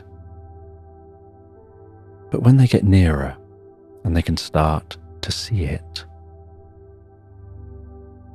its skin is very much like that of an alligator's skin. And its head looks very much like an alligator's head,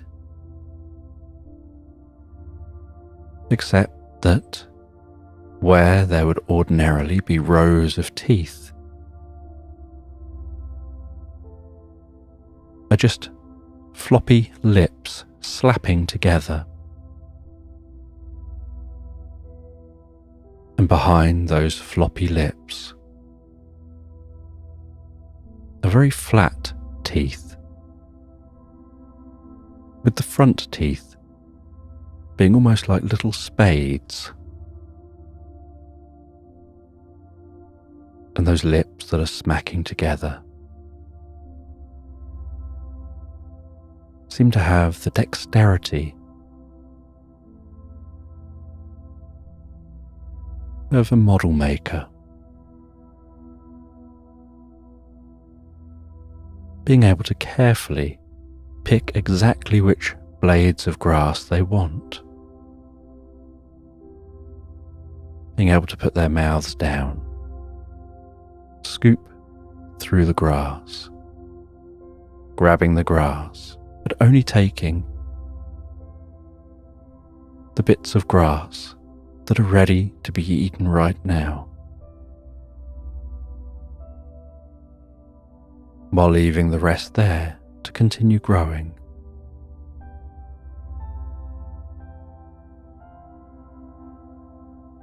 And they pretty much ignore the panther,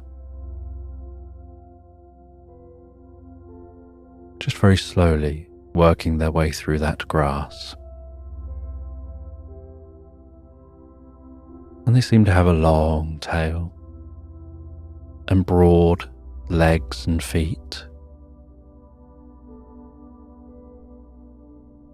And their belly is very low to the ground, almost as if they just slide through that grass, punching their way perhaps all day and all night to be able to eat enough to keep themselves full.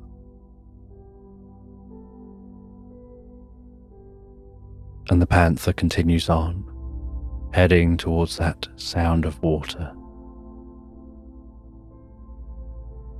And they head over one of the hills,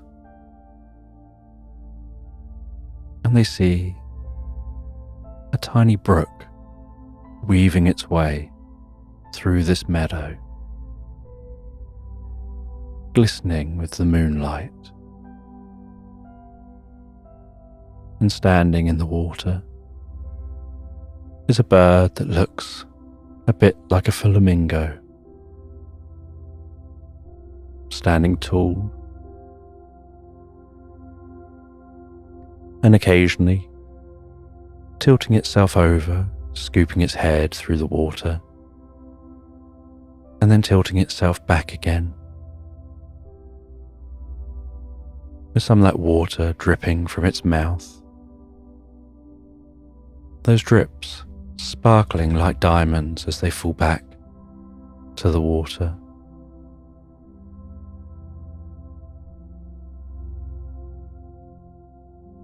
And then repeating the same again and again.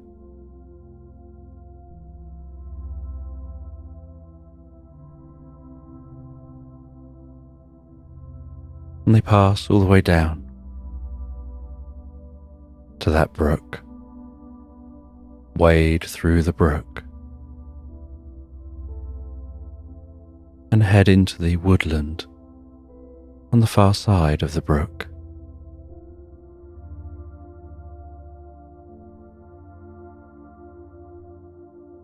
And they hear what sounds like the end of a whip as it cracks when it breaks the sound barrier.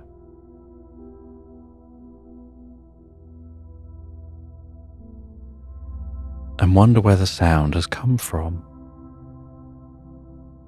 And then they hear it again and again,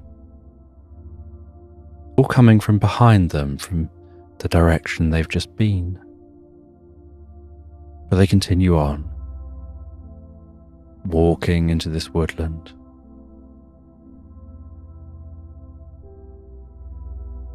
And they see a little creature. Hearing it scurry around a tree, its toes tapping gently against the bark of the tree.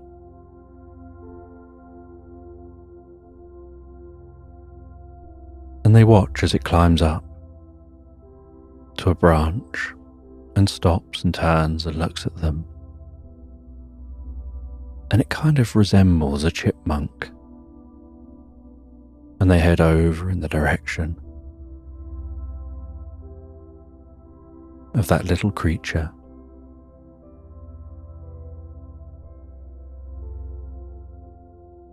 And they try and talk to the creature, and they're surprised when the creature seems to understand them and responds.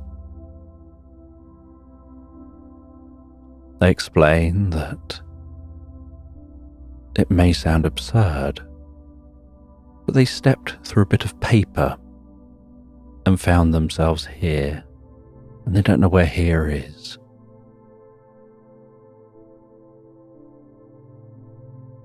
And the chipmunk doesn't understand the question and can't really comprehend the idea of something coming from somewhere else. To them, here is just here. It would be like someone saying they came from somewhere else. Where are they when you're on the planet or in the place you just know? And so they explain where here is, where this wood is, but they explain it all in relation to what they know here.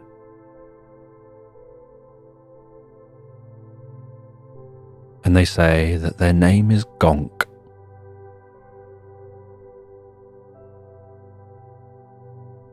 And while they talk, so their teeth just keep on chattering.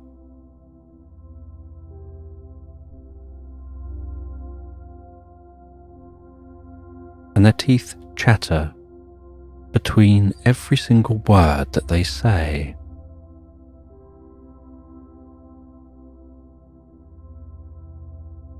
And then there's another sound, like the cracking of a whip. And so the panther asks, "What is that sound? What's making it?" And they say that it's those creatures that hang around at the brook. They scoop up very, very, very tiny creatures out of the water. And they scoop them up and gradually fill up a pouch within their neck. And they have to do multiple scoops to fill that pouch as much as they can with the creatures. And then once the pouch is fully filled up, they breathe in and they push the air through the pouch, which forces the water out at such a high speed that it makes that cracking sound.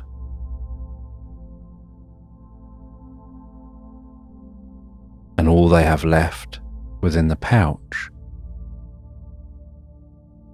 are the creatures they're eating without any of the water. And that those birds, as the panther would say they probably are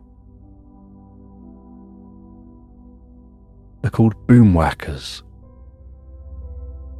They whack their head in the water. They do that multiple times, and then they let out that loud boom. And that's just how they feed.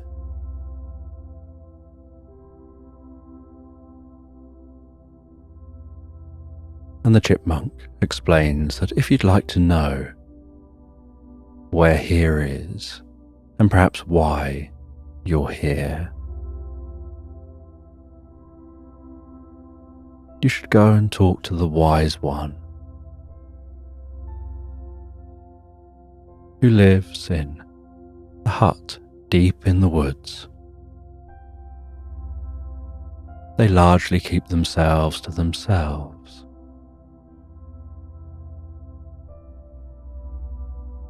And they give the panther directions. And so the panther thanks the chipmunk and sets off, walking their way through this woodland, the finest of mists, gently wisping around their feet and parting with each step. And the moonlight dancing through the trees overhead, the streams of light intertwining as the wind blows a breeze.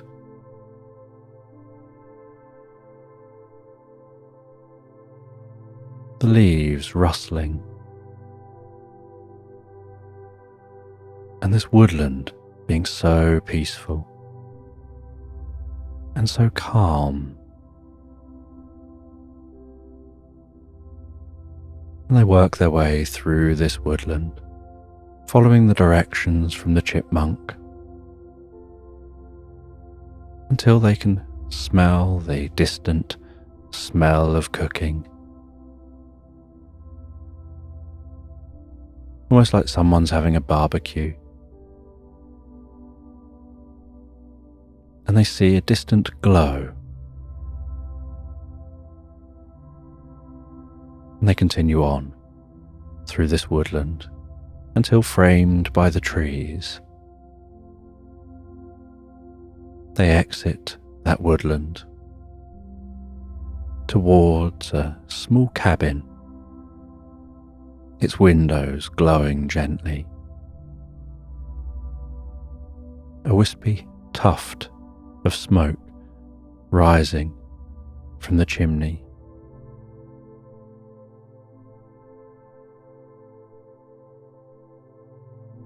A small seating area outside the front of this cabin, and someone sat there near a campfire, crackling away, the flames dancing gently in the breeze.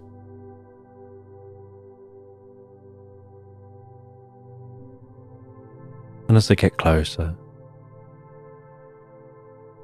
they see the character wearing a purple robe.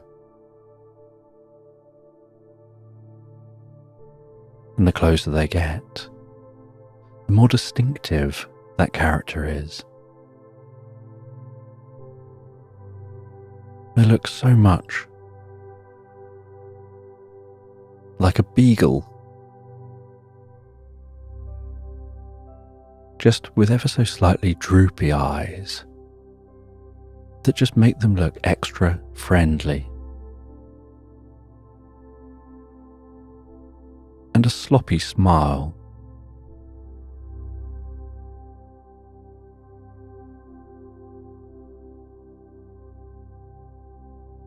And the first thing they do on seeing the panther is offer the panther a drink.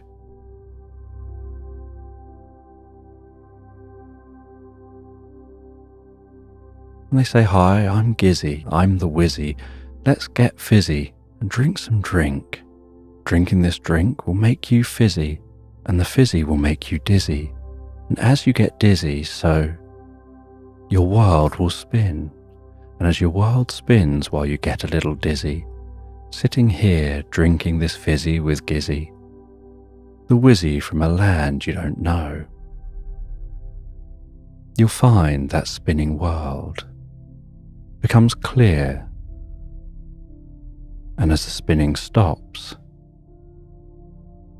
so you'll discover something here."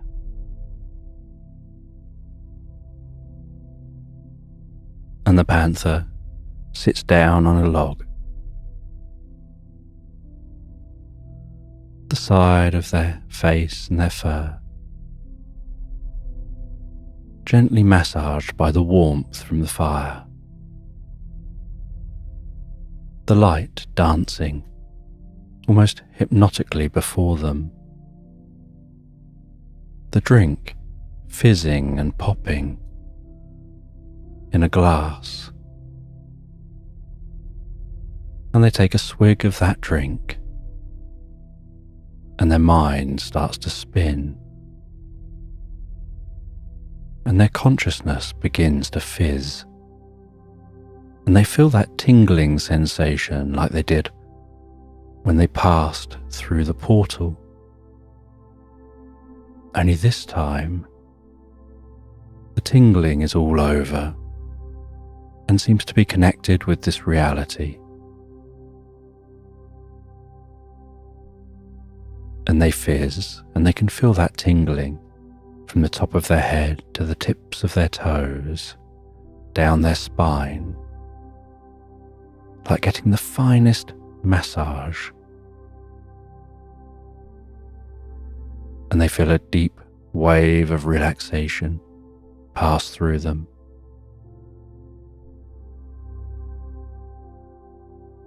And then a certain clarity starts to come across their vision. As they look around, it's as if the world is singing,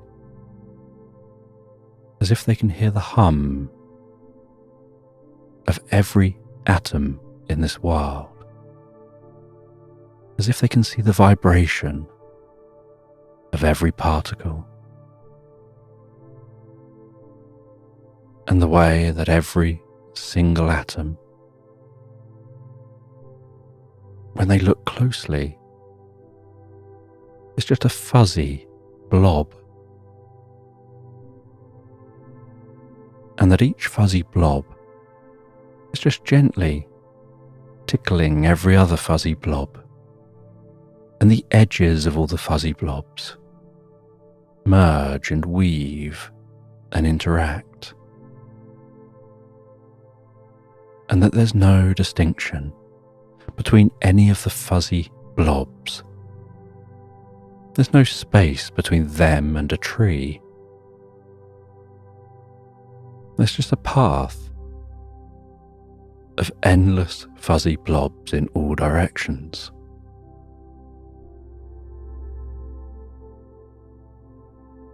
And then their senses begin to adapt slowly, carefully, to this new perception of reality.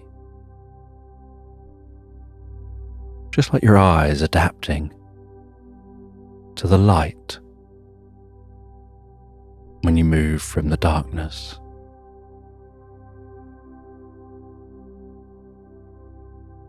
And as they adapt, so everything comes into sharp focus, they can see clearly.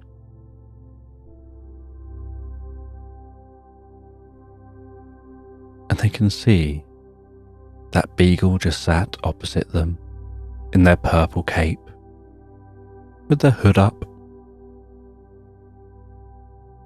And they notice that that beagle has a tuft of grey beard.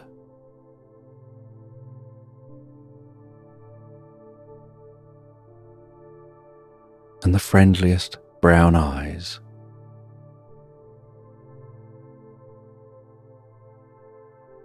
And the panther asks them again that they're a bit confused. Who were they? And they say that their name is Gizzy and they're the wizard. And so the locals and everyone here just calls them Gizzy Wizzy. And that name seems to have stuck on. They quite like it. And so they even use it themselves. Why not use a nickname you like? And they discuss this land.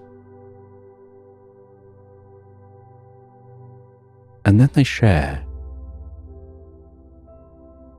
that they want to show something to the panther. They ask the panther to follow them into their cabin. They walk through the cabin.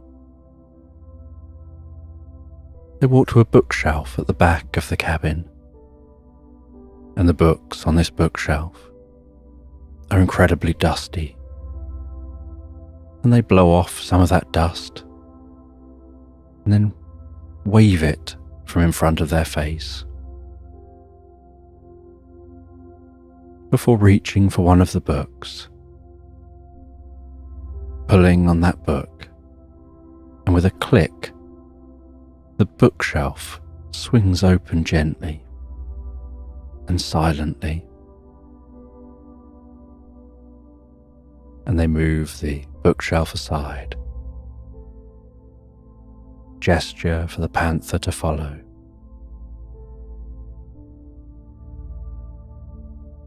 They descend a spiral staircase deep down under the cabin, lights turning on as they go. And at the foot of the stairs, where the air is so still and the silence is almost palpable, they reach for the door and they look up at the panther with anticipation, for carefully, with a smile, opening the door, and the lights pounce on with the most comfortable glow to reveal a vast underground library made up of books and scrolls, with the strongest old book smell wafting from this library, filling the panther's nostrils.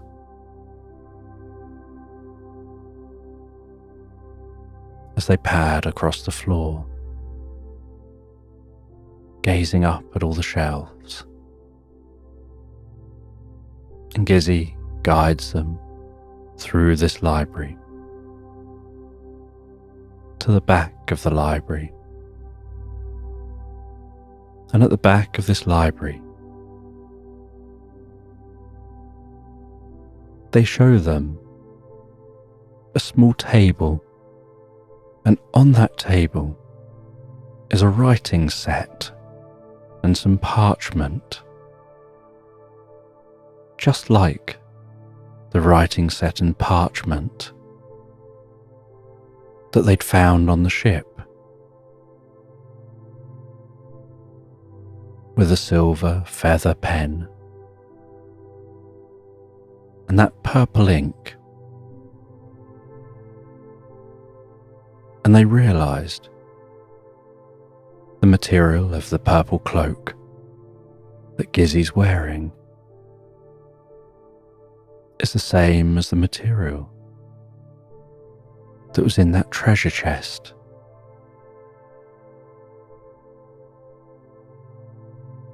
And they explain that the treasure was the gift of being able to connect our two worlds. That with the magic of here, with this drink that allows you to see the deeper nature of reality, it allows you to be able to know how to manipulate the nature of reality, because you realize there isn't a separation between reality and you. You are reality. And once you realize that, it's like suddenly being aware of the rules of the Matrix.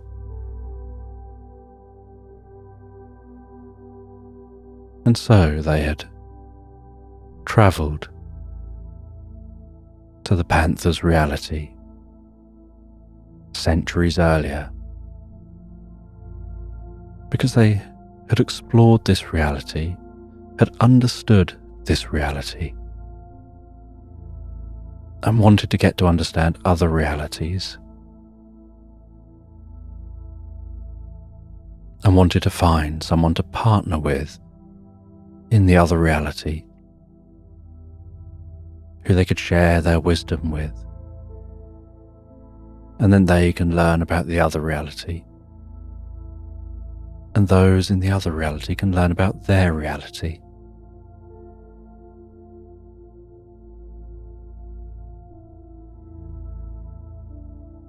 But then something happened in the panther's reality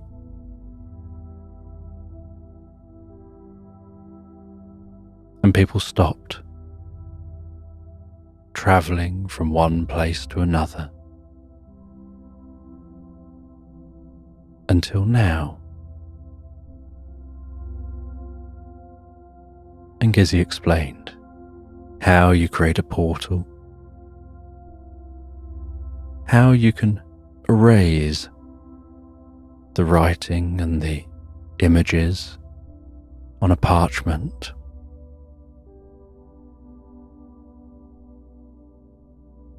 so that you can reuse that parchment again, and explained that it should have said on a piece of parchment with the set the instructions for making the ink. And the panther says there were some markings and some scribbles, but they couldn't understand them. And Gizzy explains they will now. The way to make the ink is a way that could be made in any reality. And once you know how to make the ink, as long as you write with the correct pen, using that silver feather pen, and you write on the correct parchment, using that supplied parchment, then you can create these portals back and forth. And there's a lot more you can do as you learn and discover. And they write down the instructions for being able to make that drink.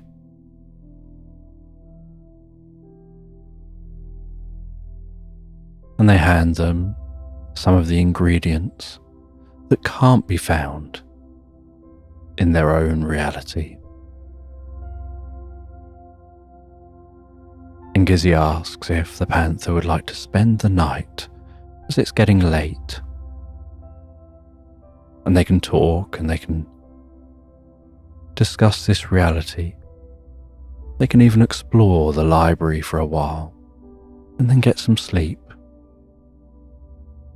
before heading back to their reality in the morning.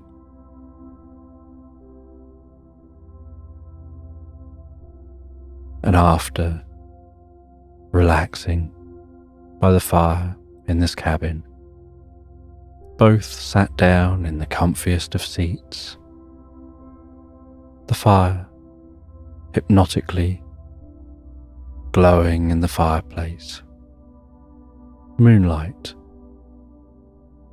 tickling the window panes.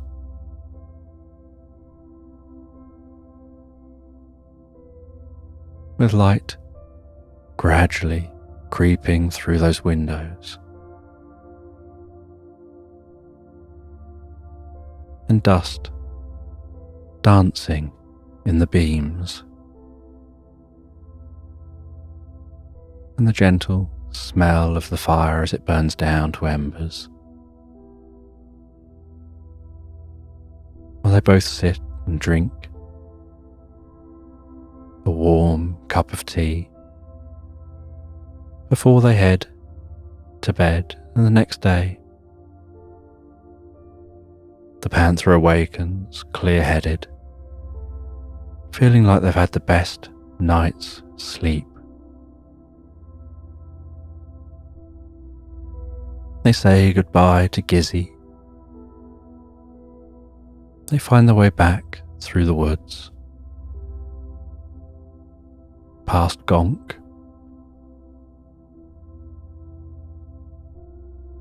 out past where the boomwhackers were.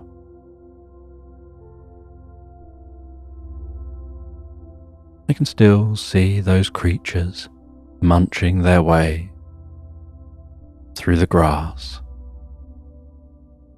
And in daytime it looks almost like they've been hoovering the grass up.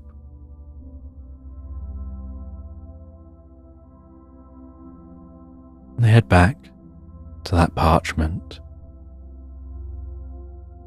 back through the parchment, finding themselves back in their boat. And on their boat in the morning sun,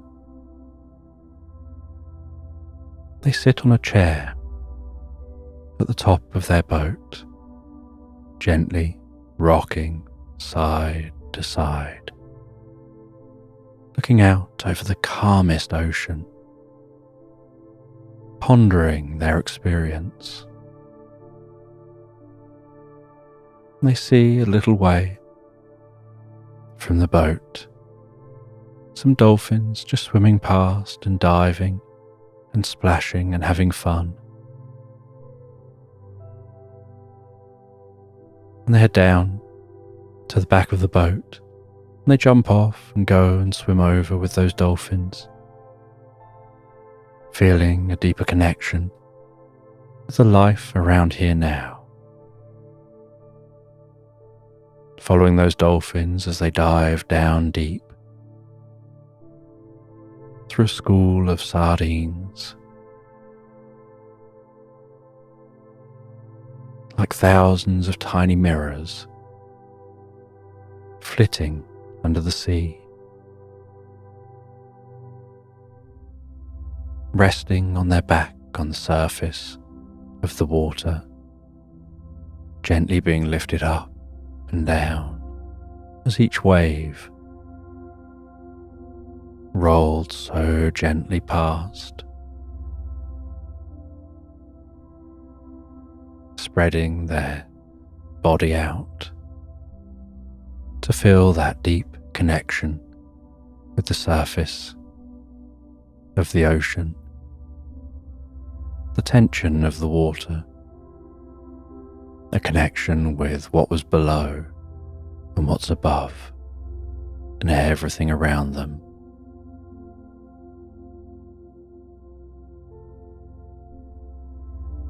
Spending the day almost in a daze, lost in thought, with deep curiosity about the experience and how things will be different from here.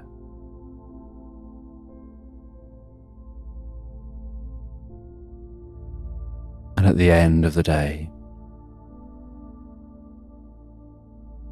they know that for the next couple of days they'll be slowly travelling back to the shore and then heading home. So for now, they head to bed. They relax down in bed, thinking of their next encounter with Gizzy, potential adventures and discoveries they're going to make as they perhaps explore strange new worlds.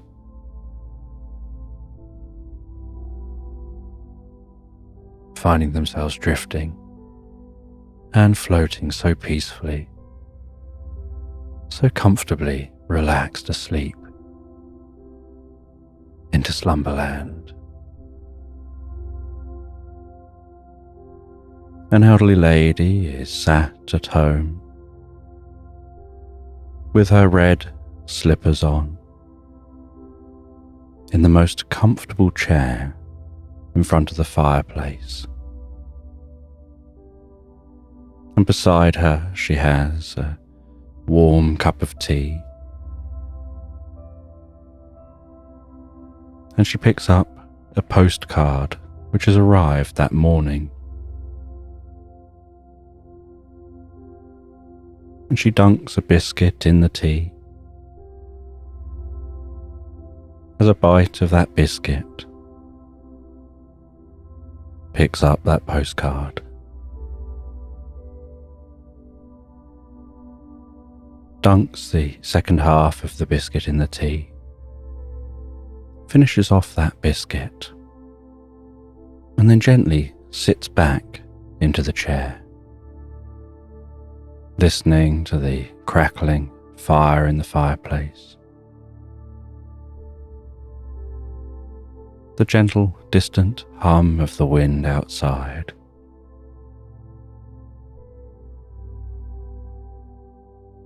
and the silence of the room while she starts to read.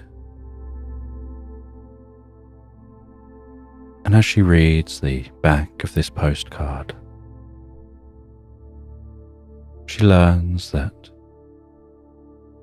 it's about the adventures of one of her friends who went travelling many years ago and has been nomadic, travelling from country to country, going in search of mysteries, the magical and the mysterious. And she really enjoys receiving these postcards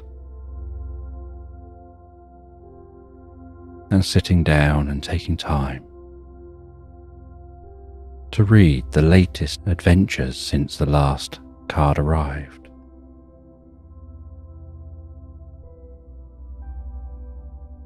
And on the front of the card is just a smiling hippopotamus in a river. And that smiling hippopotamus on the card has some googly eyes stuck onto it,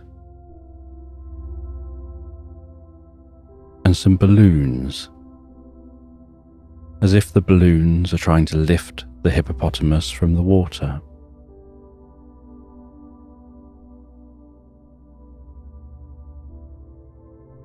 And so she starts to read that card. And as she reads, she almost finds herself drifting into her mind, like the story on the postcard plays out in her mind, as if she's actually there, following the adventures of her friend.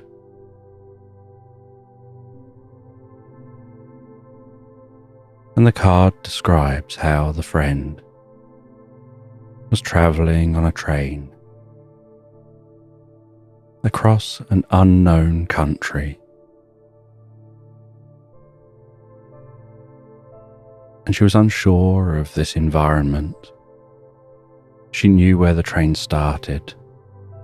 She knew where the final stop for the train is supposed to be.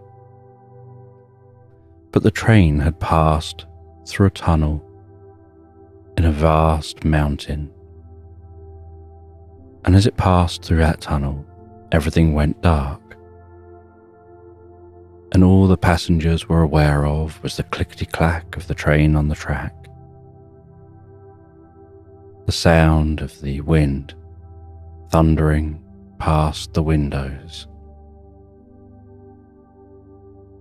the rocking of the train as it travelled, the very faint light off in the distance of the end of the tunnel.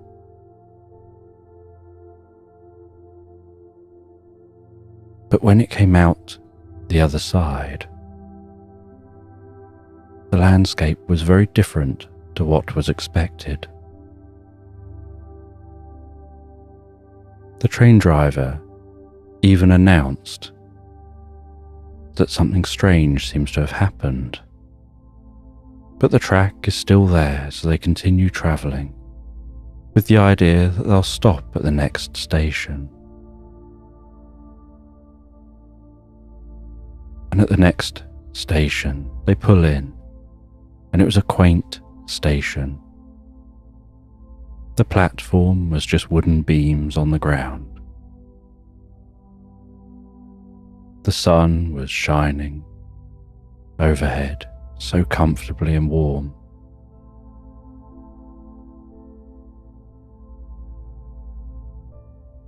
There were sounds of birds and other animals reverberating through the woodland around the station.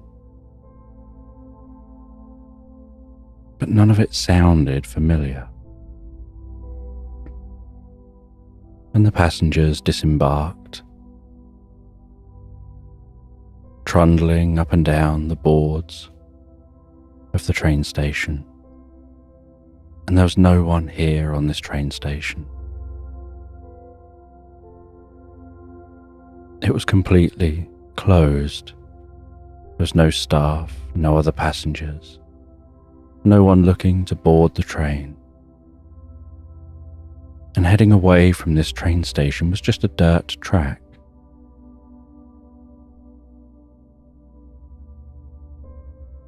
And one of the passengers had got out their mobile phone. They'd tried to make a phone call.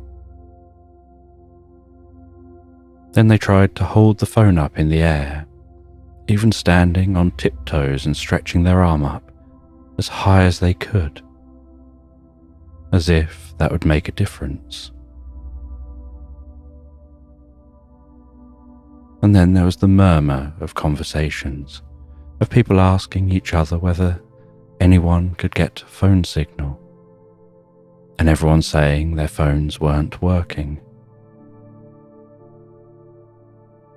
And the driver recommended everyone just sits down at the station while they work out where they are and find a way to communicate with others, or perhaps they'll have to continue along the track and see where it takes them.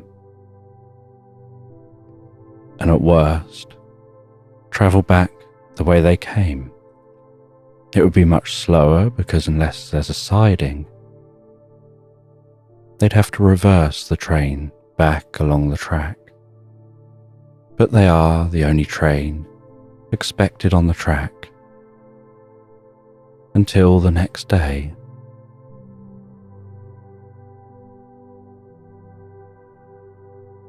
And so this woman decided to go for a little walk. She said she's just going to stretch her legs, get some fresh air, as nobody's going anywhere. And so she wandered away from the station, following that dirt track. And as she walked along that dirt track, weaving gently into the woodland, hearing the rustling trees, the crunching of each step on the undergrowth, the sounds of birds singing,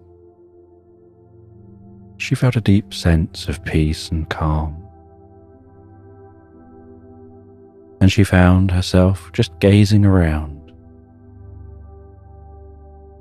And while she gazed around, following this path through the woodland, she thought she caught the sight of some colour in the distance. But this colour in the distance didn't seem like a typical woodland colour. It was bright red, and it was bobbing gently up and down, and occasionally catching a bit of sunlight.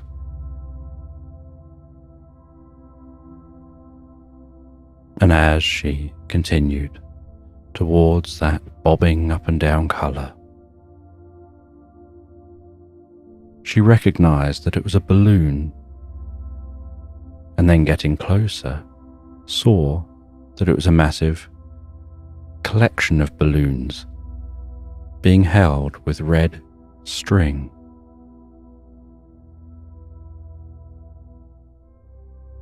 And at the foot of the string was a small porcupine, standing up on its back legs with a little money pouch around its waist. And it offered her a balloon. Taking one of those balloons, holding it out before her,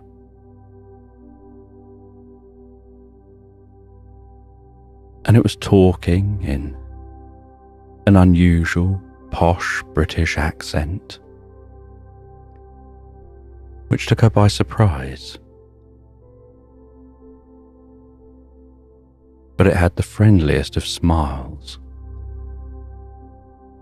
and it was very charming.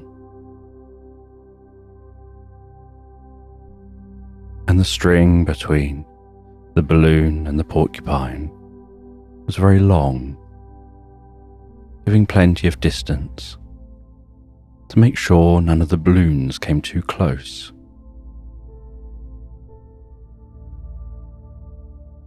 And she asked the porcupine where they are and what they're doing, and they said they're here selling balloons.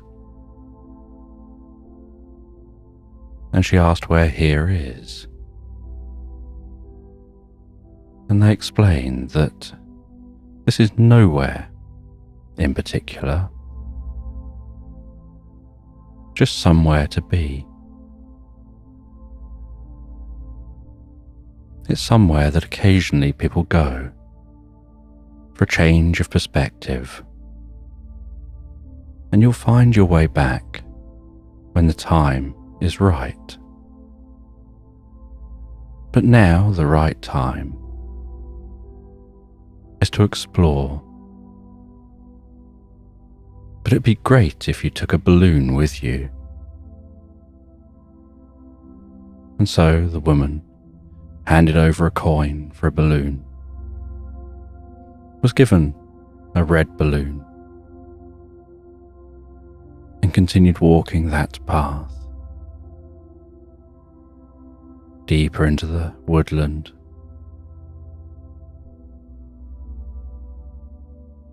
Enjoying the sight of the beams of light dancing before her as the leaves rustled overhead. And within those beams of light were tiny dancing stars, shimmering and sparkling.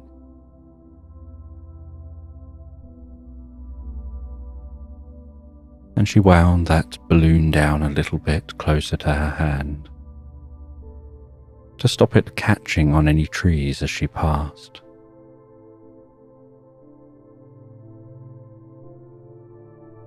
And she crunched her way through the undergrowth.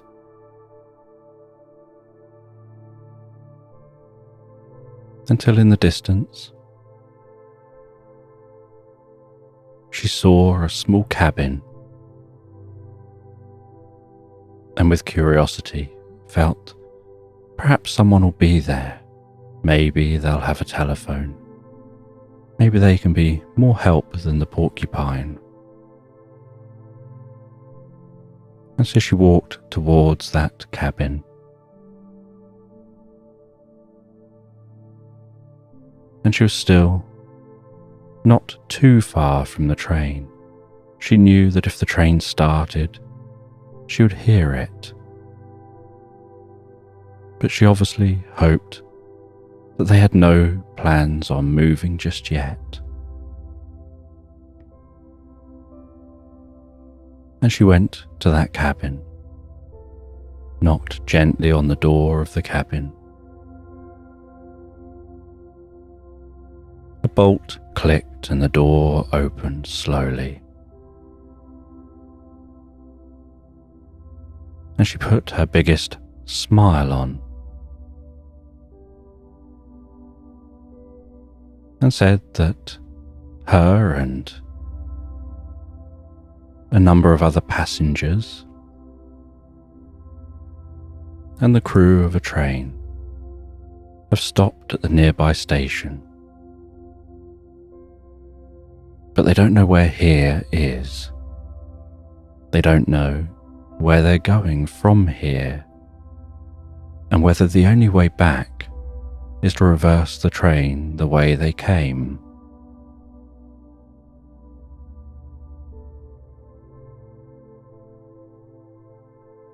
And the shadowy figure that answered the door stepped out of the shadows and into the light. And as they did, she noticed they were a hippo with such smooth skin and a massive grin and wide eyes, almost looking surprised. and with the most cheerful voice, they invited her in. And so she made sure the balloon was tied up outside and followed that hippo into their cabin.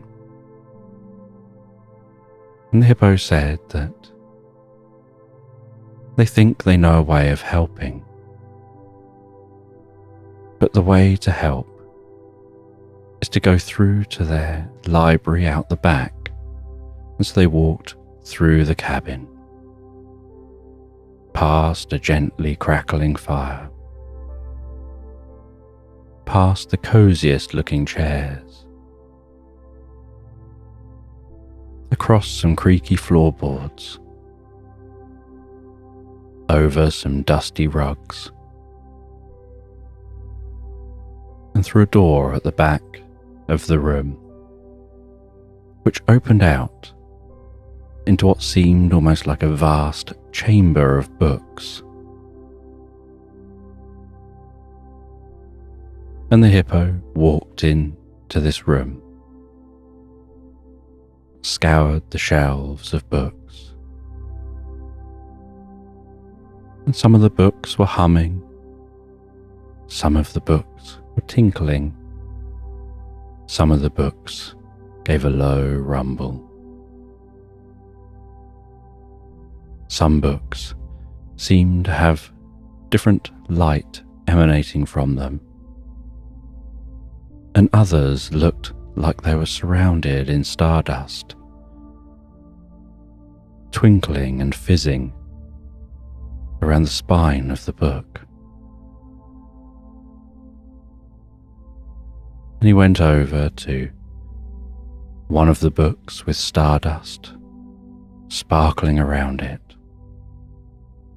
He took it from the shelf, took it over to a table where he had some cushions placed for holding books, and he rested that book down, carefully opened it up,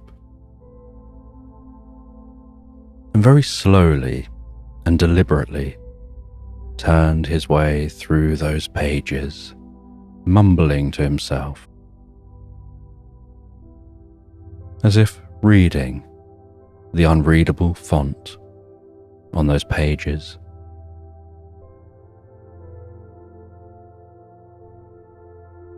And then he made a noise, like he'd found what he was looking for, turned over a number of pages at once to get to a specific page, and tucked within that page was a map, and he took that map and put it aside.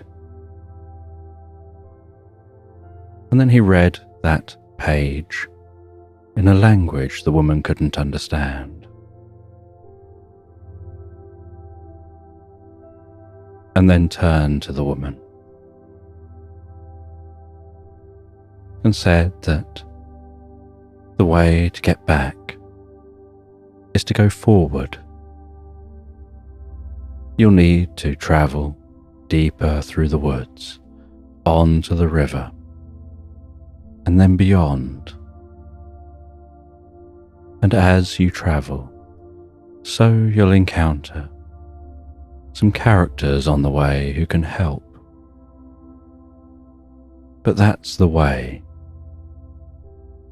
to find your way back out of here.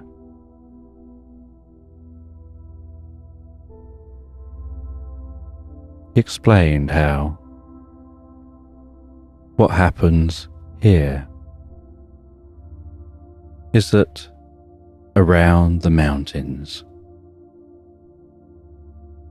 is a giant zone which crosses dimensions. And so sometimes the dimensions merge as they very slowly rotate. But the whole time they're rotating, nothing happens, because they can only be in one position or another they can't be between positions. And so they rotate and there's no change. And then suddenly they align. And then they rotate again and there's no change. But you can make them align so that you'll be back on the right track. But you need to go on this journey to do that. You need to go on a journey to the glass mountain.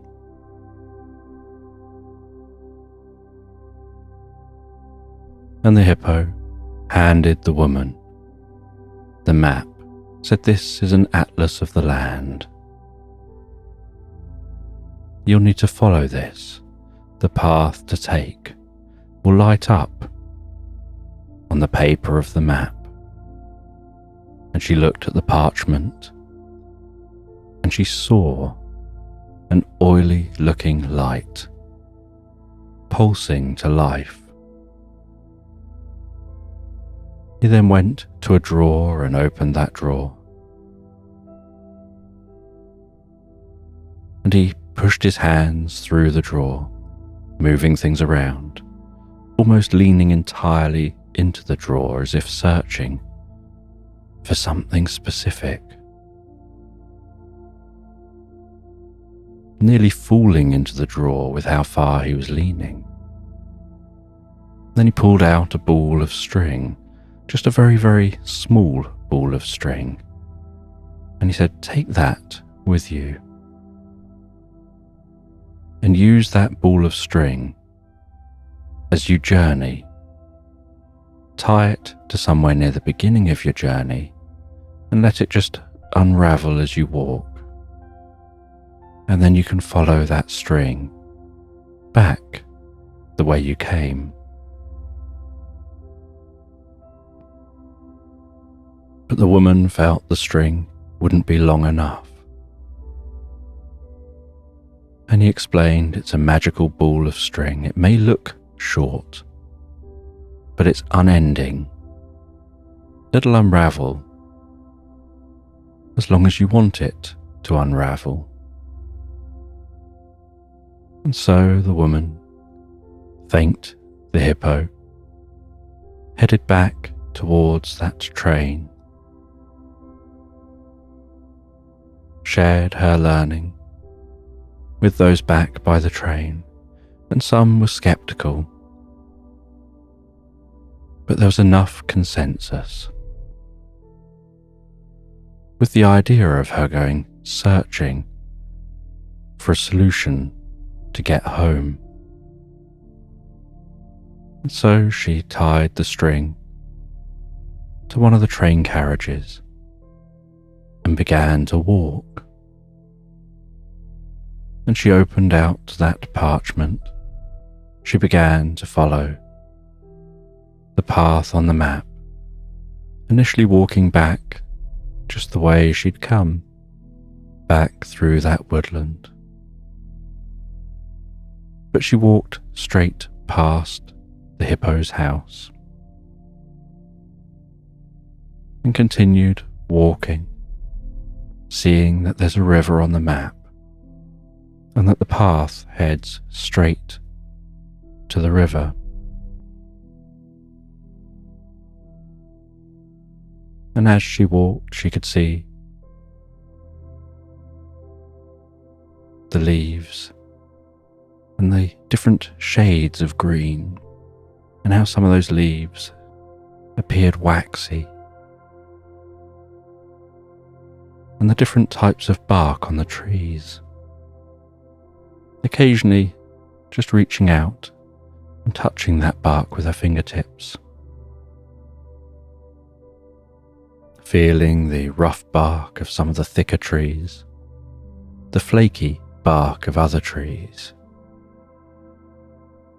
And some trees seem to have the outside with streams of sap running down them that would catch on her fingertips, making her fingertips sticky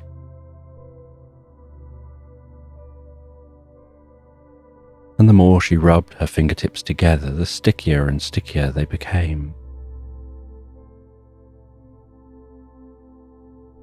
And so she was walking along now with one hand, her fingertips spread, not touching anything with that hand, looking forward to getting to the river, to be able to wash off her fingertips.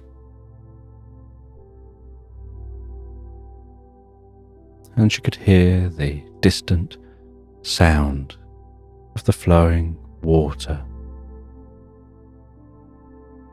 of that river. And she could see that this woodland was opening out into a clearing, like a beautiful meadow of wildflowers, tall grass, butterflies and bees, and unknown insects darting from plant to plant.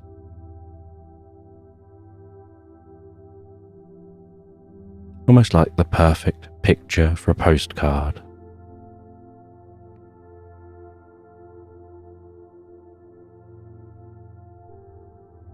And so she headed through this meadow, could hear the rustling grass as the wind gently blew through this meadow,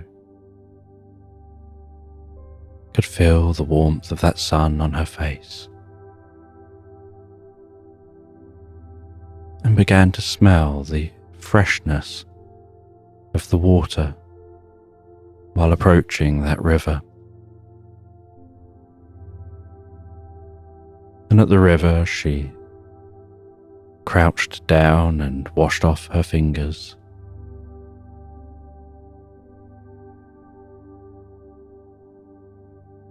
And after washing off her fingers and looking back at the map, she was aware that she had to follow this river for a little way and there'd be a bridge to cross to the other side. And so she walked along the side of this river, seeing fish seemingly swimming on the spot in the water against the current. The bubbling of some of the water around occasional rocks jutting out of that water. The fresh smell of this water, the occasional slight bit of spray managing to tickle her cheeks.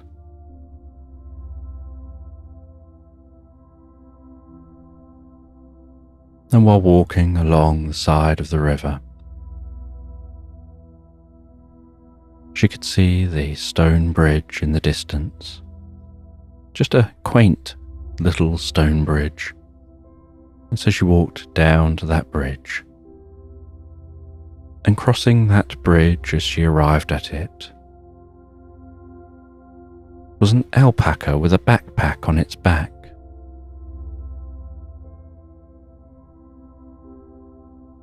And it greeted her, "Afternoon," and just carried on its journey,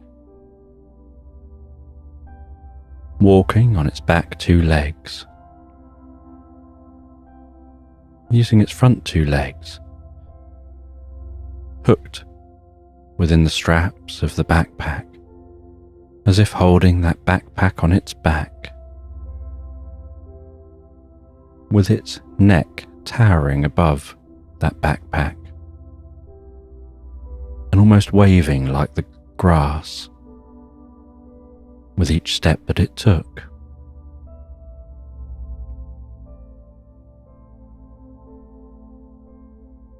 And she found, while walking up onto the bridge, her eyes continued to follow that alpaca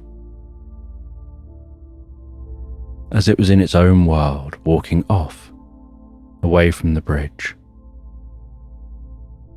as if it's just the most normal sight in the world. And halfway across the bridge, she turned her eyes back to where she was going, continued crossing that bridge, following the path down the other side. And as she followed that path,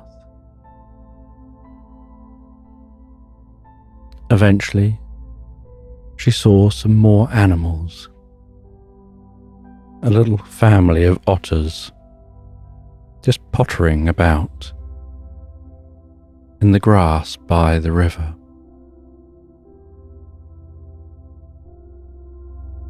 And one of the otters jumps into the water, swimming on its back,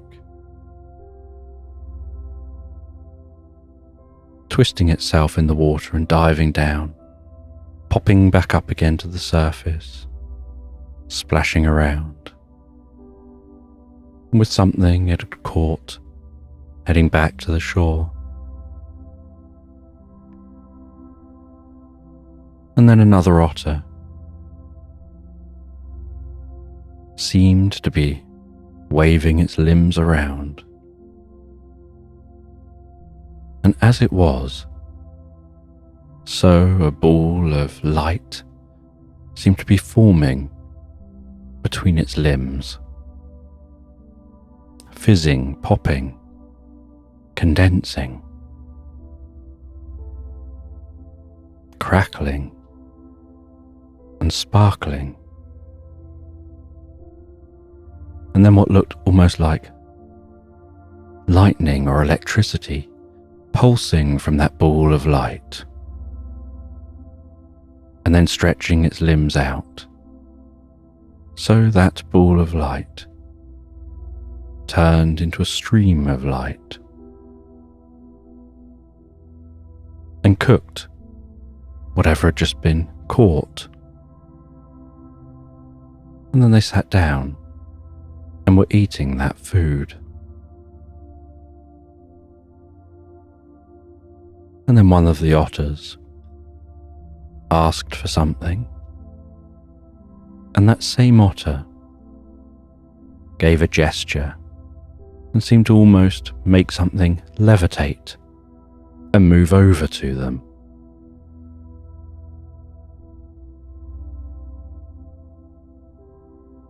And the woman continued walking past these otters,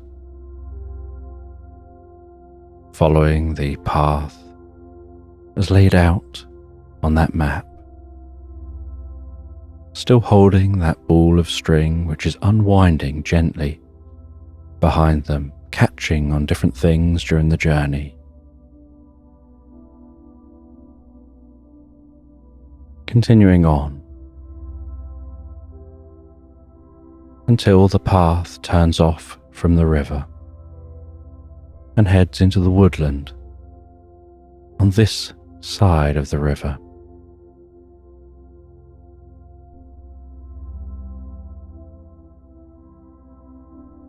And she walks deeper and deeper into the woodland on this side of the river.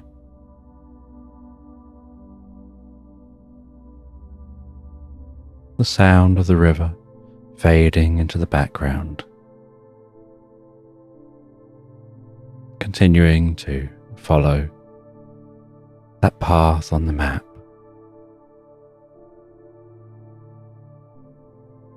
And as she follows the path on the map, so this path starts to become more rugged. She finds she's having to step over things and work around things and realize that this is the ruins of perhaps an old town that she's now passing through, that's been overgrown by the woodland. And she continues following this path through these ruins, slowed down with her walking because of the ruins.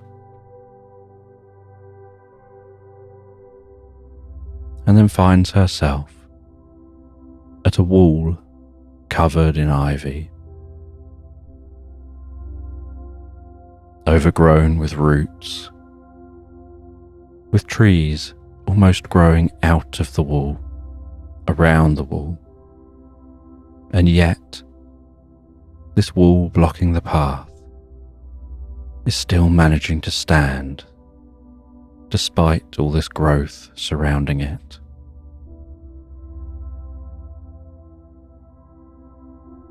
And she puts her hand on the ivy and pushes around on that ivy to see if the wall is solid all the way along in front of her, as there is a path going right to this point. And it shows the path continuing here. And she notices there's a slight indentation in front of her. It seems the ivy has grown over a doorway. And so she rips that ivy away from in front of her, revealing a sturdy wooden door that seems to have not rotted. And she pushes on that door, and surprisingly the door opens, and she was expecting the other side would probably be as covered in ivy and entwined as this side, and she was expecting to have to push hard. But as she pushed, it just opened reasonably easily. But as she saw what was the other side of the door, she was surprised to see it wasn't woodland. It was a vast, open landscape of undulating hills, of dense meadows, wildflowers, large birds flying in the sky, and an orange dinosaur wearing ruby red slippers and a glittery scarf, munching on the grass, which looked up in surprise at the sight of this woman suddenly appearing there through the door. And a parrot wearing a bow tie, dressed in a penguin suit, and the smartest of shoes, landed beside her and asked her who she was and where she came from. And she explained her predicament. And they said that she had startled them by suddenly appearing here. They haven't seen anyone come through that door for a very, very long time. They're always watching out for people, seeing if anyone will appear. But it's been generations since that door has been used. And she explained about her map, and that the path leads right through here to something called the Glass Mountains. And they said she's definitely on the right track. But perhaps to get there, she could do with a change of clothes.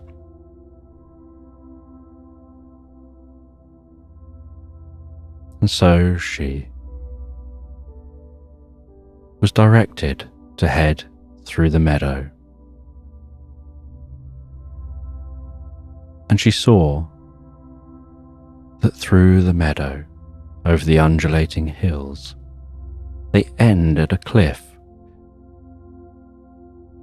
And she was told that at the end, where the cliff is the ocean, and she should head to that ocean. And at the ocean, she'll find her way to be able to get a change of clothes to help her on her journey. And so she heads away from that parrot and the dinosaur, which is back munching the grass again. And as she walks away, so the earth vibrates with the steps of the dinosaur. And that string continues to follow her as she pulls it across the meadow, heads over those hills, and weaves her way down to the ocean. And down at the ocean, she can see there's a drop from the cliff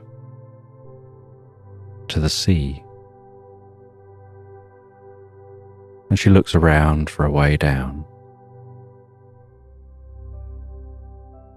And she wonders about the strength of that ball of string. And near the edge of the cliff, there's a large tree. It looks like it's been there, almost for an eternity. And this tree seems unusual. The leaves seem to be vibrating and pulsing with colour, pulsing out beams of white light, illuminating the landscape and out to sea, almost as if nature has devised its own lighthouse. And she wraps that thread around the tree. She loops it around itself and then trusts that magical string and heads to the edge. And she pulls a number of times on the string to test its strength. She then weaves that string around herself, between her legs, and round to her hands. And then slowly, with one hand in front of her, holding the string carefully, and the other hand holding the bundle of string behind her, she lowers herself back over the edge of the cliff, her legs braced, knees slightly bent, keeping that pose while she lets the string lower bit by bit until she's side on to the cliff, and then carefully releases the string as she walks down the side of the cliff. The sound of the ocean below increasing in volume the closer she gets.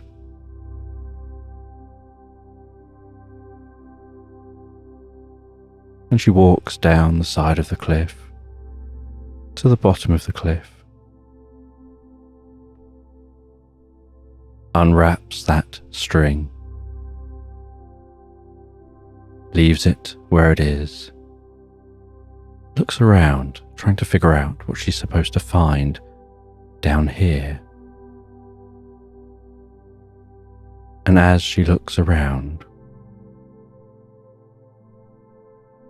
she sees what looks like a humpback whale breach out of the ocean, flip in the air, and splash down into the water in a cloud of spray, rainbows forming in the sunlight as the water disperses. And then it swims over nearer to the shore. And near the shore,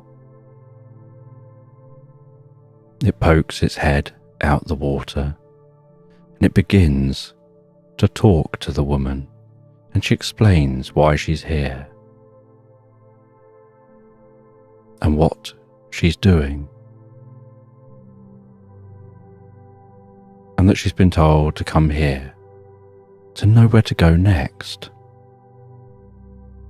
to be able to get some clothing that'll help her on her journey.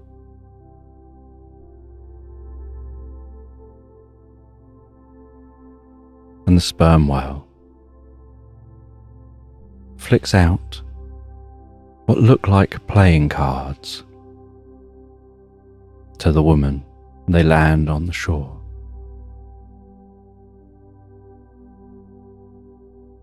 And he tells her to take the cards out the pack, shuffle them up, and then place some cards before you. And she opens the pack and notices that each playing card is made with a plankton. And she takes those plankton playing cards, shuffles them up, deals out before her 4 cards.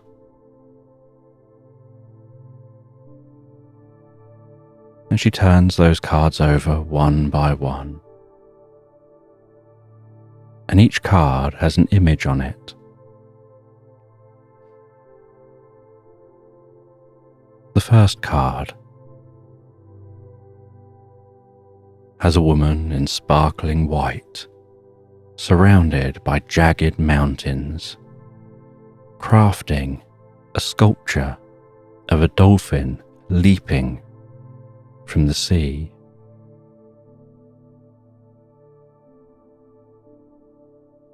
The second card has a bush full of berries and some small birds among the inside of that bush, picking at those berries.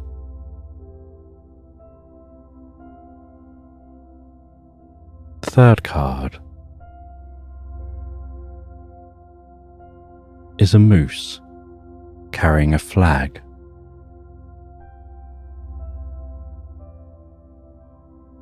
And the fourth card is a sloth hanging from a tree.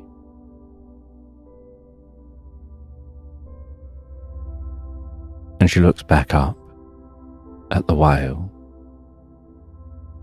saying she doesn't understand. And the whale begins to explain that the cards make a journey of their own for you to find what you're looking for. You need to find someone who's able to craft something.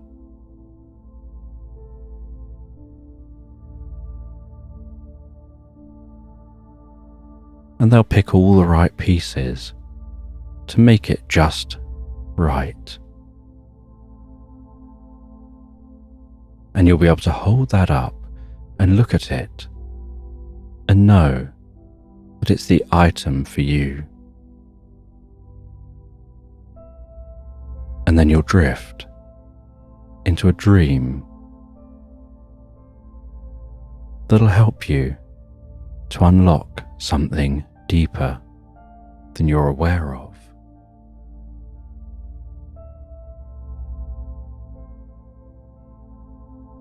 And with that, she folds those cards back together. And with her best throw, she throws the cards back out to the whale, which leaps from the water, catching the cards, and then disappears in a puff of spray.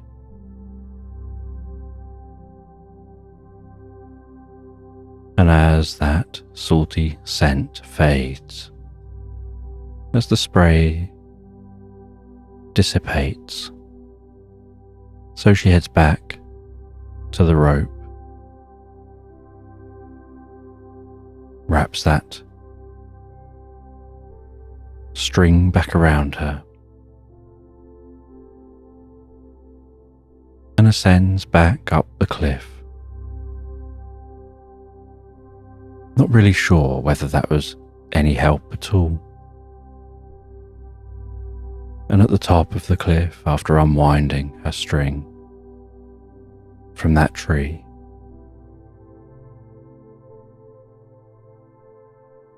she notices something glinting in the distance.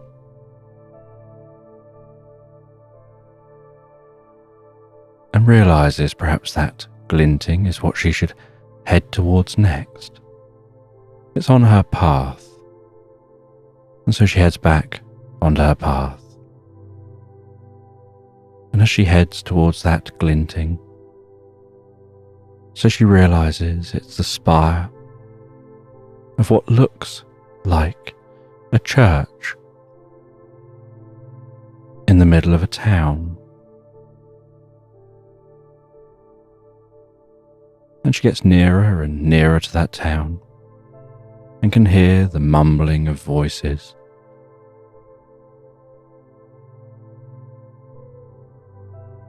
And sees the hustle and bustle of this town. And there are so many places in this town. She can see homes and different businesses and taverns.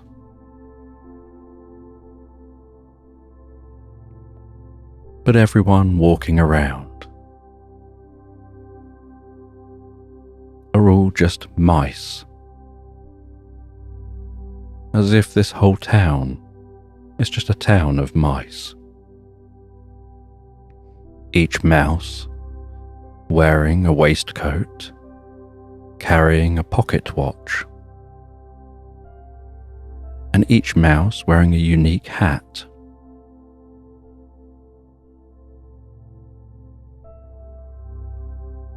And each one wearing odd shoes, where the left shoe is different to the right, and she wonders whether that's right. And she walks through this town trying to think where to go.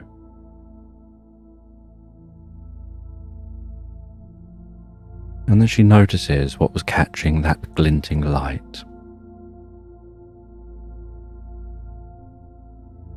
On top of the church-like structure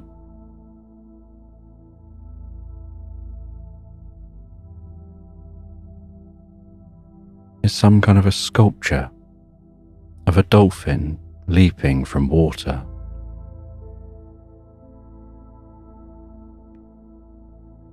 And she heads towards that building, heads into the building.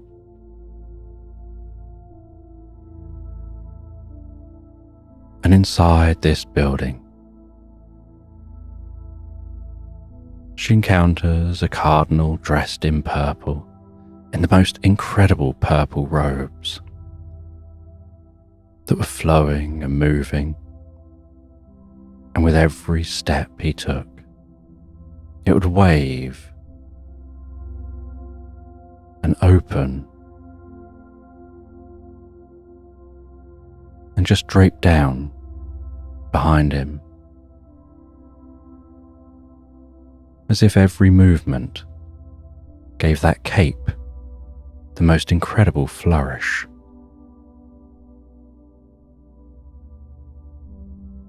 And as he saw her, he said he knows why she's there,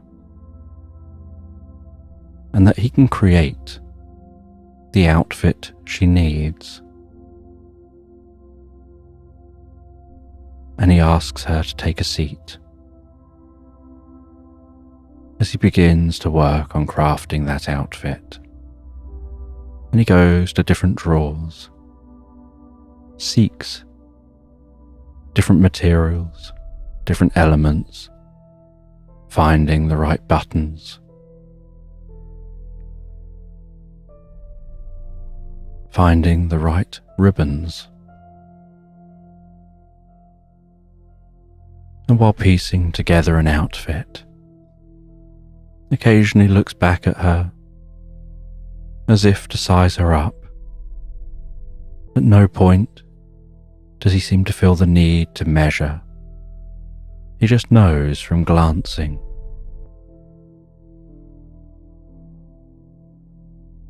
And while she sits and waits, the atmosphere in here is so calming and so peaceful. The way the light streams in delicately through the stained glass windows, almost hypnotically, making her want to drift and dream and float inside her mind. And as the sun continues passing across the sky and the light through the stained glass windows passes across her face, so she feels like it's the delicate touch of moonlight tickling her cheeks, her forehead, her eyelids, almost like the moonlight is dancing gently on the tips of her eyelids, making them want to close, as she listens to the rhythmic sound of that cardinal crafting that item of clothing in the background, and her eyes begin to close, and she relaxes deeper and deeper into her mind, almost like she's wrapped in the most comfortable, heavy blanket of peace and calm, listening to the gentle drone of that cardinal working on that item of clothing. And her mind wanders, and she finds as her mind wanders that the voice in her mind quietens down. And while it quietens down, she feels herself lifting so gently out of her body,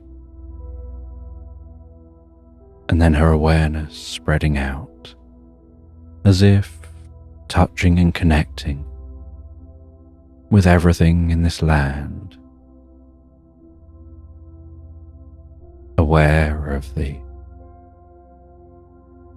creatures in this town, of all the animals beyond, rising up all the way to the attic in this church, connecting even with the bats in the attic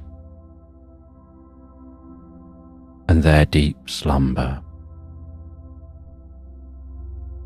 before she hears a slight movement and instinctively knows it's time to pass back to her body. And she opens her eyes and sees the cardinal standing smiling, holding that item of clothing. And he explains this clothing is incredibly warm when it wants to be. It detects the heat outside and modulates the temperature on the inside. And so if it gets hot outside, it cools down. If it gets cold outside, it warms up.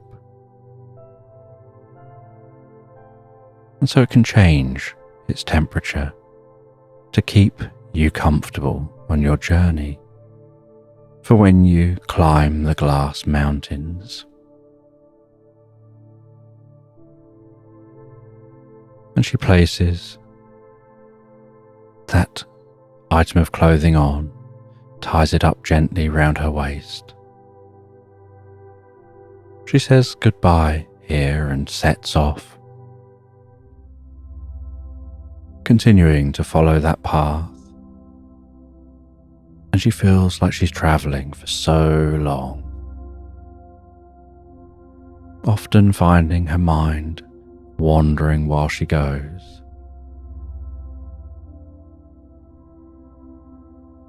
And as she walks, so she finds that there's a small creature walking along with a mule.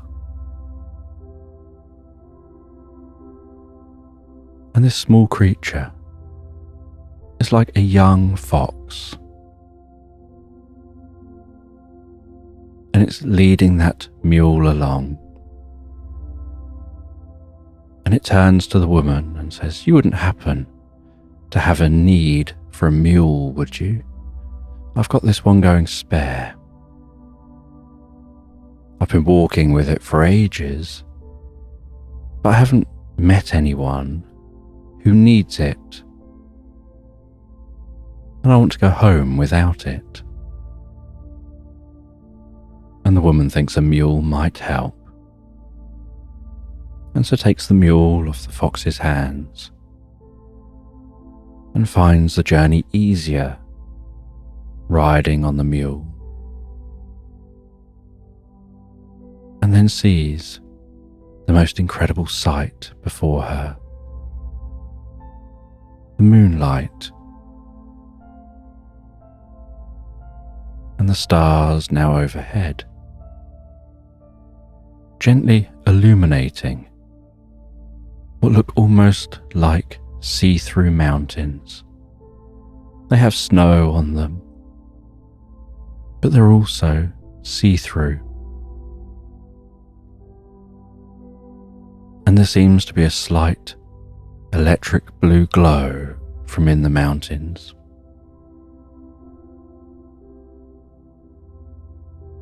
And as she approaches those mountains, so she knows she's approaching her destination to be able to hopefully make it so that they can all get home on their train journey, or at least go on to the next proper destination. And at the foot of the mountain, she climbs on her own, that string still following her up the mountain, trundling up through the snow, weaving and walking, being aware that as the snow clears with some of the steps, she can see that electric blue glow within the mountain. And she continues to follow the path as it's laid out on the parchment, trusting that's the route she has to take. Eventually making her way high up the mountains, where she sees a cave into a mountain. And this cave is like a glass entrance. And she walks into that glass entrance and finds, once she's in a little way, beyond where the snow can reach, she's walking on glass. She can see the electric blue just illuminating the inside of this mountain. And she's so high up, she can't see through that electric blue to see the base of this mountain. But she follows this path,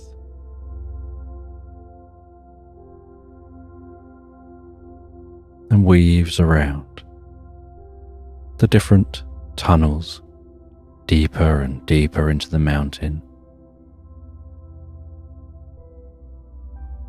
The wind sound that was there to start with as she entered now begins to fade away once she's rounded a number of corners.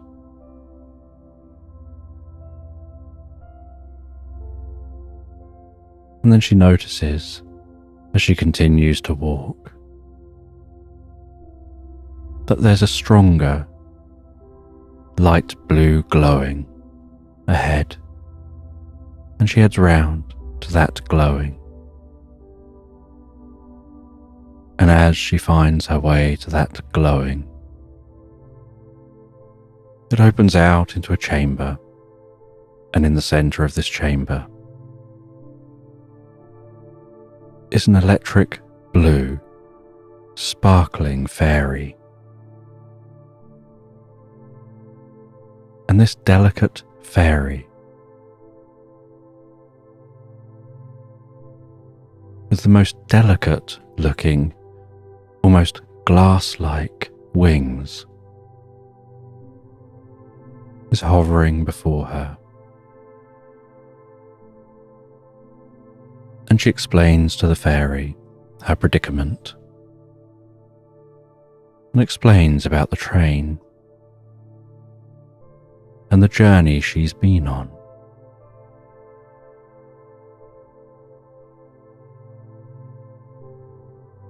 And the fairy says that the way to set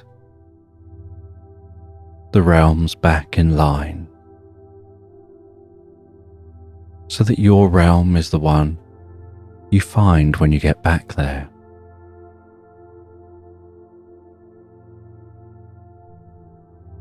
you need to charge the spark. And she asks what the spark is, and she says the spark is this device here in this mountain. And she directs the woman to the spark. She says you need to charge the spark, and by charging the spark, it'll accelerate its rotation. And you'll have to get back to the train quite quick. But it'll accelerate the rotation, and it will make the realms shift, and you'll be able to find that train back on the correct tracks. But the woman asks, how do you power this spark?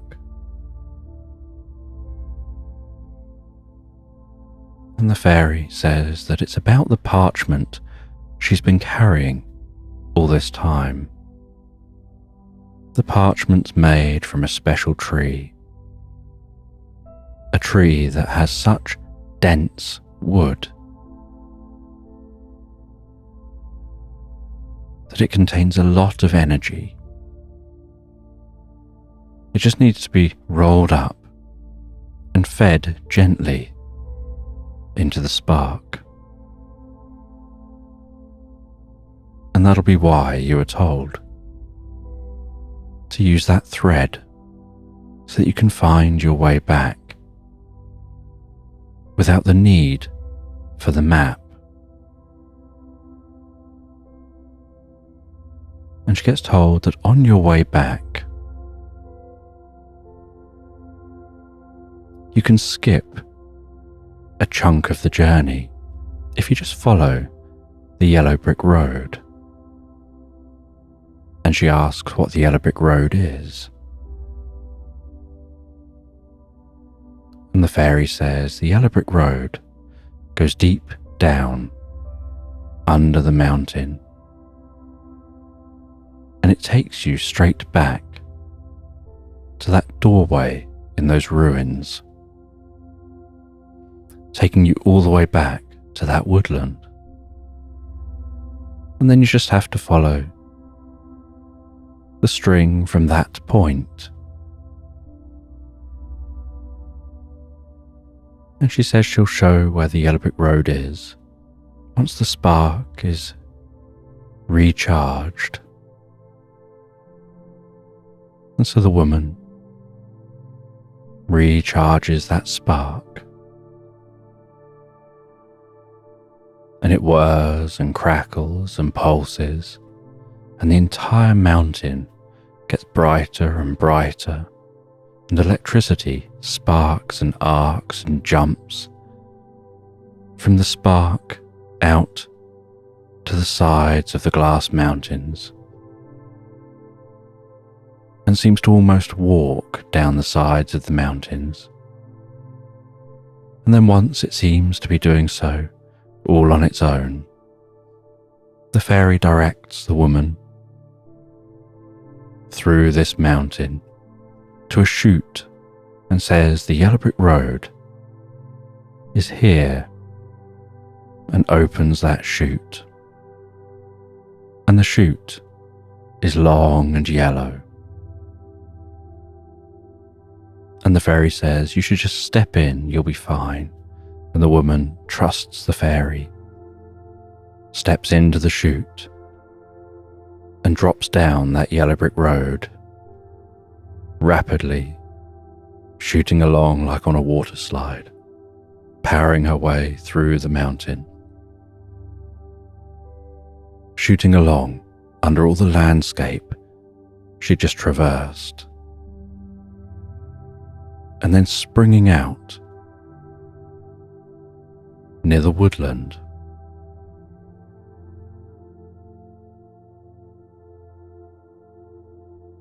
And she notices that the exit from here is near the entrance through to where she just came from. And she sees that red string. She follows that red string back through the woodland, all the way back over that bridge, back into the woodland, the other side of the river. And at first she heads to that hippo's house. She asks if she can take a photo with the hippo. And the hippo has a fun idea, poses for the photo, has that balloon tied to its back. That she'd left there before going on her journey.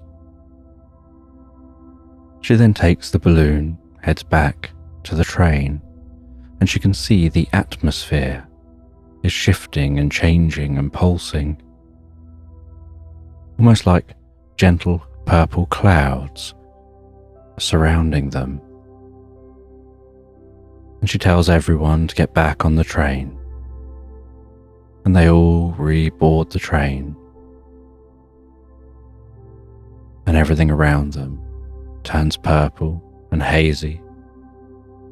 And then that purple haze shifts and then starts to clear. And as it starts to clear, so they find themselves in a snowy, mountainous landscape. And the driver announces everything seems to be back to normal, back to how it should be. And just in case something else happens, they're going to set off now. And so they set off, continuing their journey. And the woman sitting on the train, clickety-clack of the train on the tracks, writing on the photo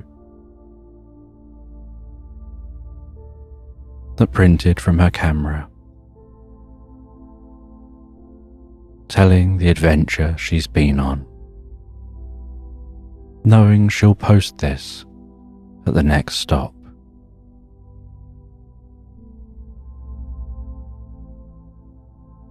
And the woman finishes reading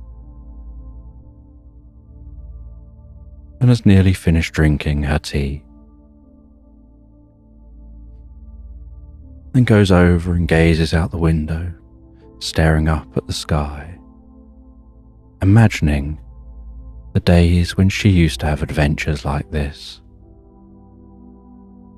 The days when she used to go to mythical places, magical places. Her times seeing ancient mythological beings. And she smiles and draws the curtains before heading to bed and settling down in bed and still finding her mind going over the stories in the postcards she receives of those adventures, and looking forward to what will come in the future, and drifting and floating so peacefully, so comfortably, asleep into Slumberland. And as you comfortably fall asleep, I'm just going to tell a bedtime story about a hermit crab. This hermit crab is crawling calmly and quietly along the sandy seabed.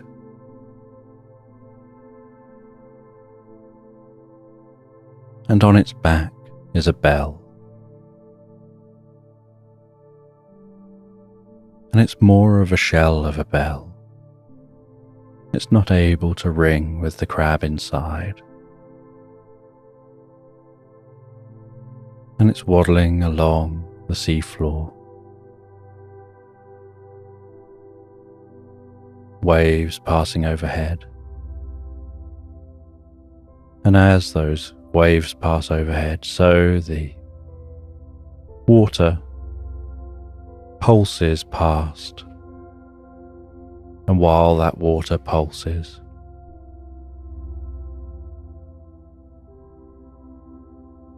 so the crab can notice itself being pushed back and forth gently,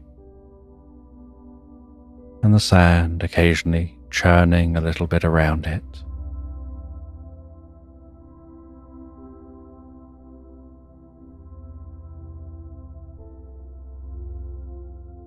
And it continues along this sandy seafloor,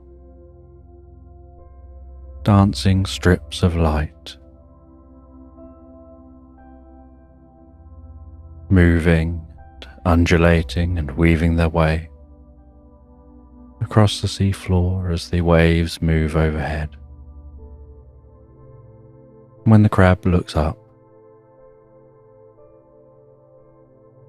they can see the shimmering shards of light.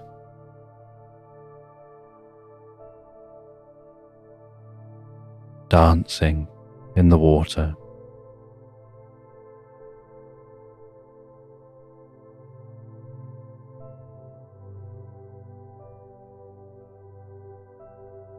And this seafloor is very bare here. And they're heading towards some rocks.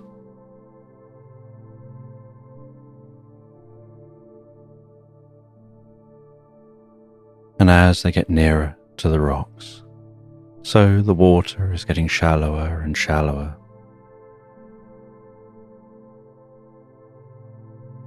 And that crab can hear the rumble of the waves as they break on the shore.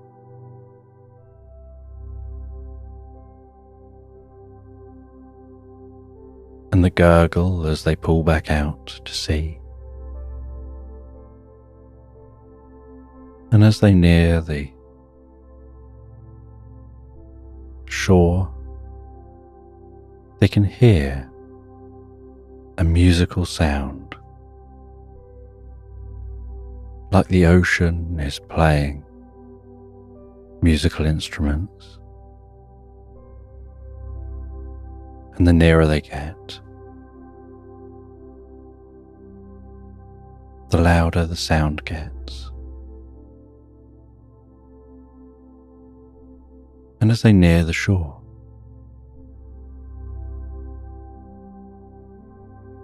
they see a row of frogs.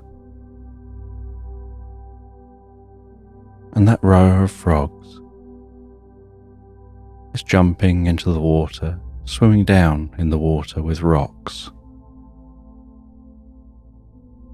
and bouncing rocks off the top of drum-like plants under the water.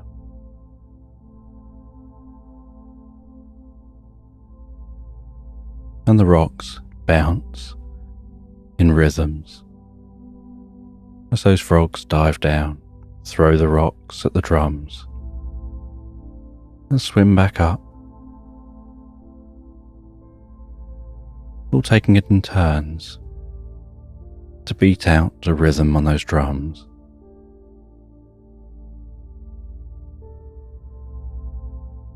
And the closer the crab gets,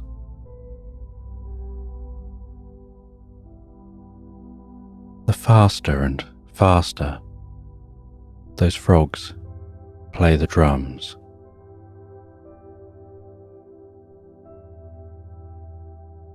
And they're diving into the water so fast, leaving bubbling trails behind them.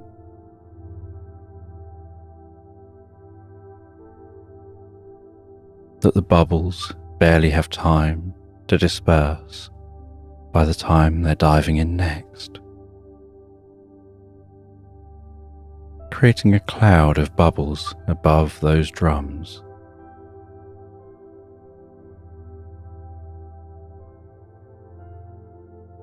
And while diving in, those bubbles start making a high-pitched whine sound. And that whining sound comes from that blanket of bubbles. And then it begins to shimmer and shine and sparkle, and a blue light begins to form from those bubbles as the music gets faster and faster, and the hermit crab gets closer and closer.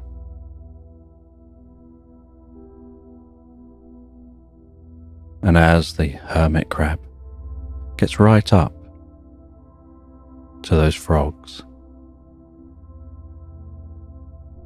so its shell, that bell, seems to almost get sucked off of its back into the bubbles, and then it finds itself pulled into those bubbles, and it tries to cling on to the seafloor a little bit,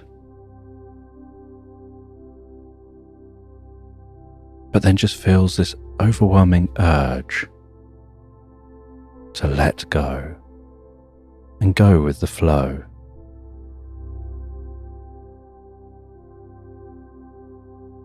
And it gets pulled into the bubbles, and those bubbles pass across its body, tickling it from the head down to the tips of its feet, to the end of each leg. And then it flies out the other side of those bubbles,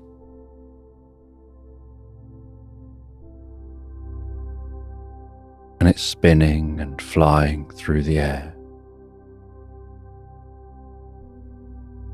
aware that wherever it looks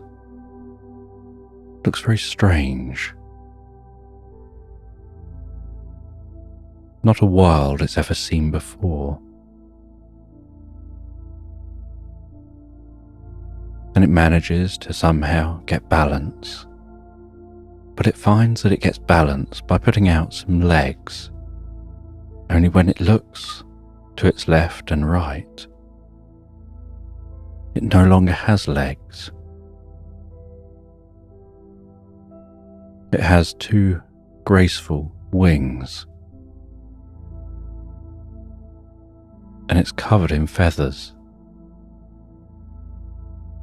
and realizes it's an eagle flying through the air, away from the bubbling, tinkling blue light behind it. And it finds it's got the most incredible eyesight as it surveys the landscape below. It can see the seashore. It can see the bubbling going on down on the seashore, along the edge of the water. It can see the undulating hills, sandy beaches, feel the warmth of the sun, the air through its feathers.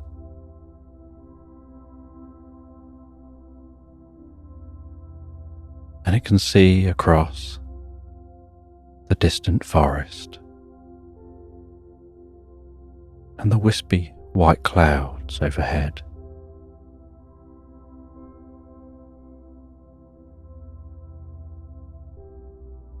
And it can feel the warming air and see this landscape springing to life as it flies across this landscape, catching an updraft, spiraling up higher, seeing a myriad of colours stretching through the meadows.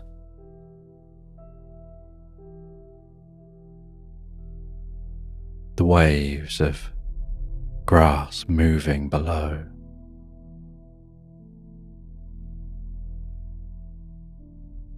Such good eyesight it can notice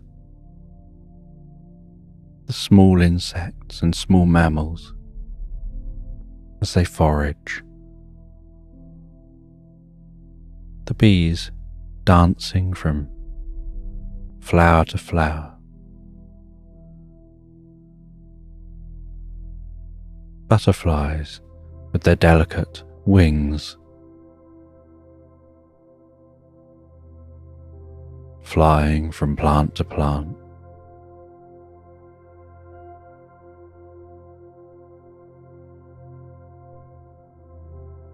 The different shades of greens of the plant life.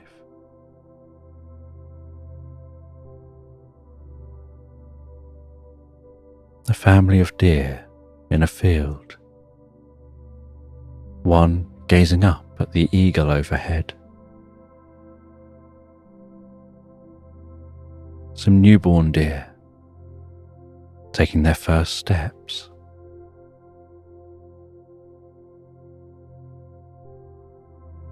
The way the sunlight glints and glistens on rivers and streams.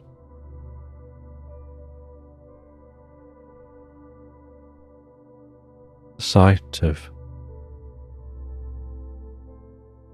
fish eating bits from the surface of the water, their little mouths poking out of the water, and then darting away whenever a shadow moves across the water, perhaps with a breeze in the reeds.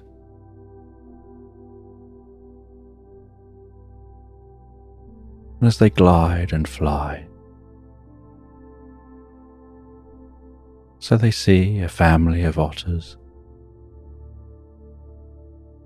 and they swoop and swerve and fly lower to take a closer look.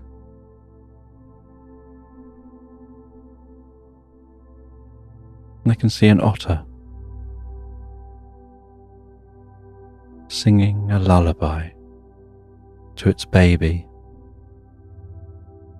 helping to settle that baby down.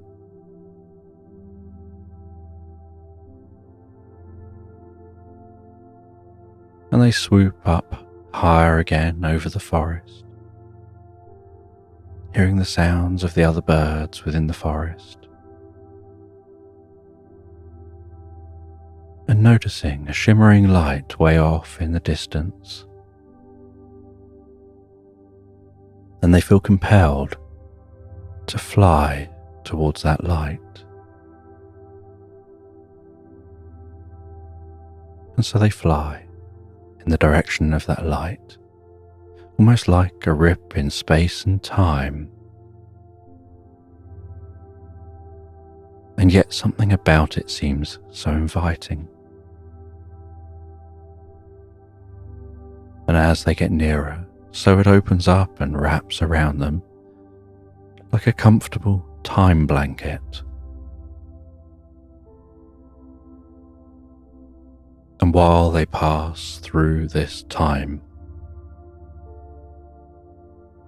almost like passing through a time tunnel, so they see cuckoo clocks all around them, and the faces of other clocks.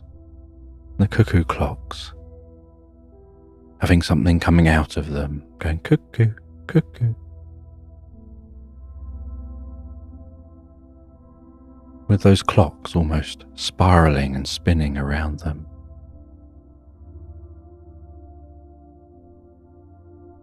And as they exit the other side, they can feel the warmth of this environment. A vast, meadowed area of undulating hills and a graceful, wide river stretching through this landscape.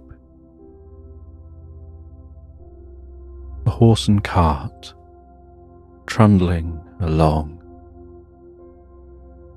a gravel track.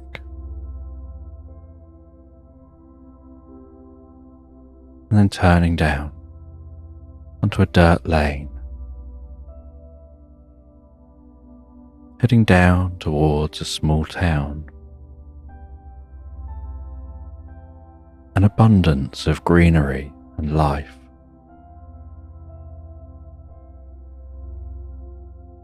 The sun bright and warm overhead.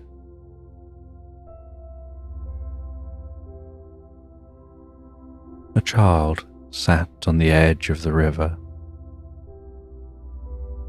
enjoying a slice of watermelon, plunging its face into that slice, getting the watermelon up its cheeks, round its mouth, up under its nose, on its chin. The watermelon juice dripping everywhere, its hands sticky.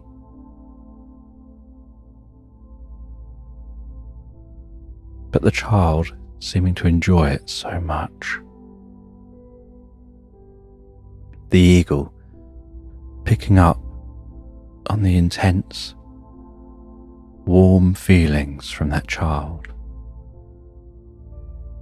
and the warmth from other animals enjoying this weather, and the abundance of food and resources.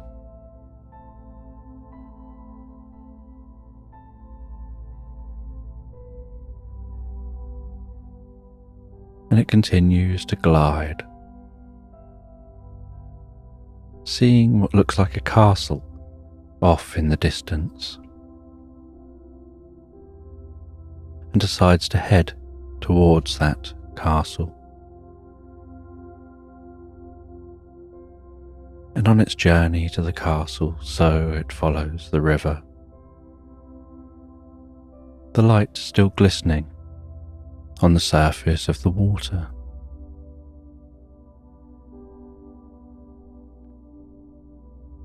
And it swoops down low, and hovers above a couple travelling along the river on a gondola, laughing at each other as they struggle to make it move with any kind of speed and having to try and keep balance. And the eel is curious how that couple will get on, as it can see some rapids up ahead, and it doesn't think they're necessarily prepared for those rapids. But they're only gentle rapids, but enough to make their journey interesting in a short while. They're obviously looking around and looking at each other, but not really paying attention to their surroundings.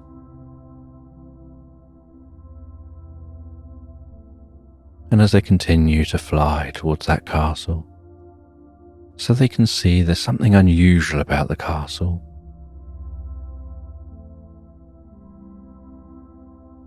It's not the colour they necessarily expect. It seems paler, almost a pinky white. And it's not reflecting the light as they would expect. And as they get nearer, so they see a slight haze between them and the castle. And they fly into that haze. And as they do, they feel themselves being encouraged to land, as if the atmosphere is gradually getting heavier and heavier.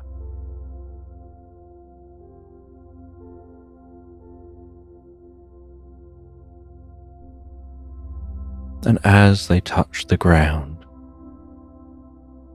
and find themselves touching the grass, and that grass tickling around their body,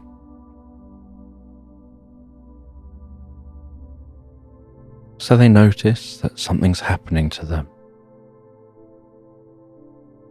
Their body starts to shimmer and shine and sparkle.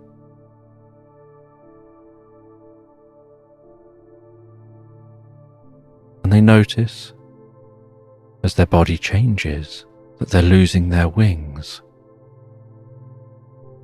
And they land among the grass as a tiny little mouse.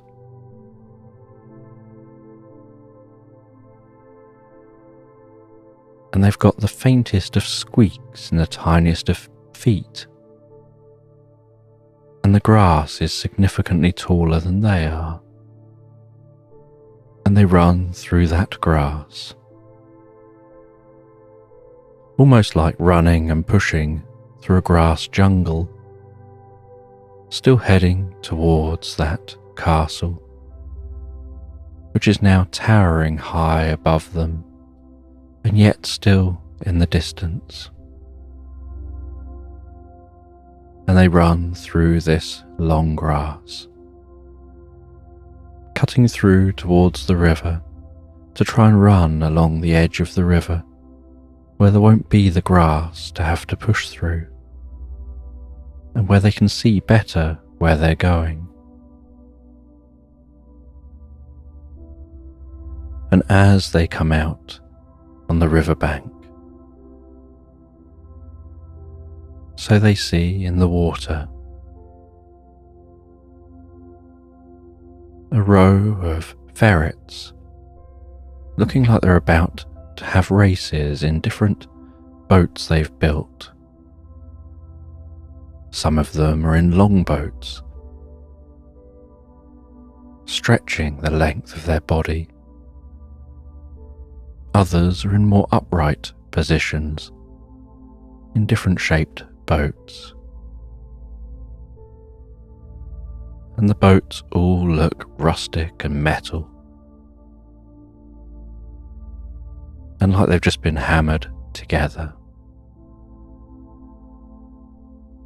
and they seem to have different materials attached to them. One of them has some leather straps wrapped around the top of the boat and wrapped over their front shoulders to hold them in place, and small, dark goggles over their eyes, and a little leather racing hat holding its ears in and back, and small leather gloves with the fingers sticking through, and they're holding a lever in their hand. And on the shore is a caterpillar counting them down and holding a flag. And then it waves that flag, and those ferrets set off, their boats powering down the river. Some with electric arcing from point to point, powering an electric boat. Others having steam-powered boats, almost turning the water into jets, sucking in the water at the front, boiling that water and pushing the steam out the back through the water.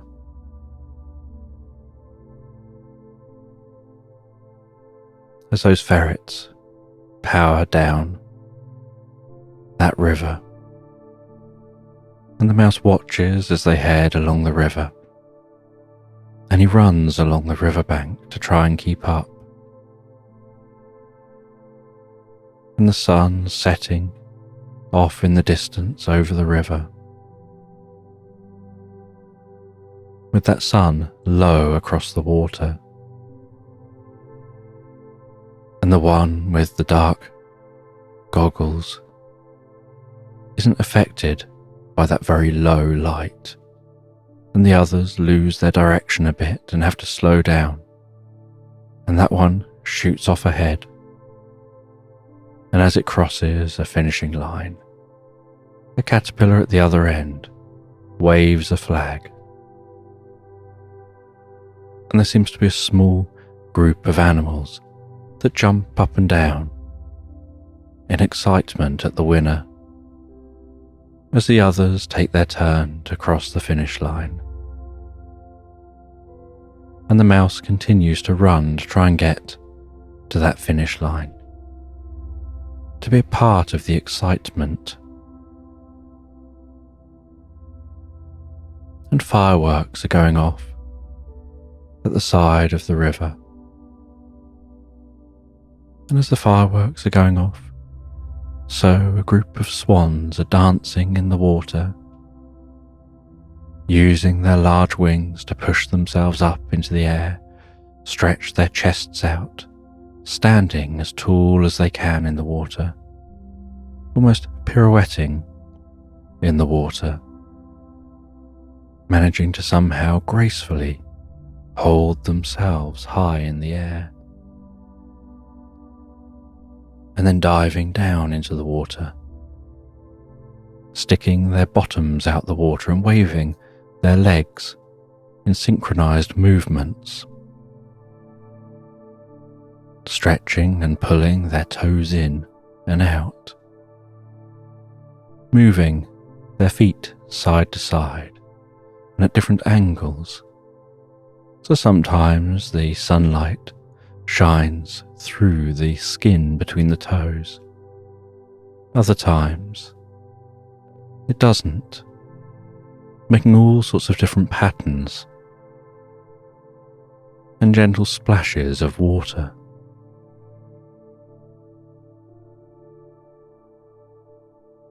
And as the dancing comes to an end,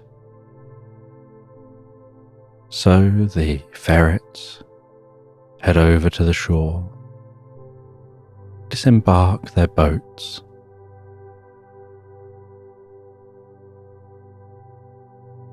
and once disembarked, and the boats are pulled up onto the shore.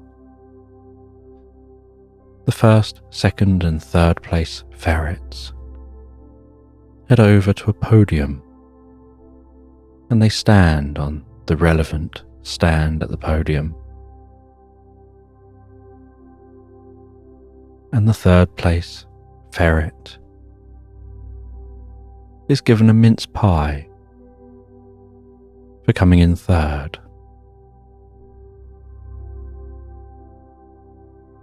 The second place ferret is told that they can have a giant teddy bear, and they're handed a giant teddy bear that's significantly larger than they are.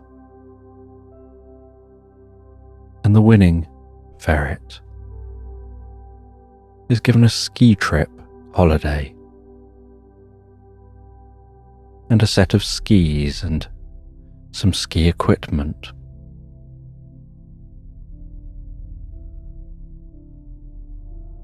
And the mouse arrives at the little gathering of animals, all jumping and cheering.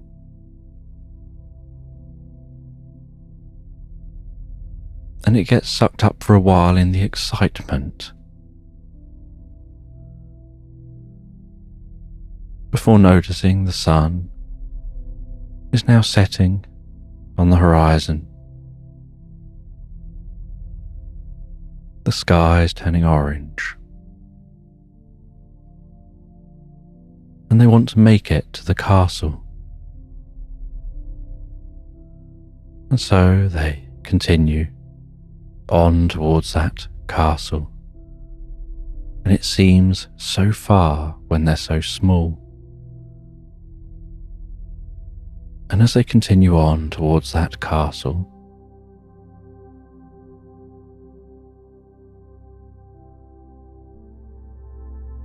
they encounter a pigeon who offers to give them a lift. And the pigeon introduces themselves as Jim from the jungle, often known as Jungle Jim. They're used to giving smaller animals a lift or just carrying messages. Anything they can pick up, they're happy to carry. And so they take hold of the little mouse. They flap their wings and fly up and carry that mouse towards the castle. And as the mouse approaches the castle, so they can smell the sweetest of scents. And they see this castle doesn't seem to be an ordinary castle as they'd suspected. It looks soft and squidgy. And the pigeon drops them off at the entrance to the castle, and they can really smell that marshmallowy smell of this castle. As they walk up towards the entrance,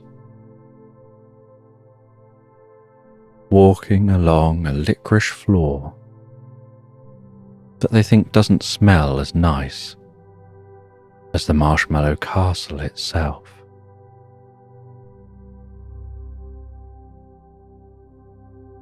And as they reach the castle, the sun has almost fully set. They can see the stars emerging in the night sky. And they knock on the castle door, but their little paw just absorbs in with the marshmallow, as they don't know how to get attention. And so they climb up a little bit easily grabbing hold of that marshmallow. And they find their way in through a crack high up in the door, squeezing through that crack, wrapped in a hug of marshmallow. And they pop out the other side, inside the castle, and as they fall to the floor, so they make a discovery that the marshmallow inside the castle is bouncy, and they just bounce on the floor. And they try and right themselves, but as they land, they bounce again and again and again. And they try and work their way through this castle, bouncing their way. And they end up inadvertently bouncing their way into the armory. And in the armory, they find some metal shoes. And so they place those tiny metal shoes on their feet. And those metal shoes grip the marshmallow. And so they can walk, but their walking isn't very efficient, like walking in wet sand. That you can do it, but it takes a lot of effort.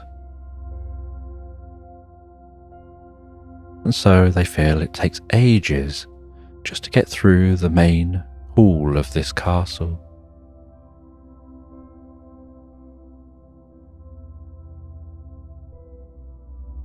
And while walking through the castle,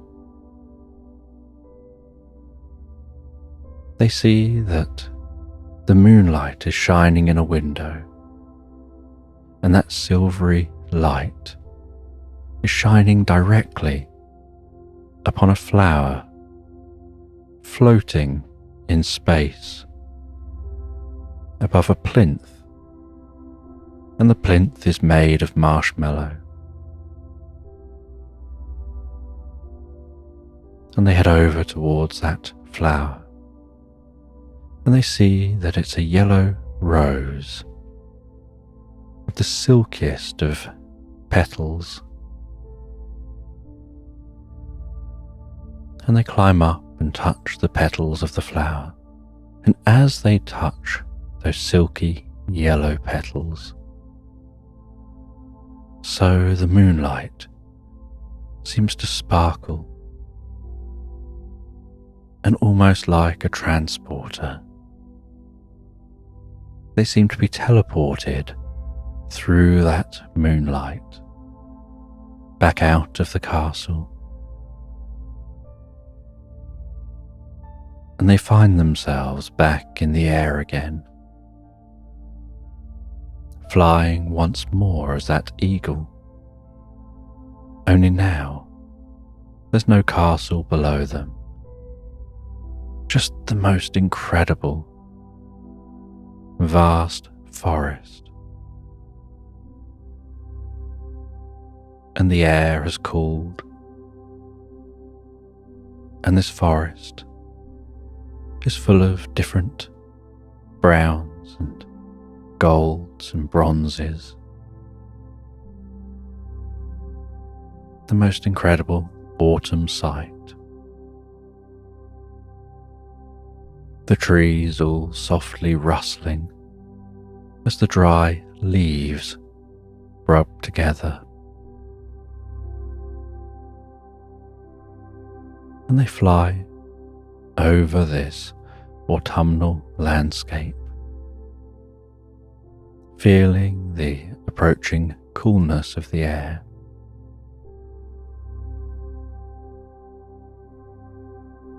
Seeing clouds softly rolling in, softening the light. Seeing animals settling down in preparation for the winter, squirrels beginning to store nuts. Seeing a small cabin in this forest, and through the window of the cabin, seeing someone baking a cake in an oven, and the scent of that cake rising up, tickling the nostrils of the eagle.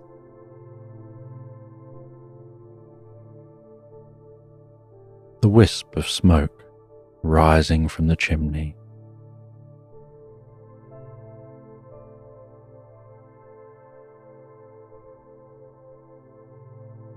Enjoying how peaceful this time of year is.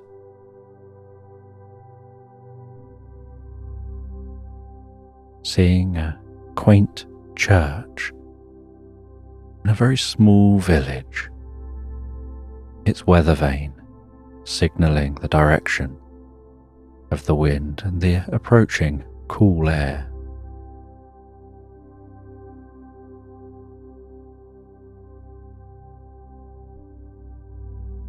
And flying above that small, cozy cottage,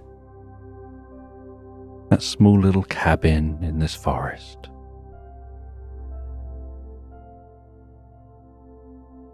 Catching the very slight updraft from the warmth rising from its chimney.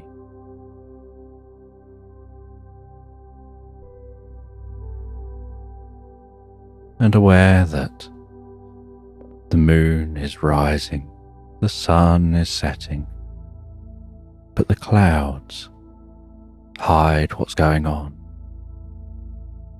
And so the sky is just gently darkening, with a very slight silvery glow appearing.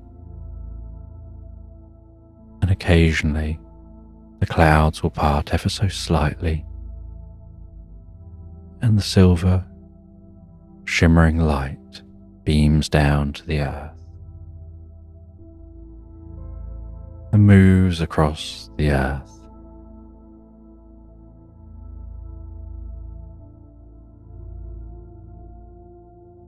Until nighttime sets in. Everything goes dark, apart from looking back in the direction of that cabin, seeing the glow at the windows. And in the darkness, the eagle notices a faint blue light and flies towards that faint blue light, passes through that faint light, and out the other side finds themselves flying over a rugged coastline with tall cliffs, jagged rocks, crashing waves. The landscape covered in snow, the trees just a shadow of their former selves.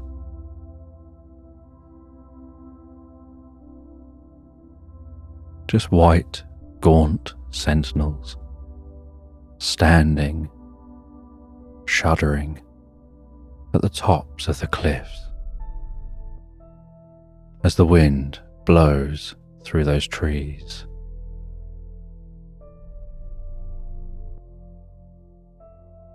And seeing a person sitting by a campfire, very close, keeping their hands warm. And next to them, on a structure they've built, using some of the wood from the trees. Seeing what almost looks like a spider's web, but it's actually a dream catcher. And as they are resting there next to that fire, it crackling softly, the wind flickering those flames, the dream catcher begins to glow as if granting a dream. And this landscape seems so quiet. There's far less life around here, like everything has gone to sleep.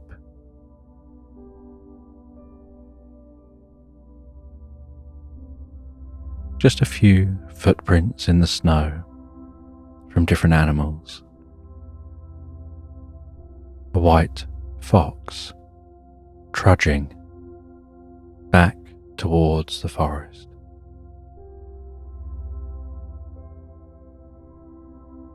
A white owl hooting in a tree. But everything keeping warm and cozy.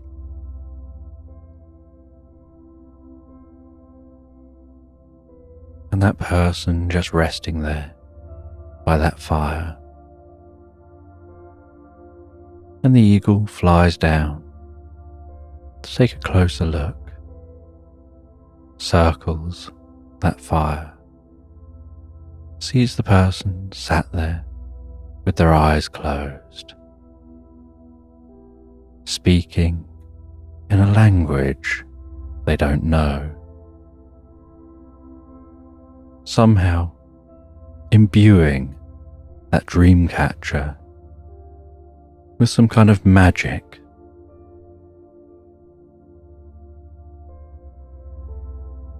And then the dream catcher seems to spin, and the eagle can't tell if it's an imagined spin and just their senses playing a trick on them, or if it's actually spinning. And as it spins, so they hear the sound of a bell, and they're reminded of the bell they had as a shell, now a long time ago. And while thinking of that bell that was once their shell, ringing in their ears, so they found themselves drawn towards the dream catcher, drawn from this cold place.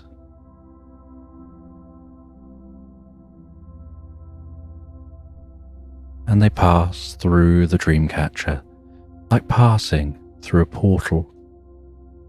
And they find themselves splashing down in the ocean once more, falling to the floor of the ocean as that crab again, not far from those frogs playing those drums, and the frogs playing is calming down. And as the frogs playing is calming down, they see a mermaid tap dancing on the sea floor, holding its tail slightly up, with 2 feet poking out the bottom where the tail would be. Its legs, still made of a tail, right down to the ankles. And so all it can do is tap dance, being very vertical. And it's tap dancing to the tune of the frogs. And the crab watches this happening.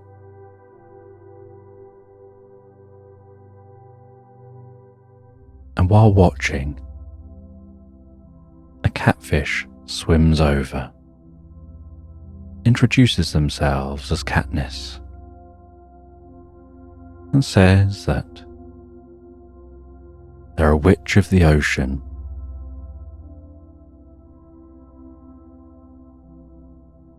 and they help different creatures to have experiences that bring enlightenment and wisdom, and help them to gain new perspectives and an understanding of things in a whole new way, like seeing life from birth all the way through all the seasons. seeing the variety, the challenges, the happiness.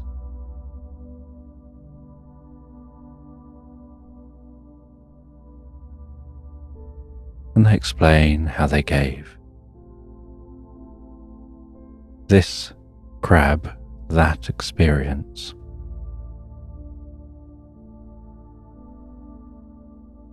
And now the crab has lost its bell, and so it needs a new shell.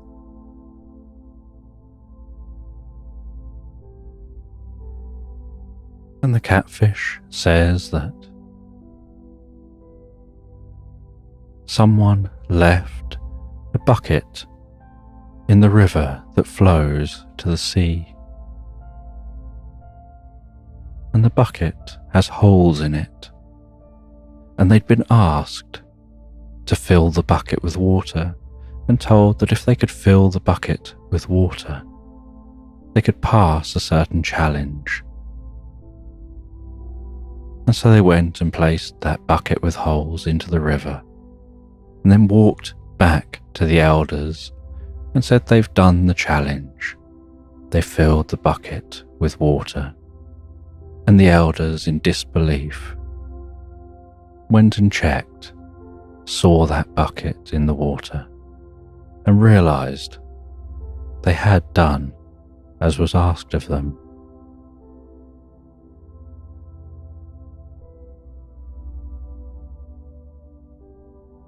And now this bucket can make a very good shell. There's room in the bucket to grow. And the holes can always be plugged with different creatures that can grow on the outside of this new shell. And then you can give them a lift and an experience of new worlds and new places. Perhaps they can grow out of those holes, and maybe when you're done with the bucket, you can leave it behind, and they can stretch from the holes down into the ground and start their own new home there. When you know it's time that you've outgrown that home, it's time to go on an adventure to find a new home. And Katniss hands over the bucket.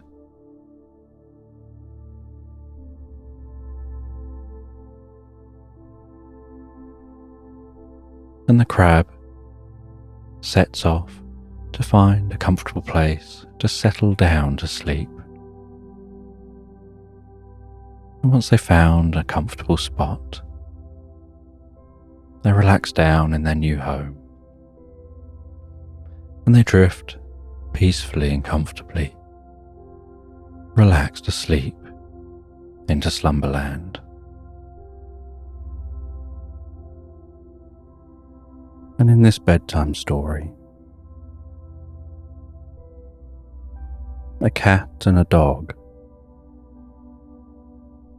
are preparing themselves to go out on an adventure. And they get their coats on. They wrap a scarf around their necks to make sure they're going to be warm and comfortable before heading out into the snow.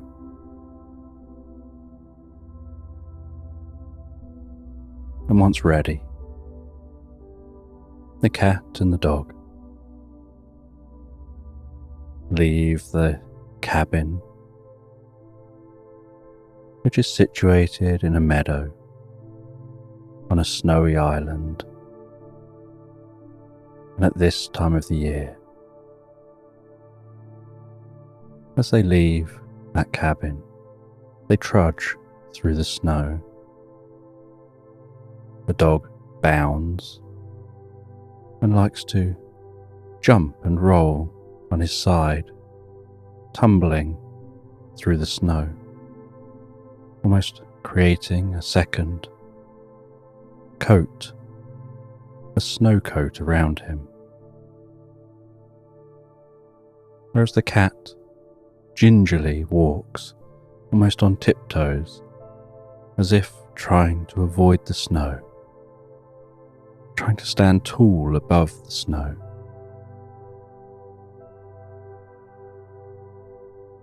And the dog runs and heads along this meadow, heading to where the hill begins to slant downwards and slides down that hill, and then twists sideways to continue the journey down the hill, rolling, tumbling with his tongue out, flapping around,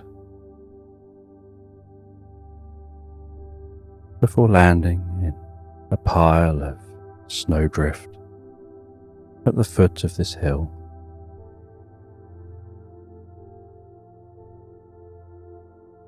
And then excitedly jumping around at the foot of the hill, looking up at the cat, who's really taking their time, so carefully walking down that hill, trying to follow the clean area, the area where there's a small amount of grass now showing, as the carpet of snow has been raised and taken down the hill with the dog. And eventually the cat gets to the foot of the hill, and the two of them start following a hedgerow, heading towards a nearby river and a bridge that goes over that river. And the air out here is so crisp, so fresh.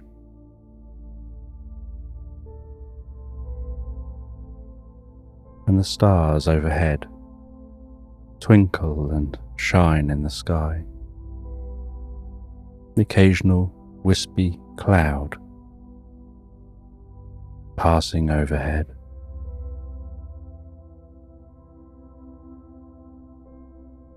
Gently illuminated by the moon, and at certain times, as the clouds pass in front of the moon, what looks almost like a circular reverse rainbow.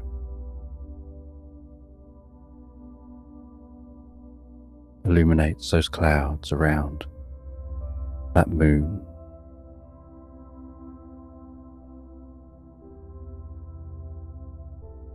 And as they come to the end of the hedgerow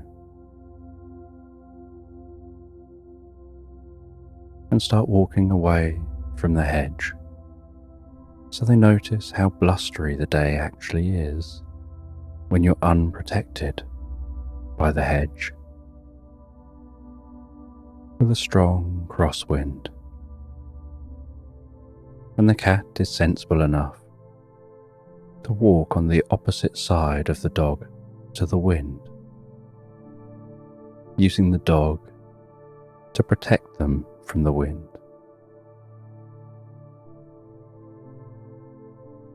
And in their mind they're dreaming of better weather, of remembering what this area is like when it's much warmer. And in this location, on this island, far north of the planet, there's a lot of time when it's covered in snow, or it's cold and dark, but there are some times when there's an explosion of colour.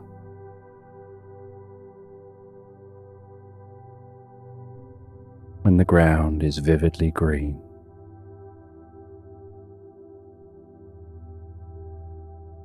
when there are daisies and dandelions pocketed throughout that green land.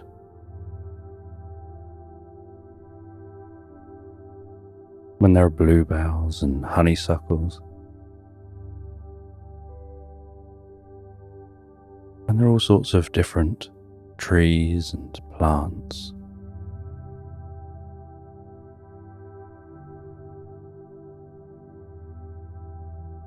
And at certain times of the year, just for very brief moments, there'll be an explosion of insects, of butterflies and bees, taking the opportunity to forage among the plants.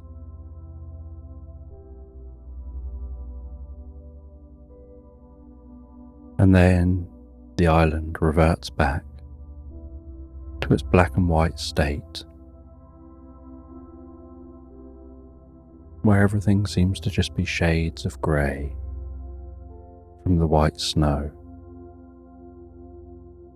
too often having a grey sky.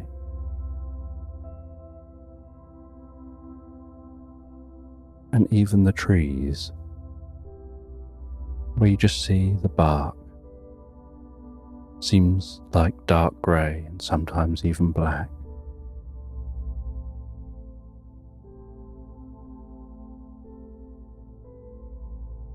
And so they continue pushing on through the wind, heading to the bridge over the river. The dog's fur flapping around, its ears waggling around in the wind, its tongue waving and flapping.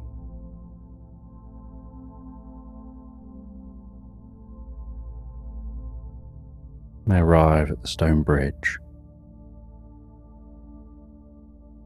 carefully cross that stone bridge and start following a small path down the far side of the river. And as they follow that path, so they see something unusual in the water, and most of the water is frozen on both sides with just a slight clearing of ice down the centre of the river.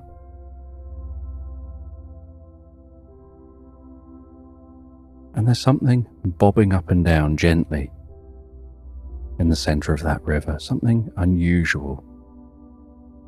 And they get closer. And as they get closer, they notice it seems like it's alive. And the dog picks up a stick, shakes the snow off the stick, heads as close to the ice as he dare go, and reaches with that stick to prod whatever it is that's in the water.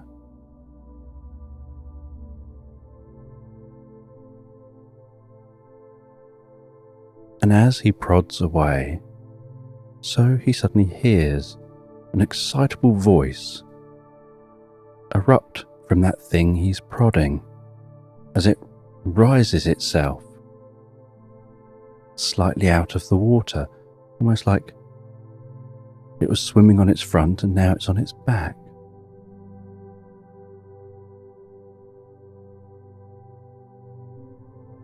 And it says, "Oingo boingo, fiddle-dee-dee, who's that brave enough to be poking at me?" And the dog's mouth opens, and he drops the stick and looks at the cat, who just looks back at him with a strange kind of, I don't know, kind of look on its face.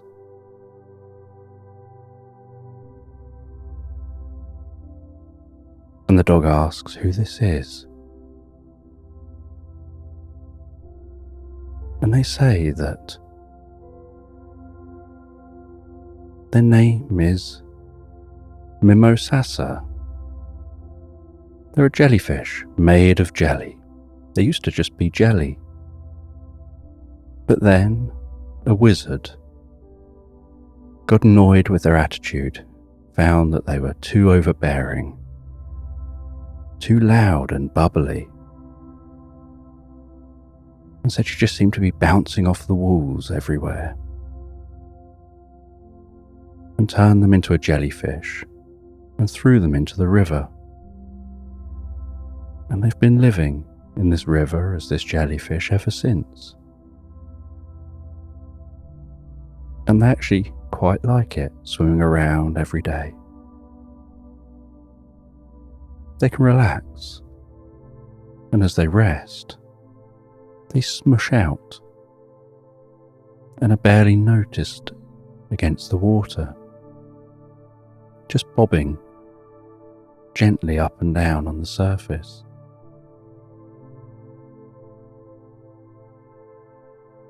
And they say they have some tentacles that just tickle the surface of the sand beneath them, foraging for food.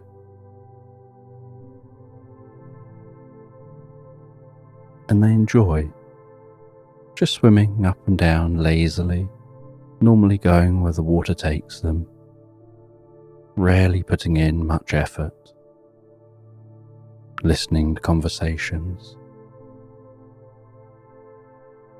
They can loiter near someone fishing, and that person, happily fishing away, may catch things that they can then catch themselves and eat, because they're very intelligent.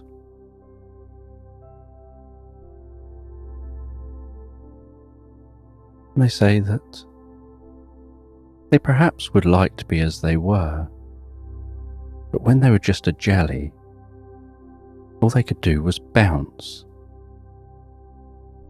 And they would bounce and smush and splat.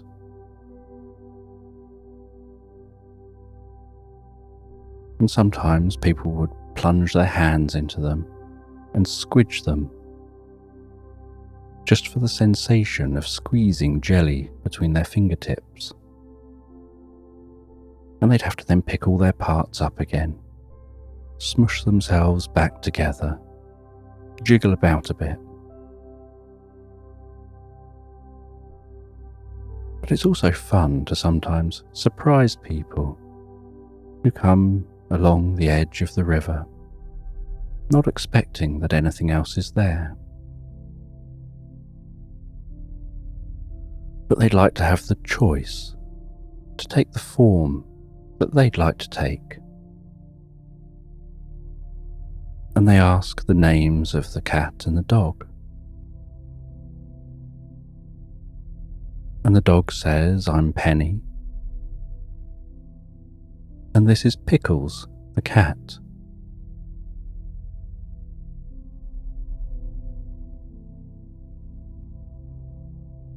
And the jellyfish says it's nice to meet them. And Pickles says, "Would you like us to try and find this wizard? Maybe we can encourage them to change the spell they've cast on you." And the jellyfish says that they'd like that if they can. To find the wizard, you have to follow the river until you reach the town and head to the castle. And in the castle, they should be able to direct you to where the wizard is now.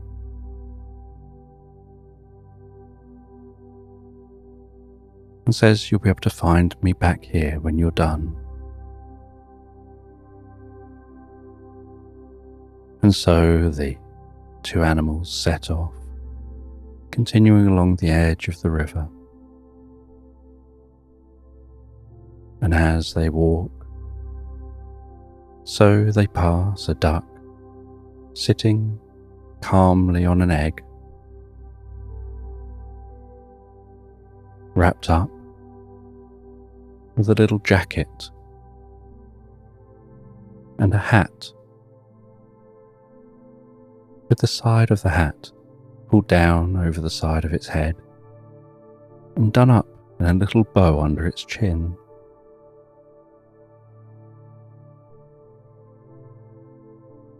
And they continue on, the trickling and the pleasant sound and scent of that water beside them. The wind still blowing on their face, and they push through that blustery wind.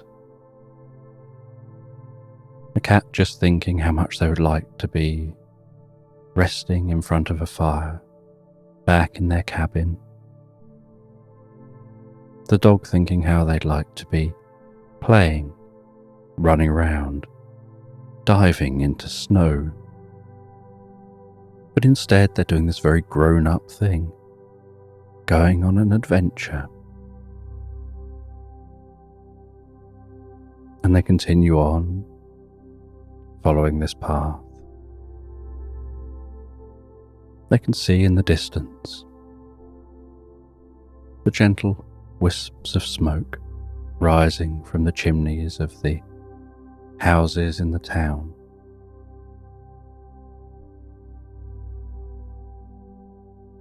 They cut through the orchard on their way to that town.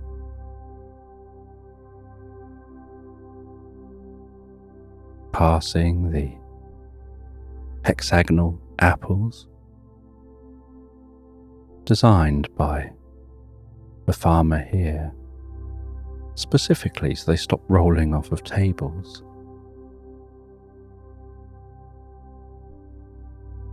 They pass out the other side of the orchard, down a small, narrow country path.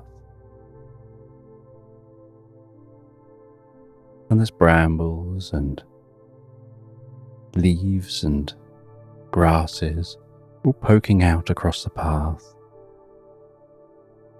but all protected and softened by snow.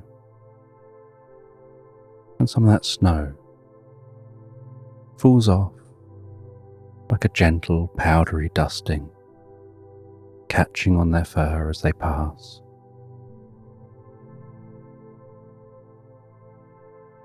And there's barely a hint of breeze down this narrow path. And at the end of the path is a sty for them to cross. And the dog jumps up and over, and the cat squeezes gently through. As they now walk across a path barely visible, cutting through a field.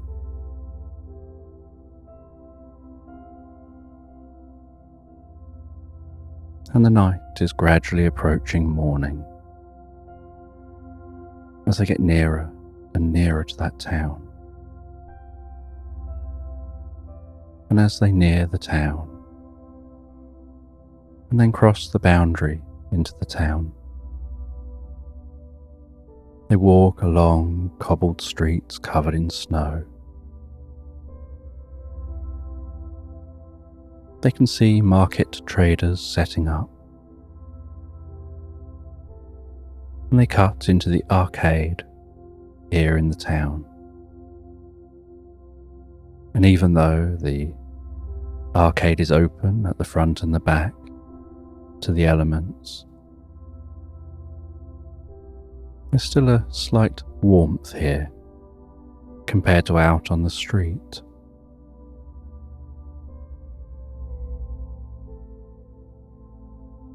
On the other side of the arcade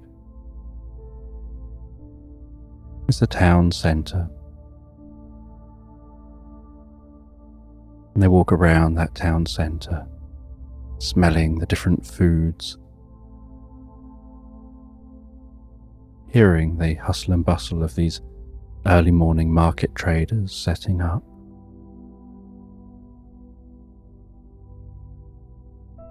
And they find their way round And the cat wants to stop and eat. And the dog is also thinking of their stomach. But they know they should push on. So they continue to walk, heading out the other side of the town. And the castle isn't far beyond the other side of the town, because this town was built back when towns would be built within the grounds of a castle, where a castle would be built up high. And then from that castle, the town would be formed and a wall would be formed around the town. And from the castle, they could see over the town, beyond the wall, and have the best chance of protecting the town if needed.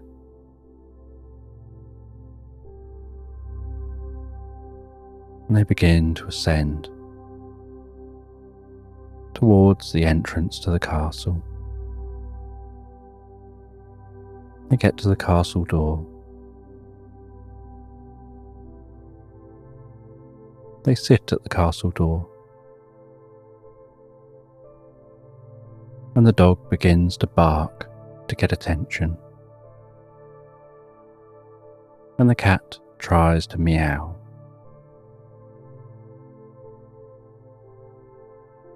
And as there's no one coming to the entrance to let them in, the dog stands up, leaning on the door. The cat runs and jumps and climbs up on the dog, balances on the dog's forehead, and uses her claws to stretch herself up the door as high as she can, until her claws can just about reach the door knocker. And then a slight leap manages to grab that knocker, push off the door, and then let go as the knocker bangs on the door, and the sound of that bang reverberates through the castle. And a short while later, a lock can be heard the other side of the door, and then the door can be heard to be opened, and it creaks and sounds so heavy as it slid open. And both the animals run in, and the dog runs and instantly jumps up into a comfy chair they spy near an enormous fireplace. And the ground in here is a stone ground, and yet it's warm by this enormous fire. And the claws of the cat and dog tap on that stone floor while they move. And the dog leaps up into that most comfortable chair and relaxes down into that comfy chair with that massive crackling fire rumbling away in the fireplace. The enormous, almost triangular looking flume sucking that smoke up and passing it out the top of this castle.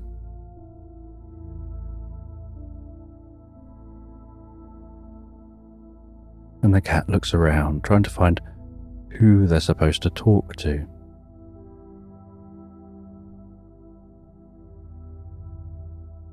But the dog is just wanting to relax deeper and deeper into that chair,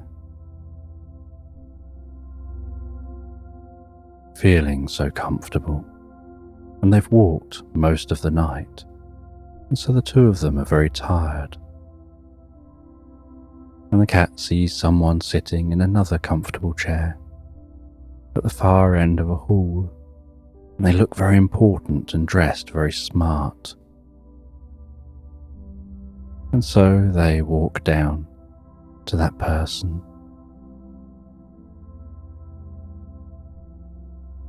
And as they reach that person, so the person looks up at them and smiles so friendly. And the cat says that their name is Pickles and this is Penny. And they're here in search of a wizard. And they were told that they'd be able to find out where that wizard is.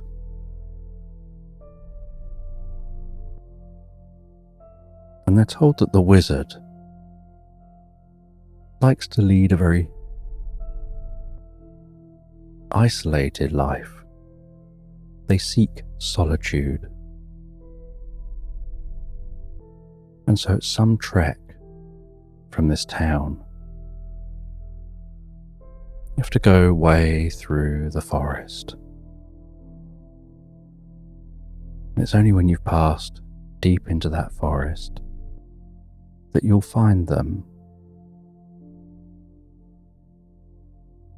But they'll do almost anything to try and be alone and have peace and quiet.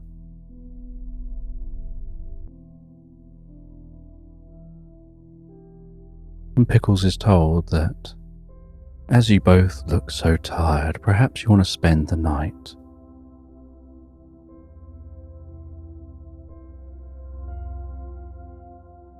And so Pickles heads back to Penny. And Penny is almost asleep already on that comfy chair. And tells Penny that they've got a room for the night. And so Penny struggles to wake themselves up enough to leave the chair. And very lazily plods along, almost as if it's too much effort to be trying to do this moving and walking.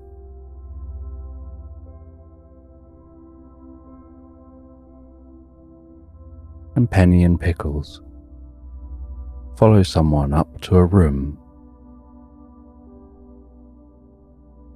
And they head into this comfortable room. They settle down under the most inviting quilt. It's just the right weight and texture, and just the right temperature. As they fall asleep deeply and comfortably. And the next morning, they awaken to incredibly pleasant smells of food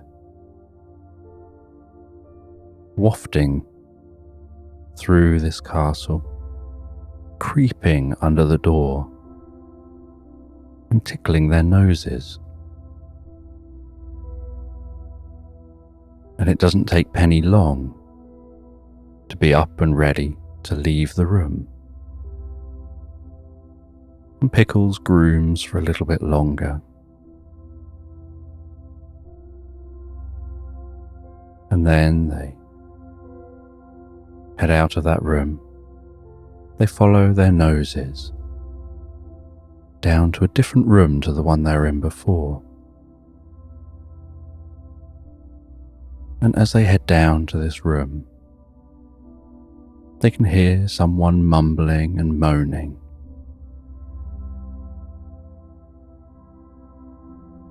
Saying about how unappreciated they are. That everything round here is just pandemonium. It's all chaos. Suddenly we have these new guests. Suddenly there's all these extra people to cook for and extra things to do. There's never any certainty. You plan for something, and then it just changes because someone decides it's going to be different. And they're having a good old rant to themselves.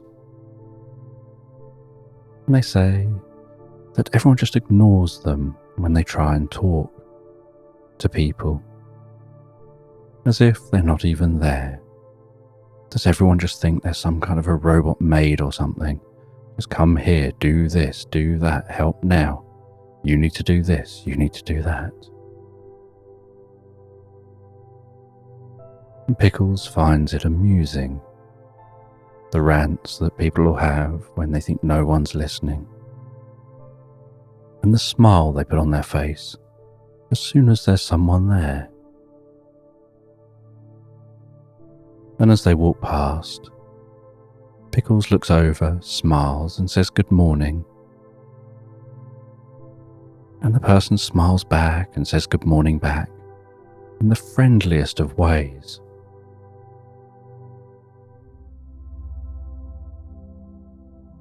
And they know, as soon as they've passed the door, they're going to be just back at it again. And they head through to a large dining room. They get shown to 2 seats. They sit down at the table. And some food is placed in front of them. And Pickles is a little bit more fussy and smells the food and tries a little bit before daintily eating that food, while Penny piles straight in, scoffing the food down as fast as they can eat. And Penny barely notices that there are others here in this dining room, but Pickles is curious about them. There seems to be what looks like an elephant with large ears, but a very young elephant.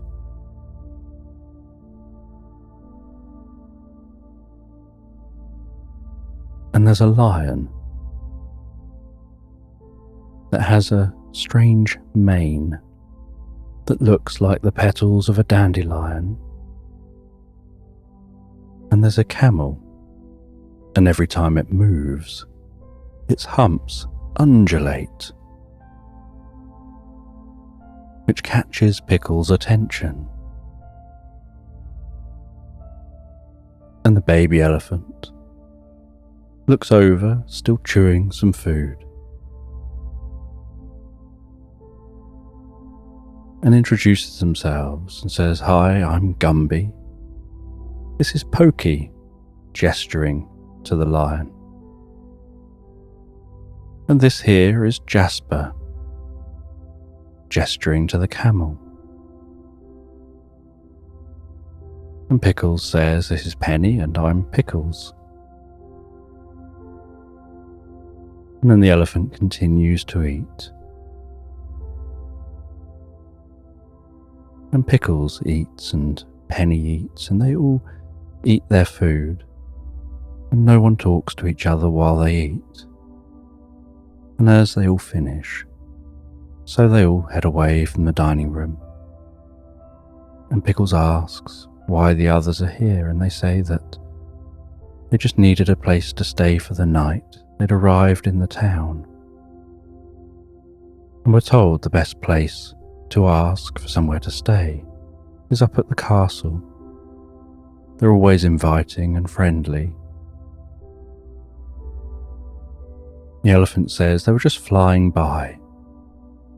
They got large ears that they can flap.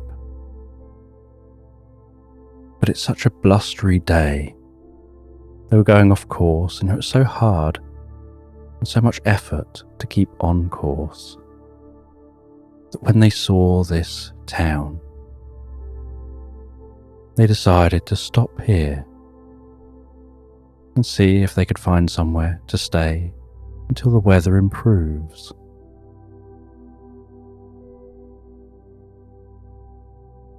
And Jasper says they've travelled all the way from a distant land.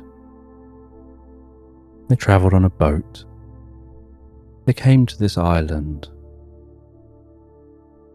They were looking for somebody who could help them. Their humps are broken. They keep jiggling and moving and undulating with each step they take.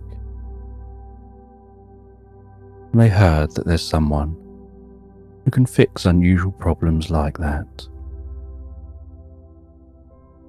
And they too found the weather was too blustery for them and too cold.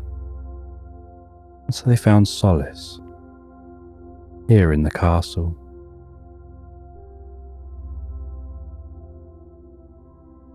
And the lion says that they'd interacted with someone in the forest.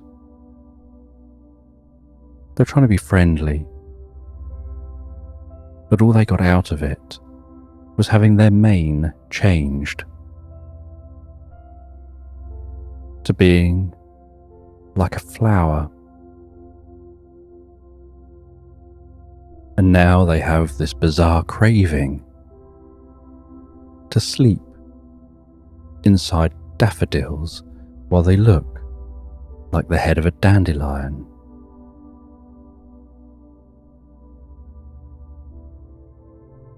And Pickles thinks that it sounds like maybe they're all here for this wizard or have met and interacted with the wizard. Maybe when they interact with the wizard,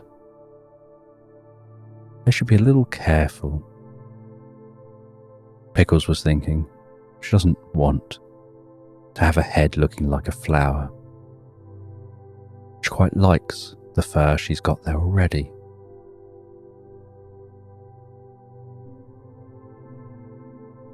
And after eating their food and resting for a little bit and seeing the sun rise from the castle windows, Pickles and Penny leave the castle, and the day is much better than it was yesterday. The air is still. The sun's shining, yet the land is still white. They head down from the castle, walk around the castle to the back of the town. They leave the town and head towards the distant forest. And as they walk towards that distant forest, so they notice that the land is actually starting to shift and change. And they've never been anywhere near this far before, normally just staying near their own cabin. And heading down to the meadows and the land around there. And as they're heading towards that forest, so they notice the snow around a river flowing out from the forest. Possibly the same river that they passed the other side of the town. Seems to be more melted.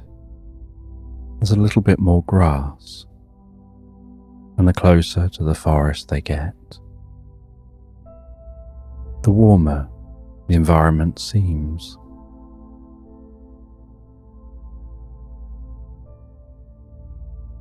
And they realize that the water itself even seems warmer. Walking into the forest, they can hear the rustling of the leaves around them, the sounds of birds and other animals from within the forest. They can hear a distant rumble, almost like the sound of thunder. But they know that the sky is clear. And they walk along the edge of the trickling water as it bubbles past. And they can feel, without even touching the water, that the water here is getting warmer and warmer, as the environment here is getting warmer and warmer, until they come to a very small lake that's gently bubbling.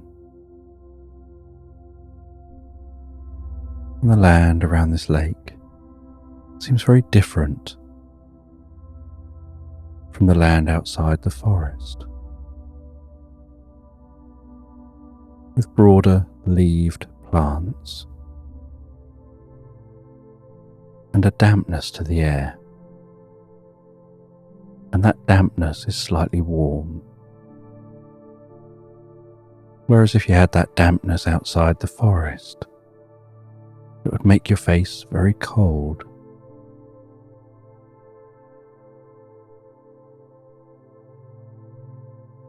And they head through this forest from that small lake in search of that cabin. And then they see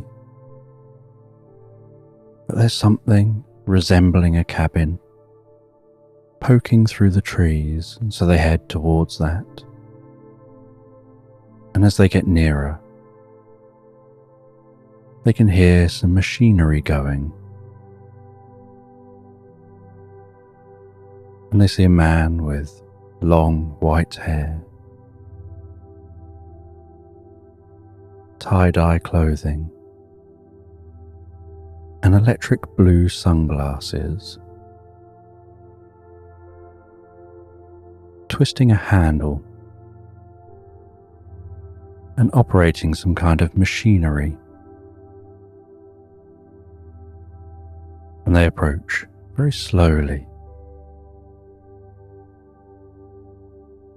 And as they get nearer, eventually they get noticed, and that person stops what they're doing, turns to look at them, and gruffly asks what they want, who they are, why they're here. And they say who they are. They say why they're there.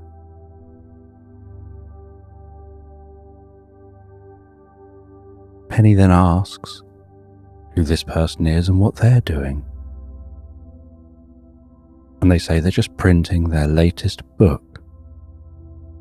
It's a book of spells. It's a book about the importance of isolation and spells that you can use to help you to find isolation, to find that stillness in your mind.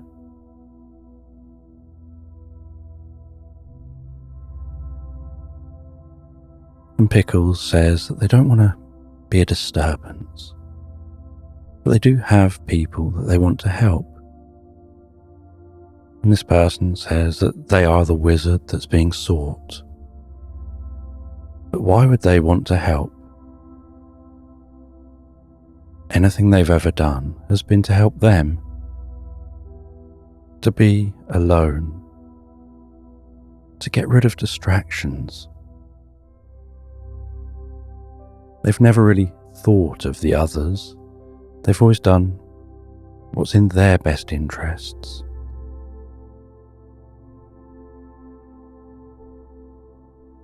And Pickles says about some of the characters they've met at the castle. And the wizard says that they know each of those people. They know that lion, they know the elephant, they know the camel.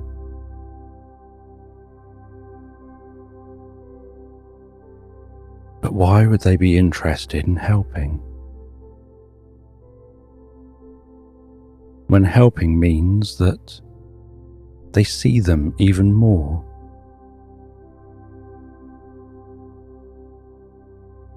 And as they talk,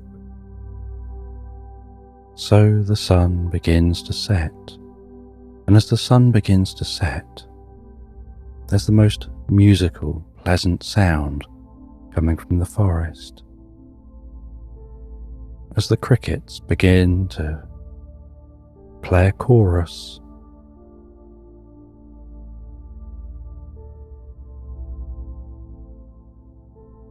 And Penny and Pickles don't give up. They continue to try to encourage this wizard to help. Penny goes off and makes a snow cone for the wizard,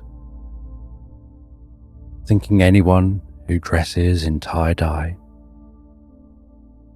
and sunglasses in the middle of a forest is probably fun at heart and has a sense of humour. They did turn jelly into a jellyfish after all.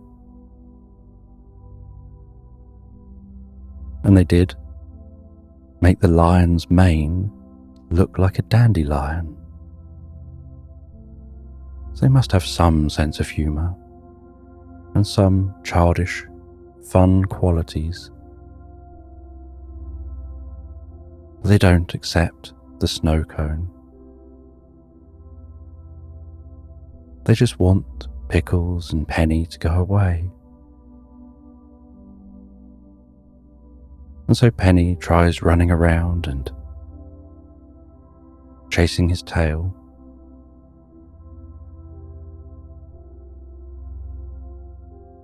He tries to have the kind of fun that's normally excited others. But this just makes the wizard want to get even further away.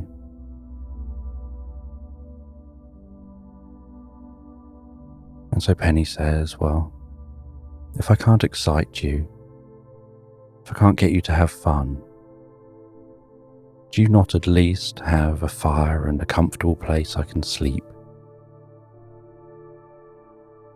I like sleeping in comfortable chairs, listening to the crackling fire,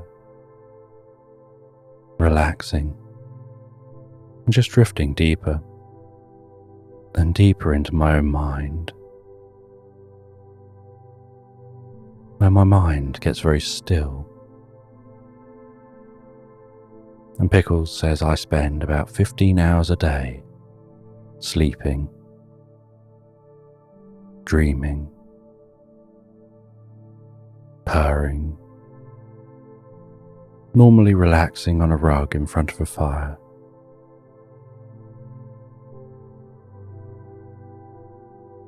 And Pickles says I also like to be alone a lot.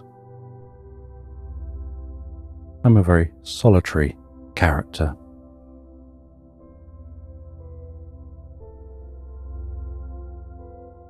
I do my rounds every day and then go and rest. And I decide when I'm with people and when I'm not. And when people decide they want to be with me, normally, if I don't want that, I walk away. And the wizard can relate to this. He can relate to that stillness, that desire for peace, for relaxing. But Penny says they also like having connection and encountering others and learning. And Pickles says they like watching others, normally from afar, and figuring out who does what and why. And likes working out what's going on inside the minds of others.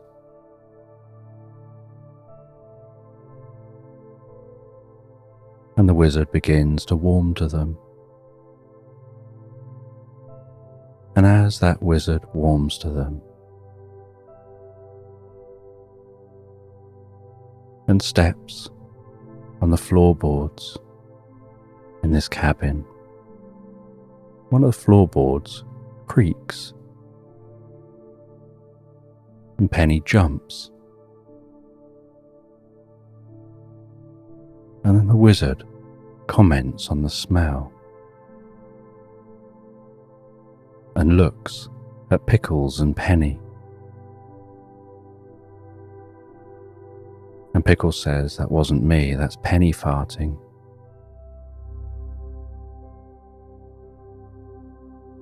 Whenever Penny gets nervous and jumps, it happens quite a lot.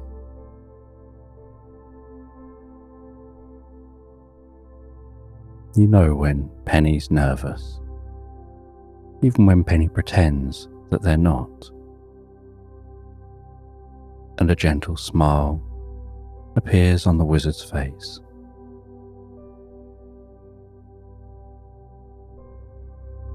And the wizard heads outside and comes back with a snow cone.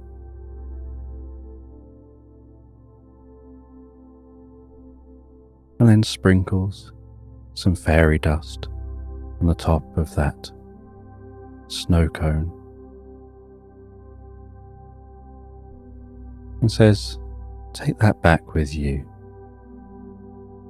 but you'll have to be very quick."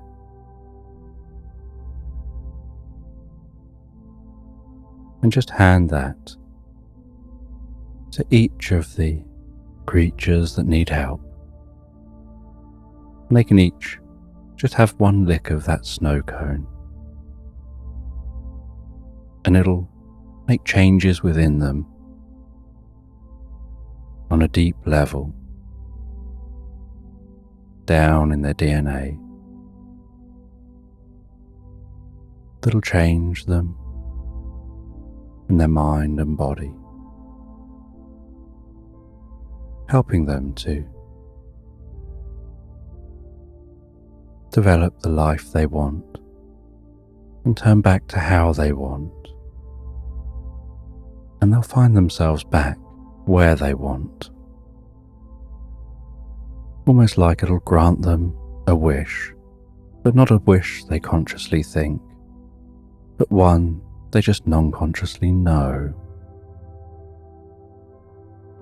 But you have to be very, very quick, because it'll melt if you don't get out of the forest quickly.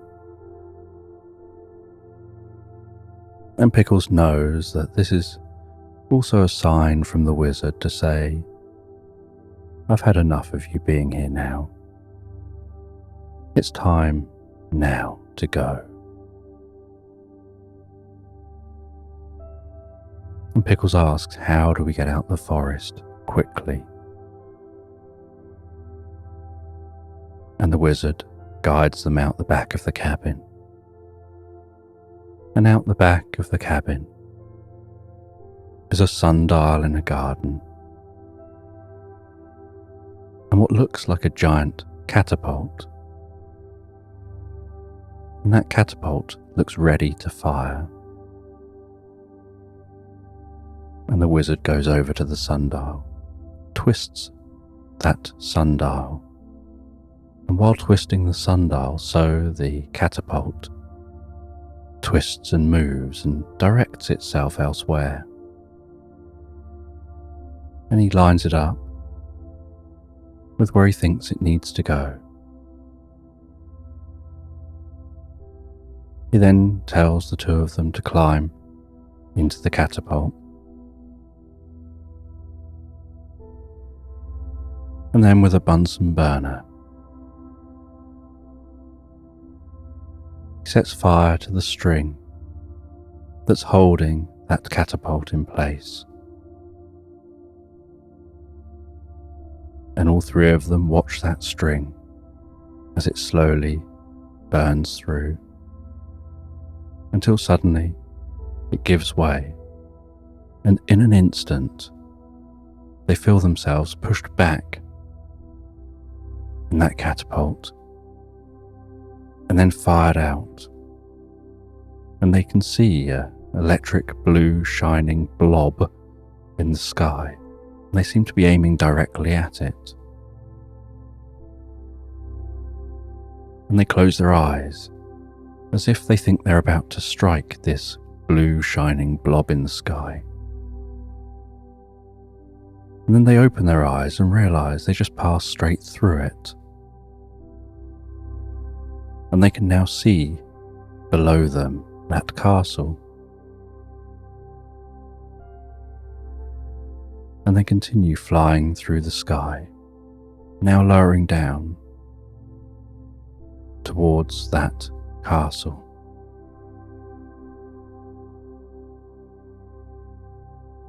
And they realise they're aiming straight for a pile of straw. And they crash down and bounce on that straw and roll off the straw.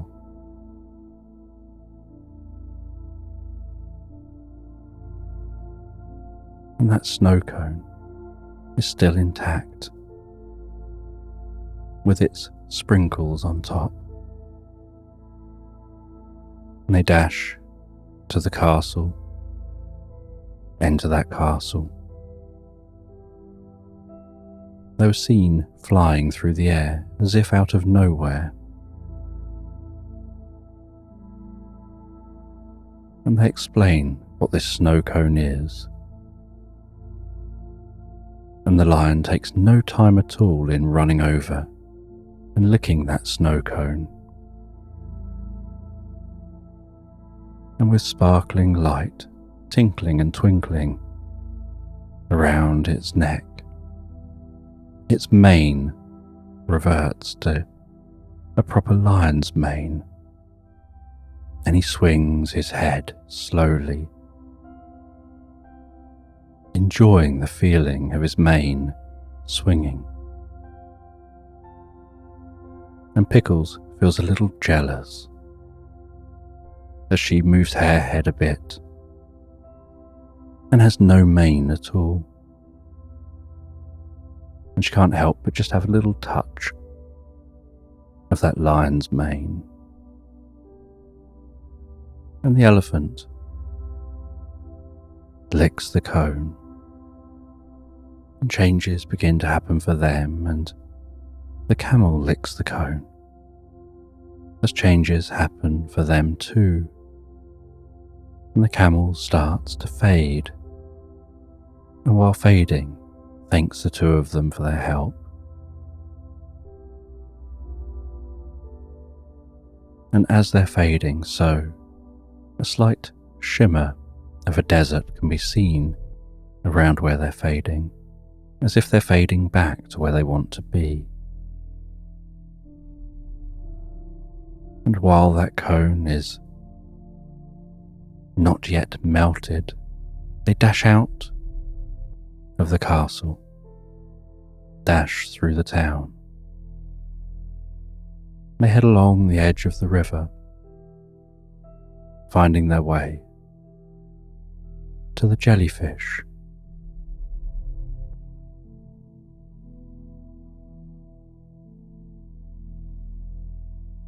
And Pickles is brave enough to jump onto Penny's back and gently dig her claws in just enough to make Penny leap from the side, crash through the ice and land in the water, while Pickles bravely holds that snow cone up above her, keeping it out of the water until they reach the jellyfish, and then lowers it down for the jellyfish, who absorbs that snow cone. And then the space around the jellyfish within the water begins to sparkle and shine. As Penny, a little annoyed with Pickles, swims back to the shore, Pickles jumps off. Penny braces himself and shakes violently, and then looks all puffed up and fluffy, but is at least a bit drier now.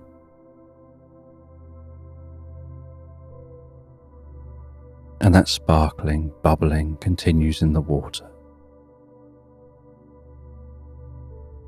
And And then rising out of the water is that jellyfish.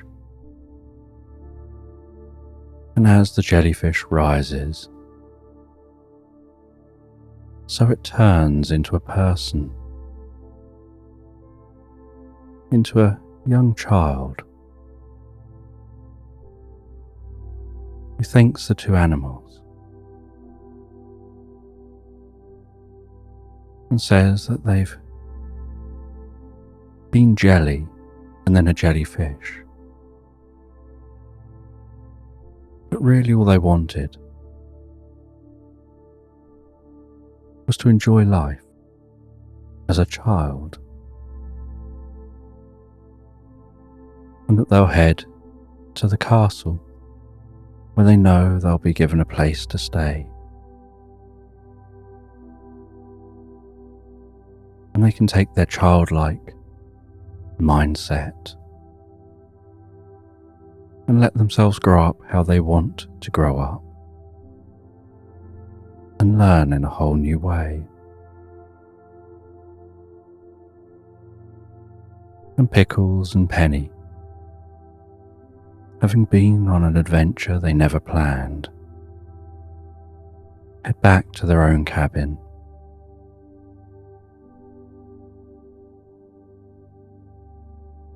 They head into that cabin, and as they head into the cabin they see a brown paper package wrapped up that looks like it must have just been pushed through the pet flap in the door.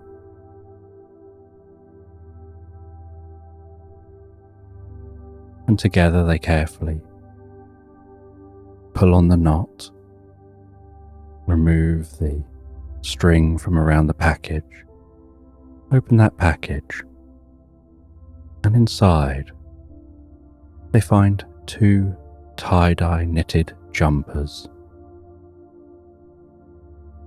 One for Pickles and one for Penny.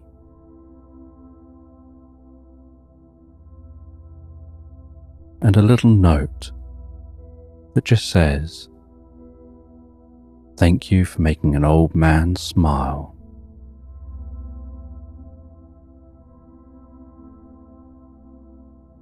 And they put their jumpers on. They settle down in the most cozy spaces, with Pickles resting in front of the fire, Penny in the most comfortable chair, and they drift and float so peacefully, so relaxed asleep into Slumberland.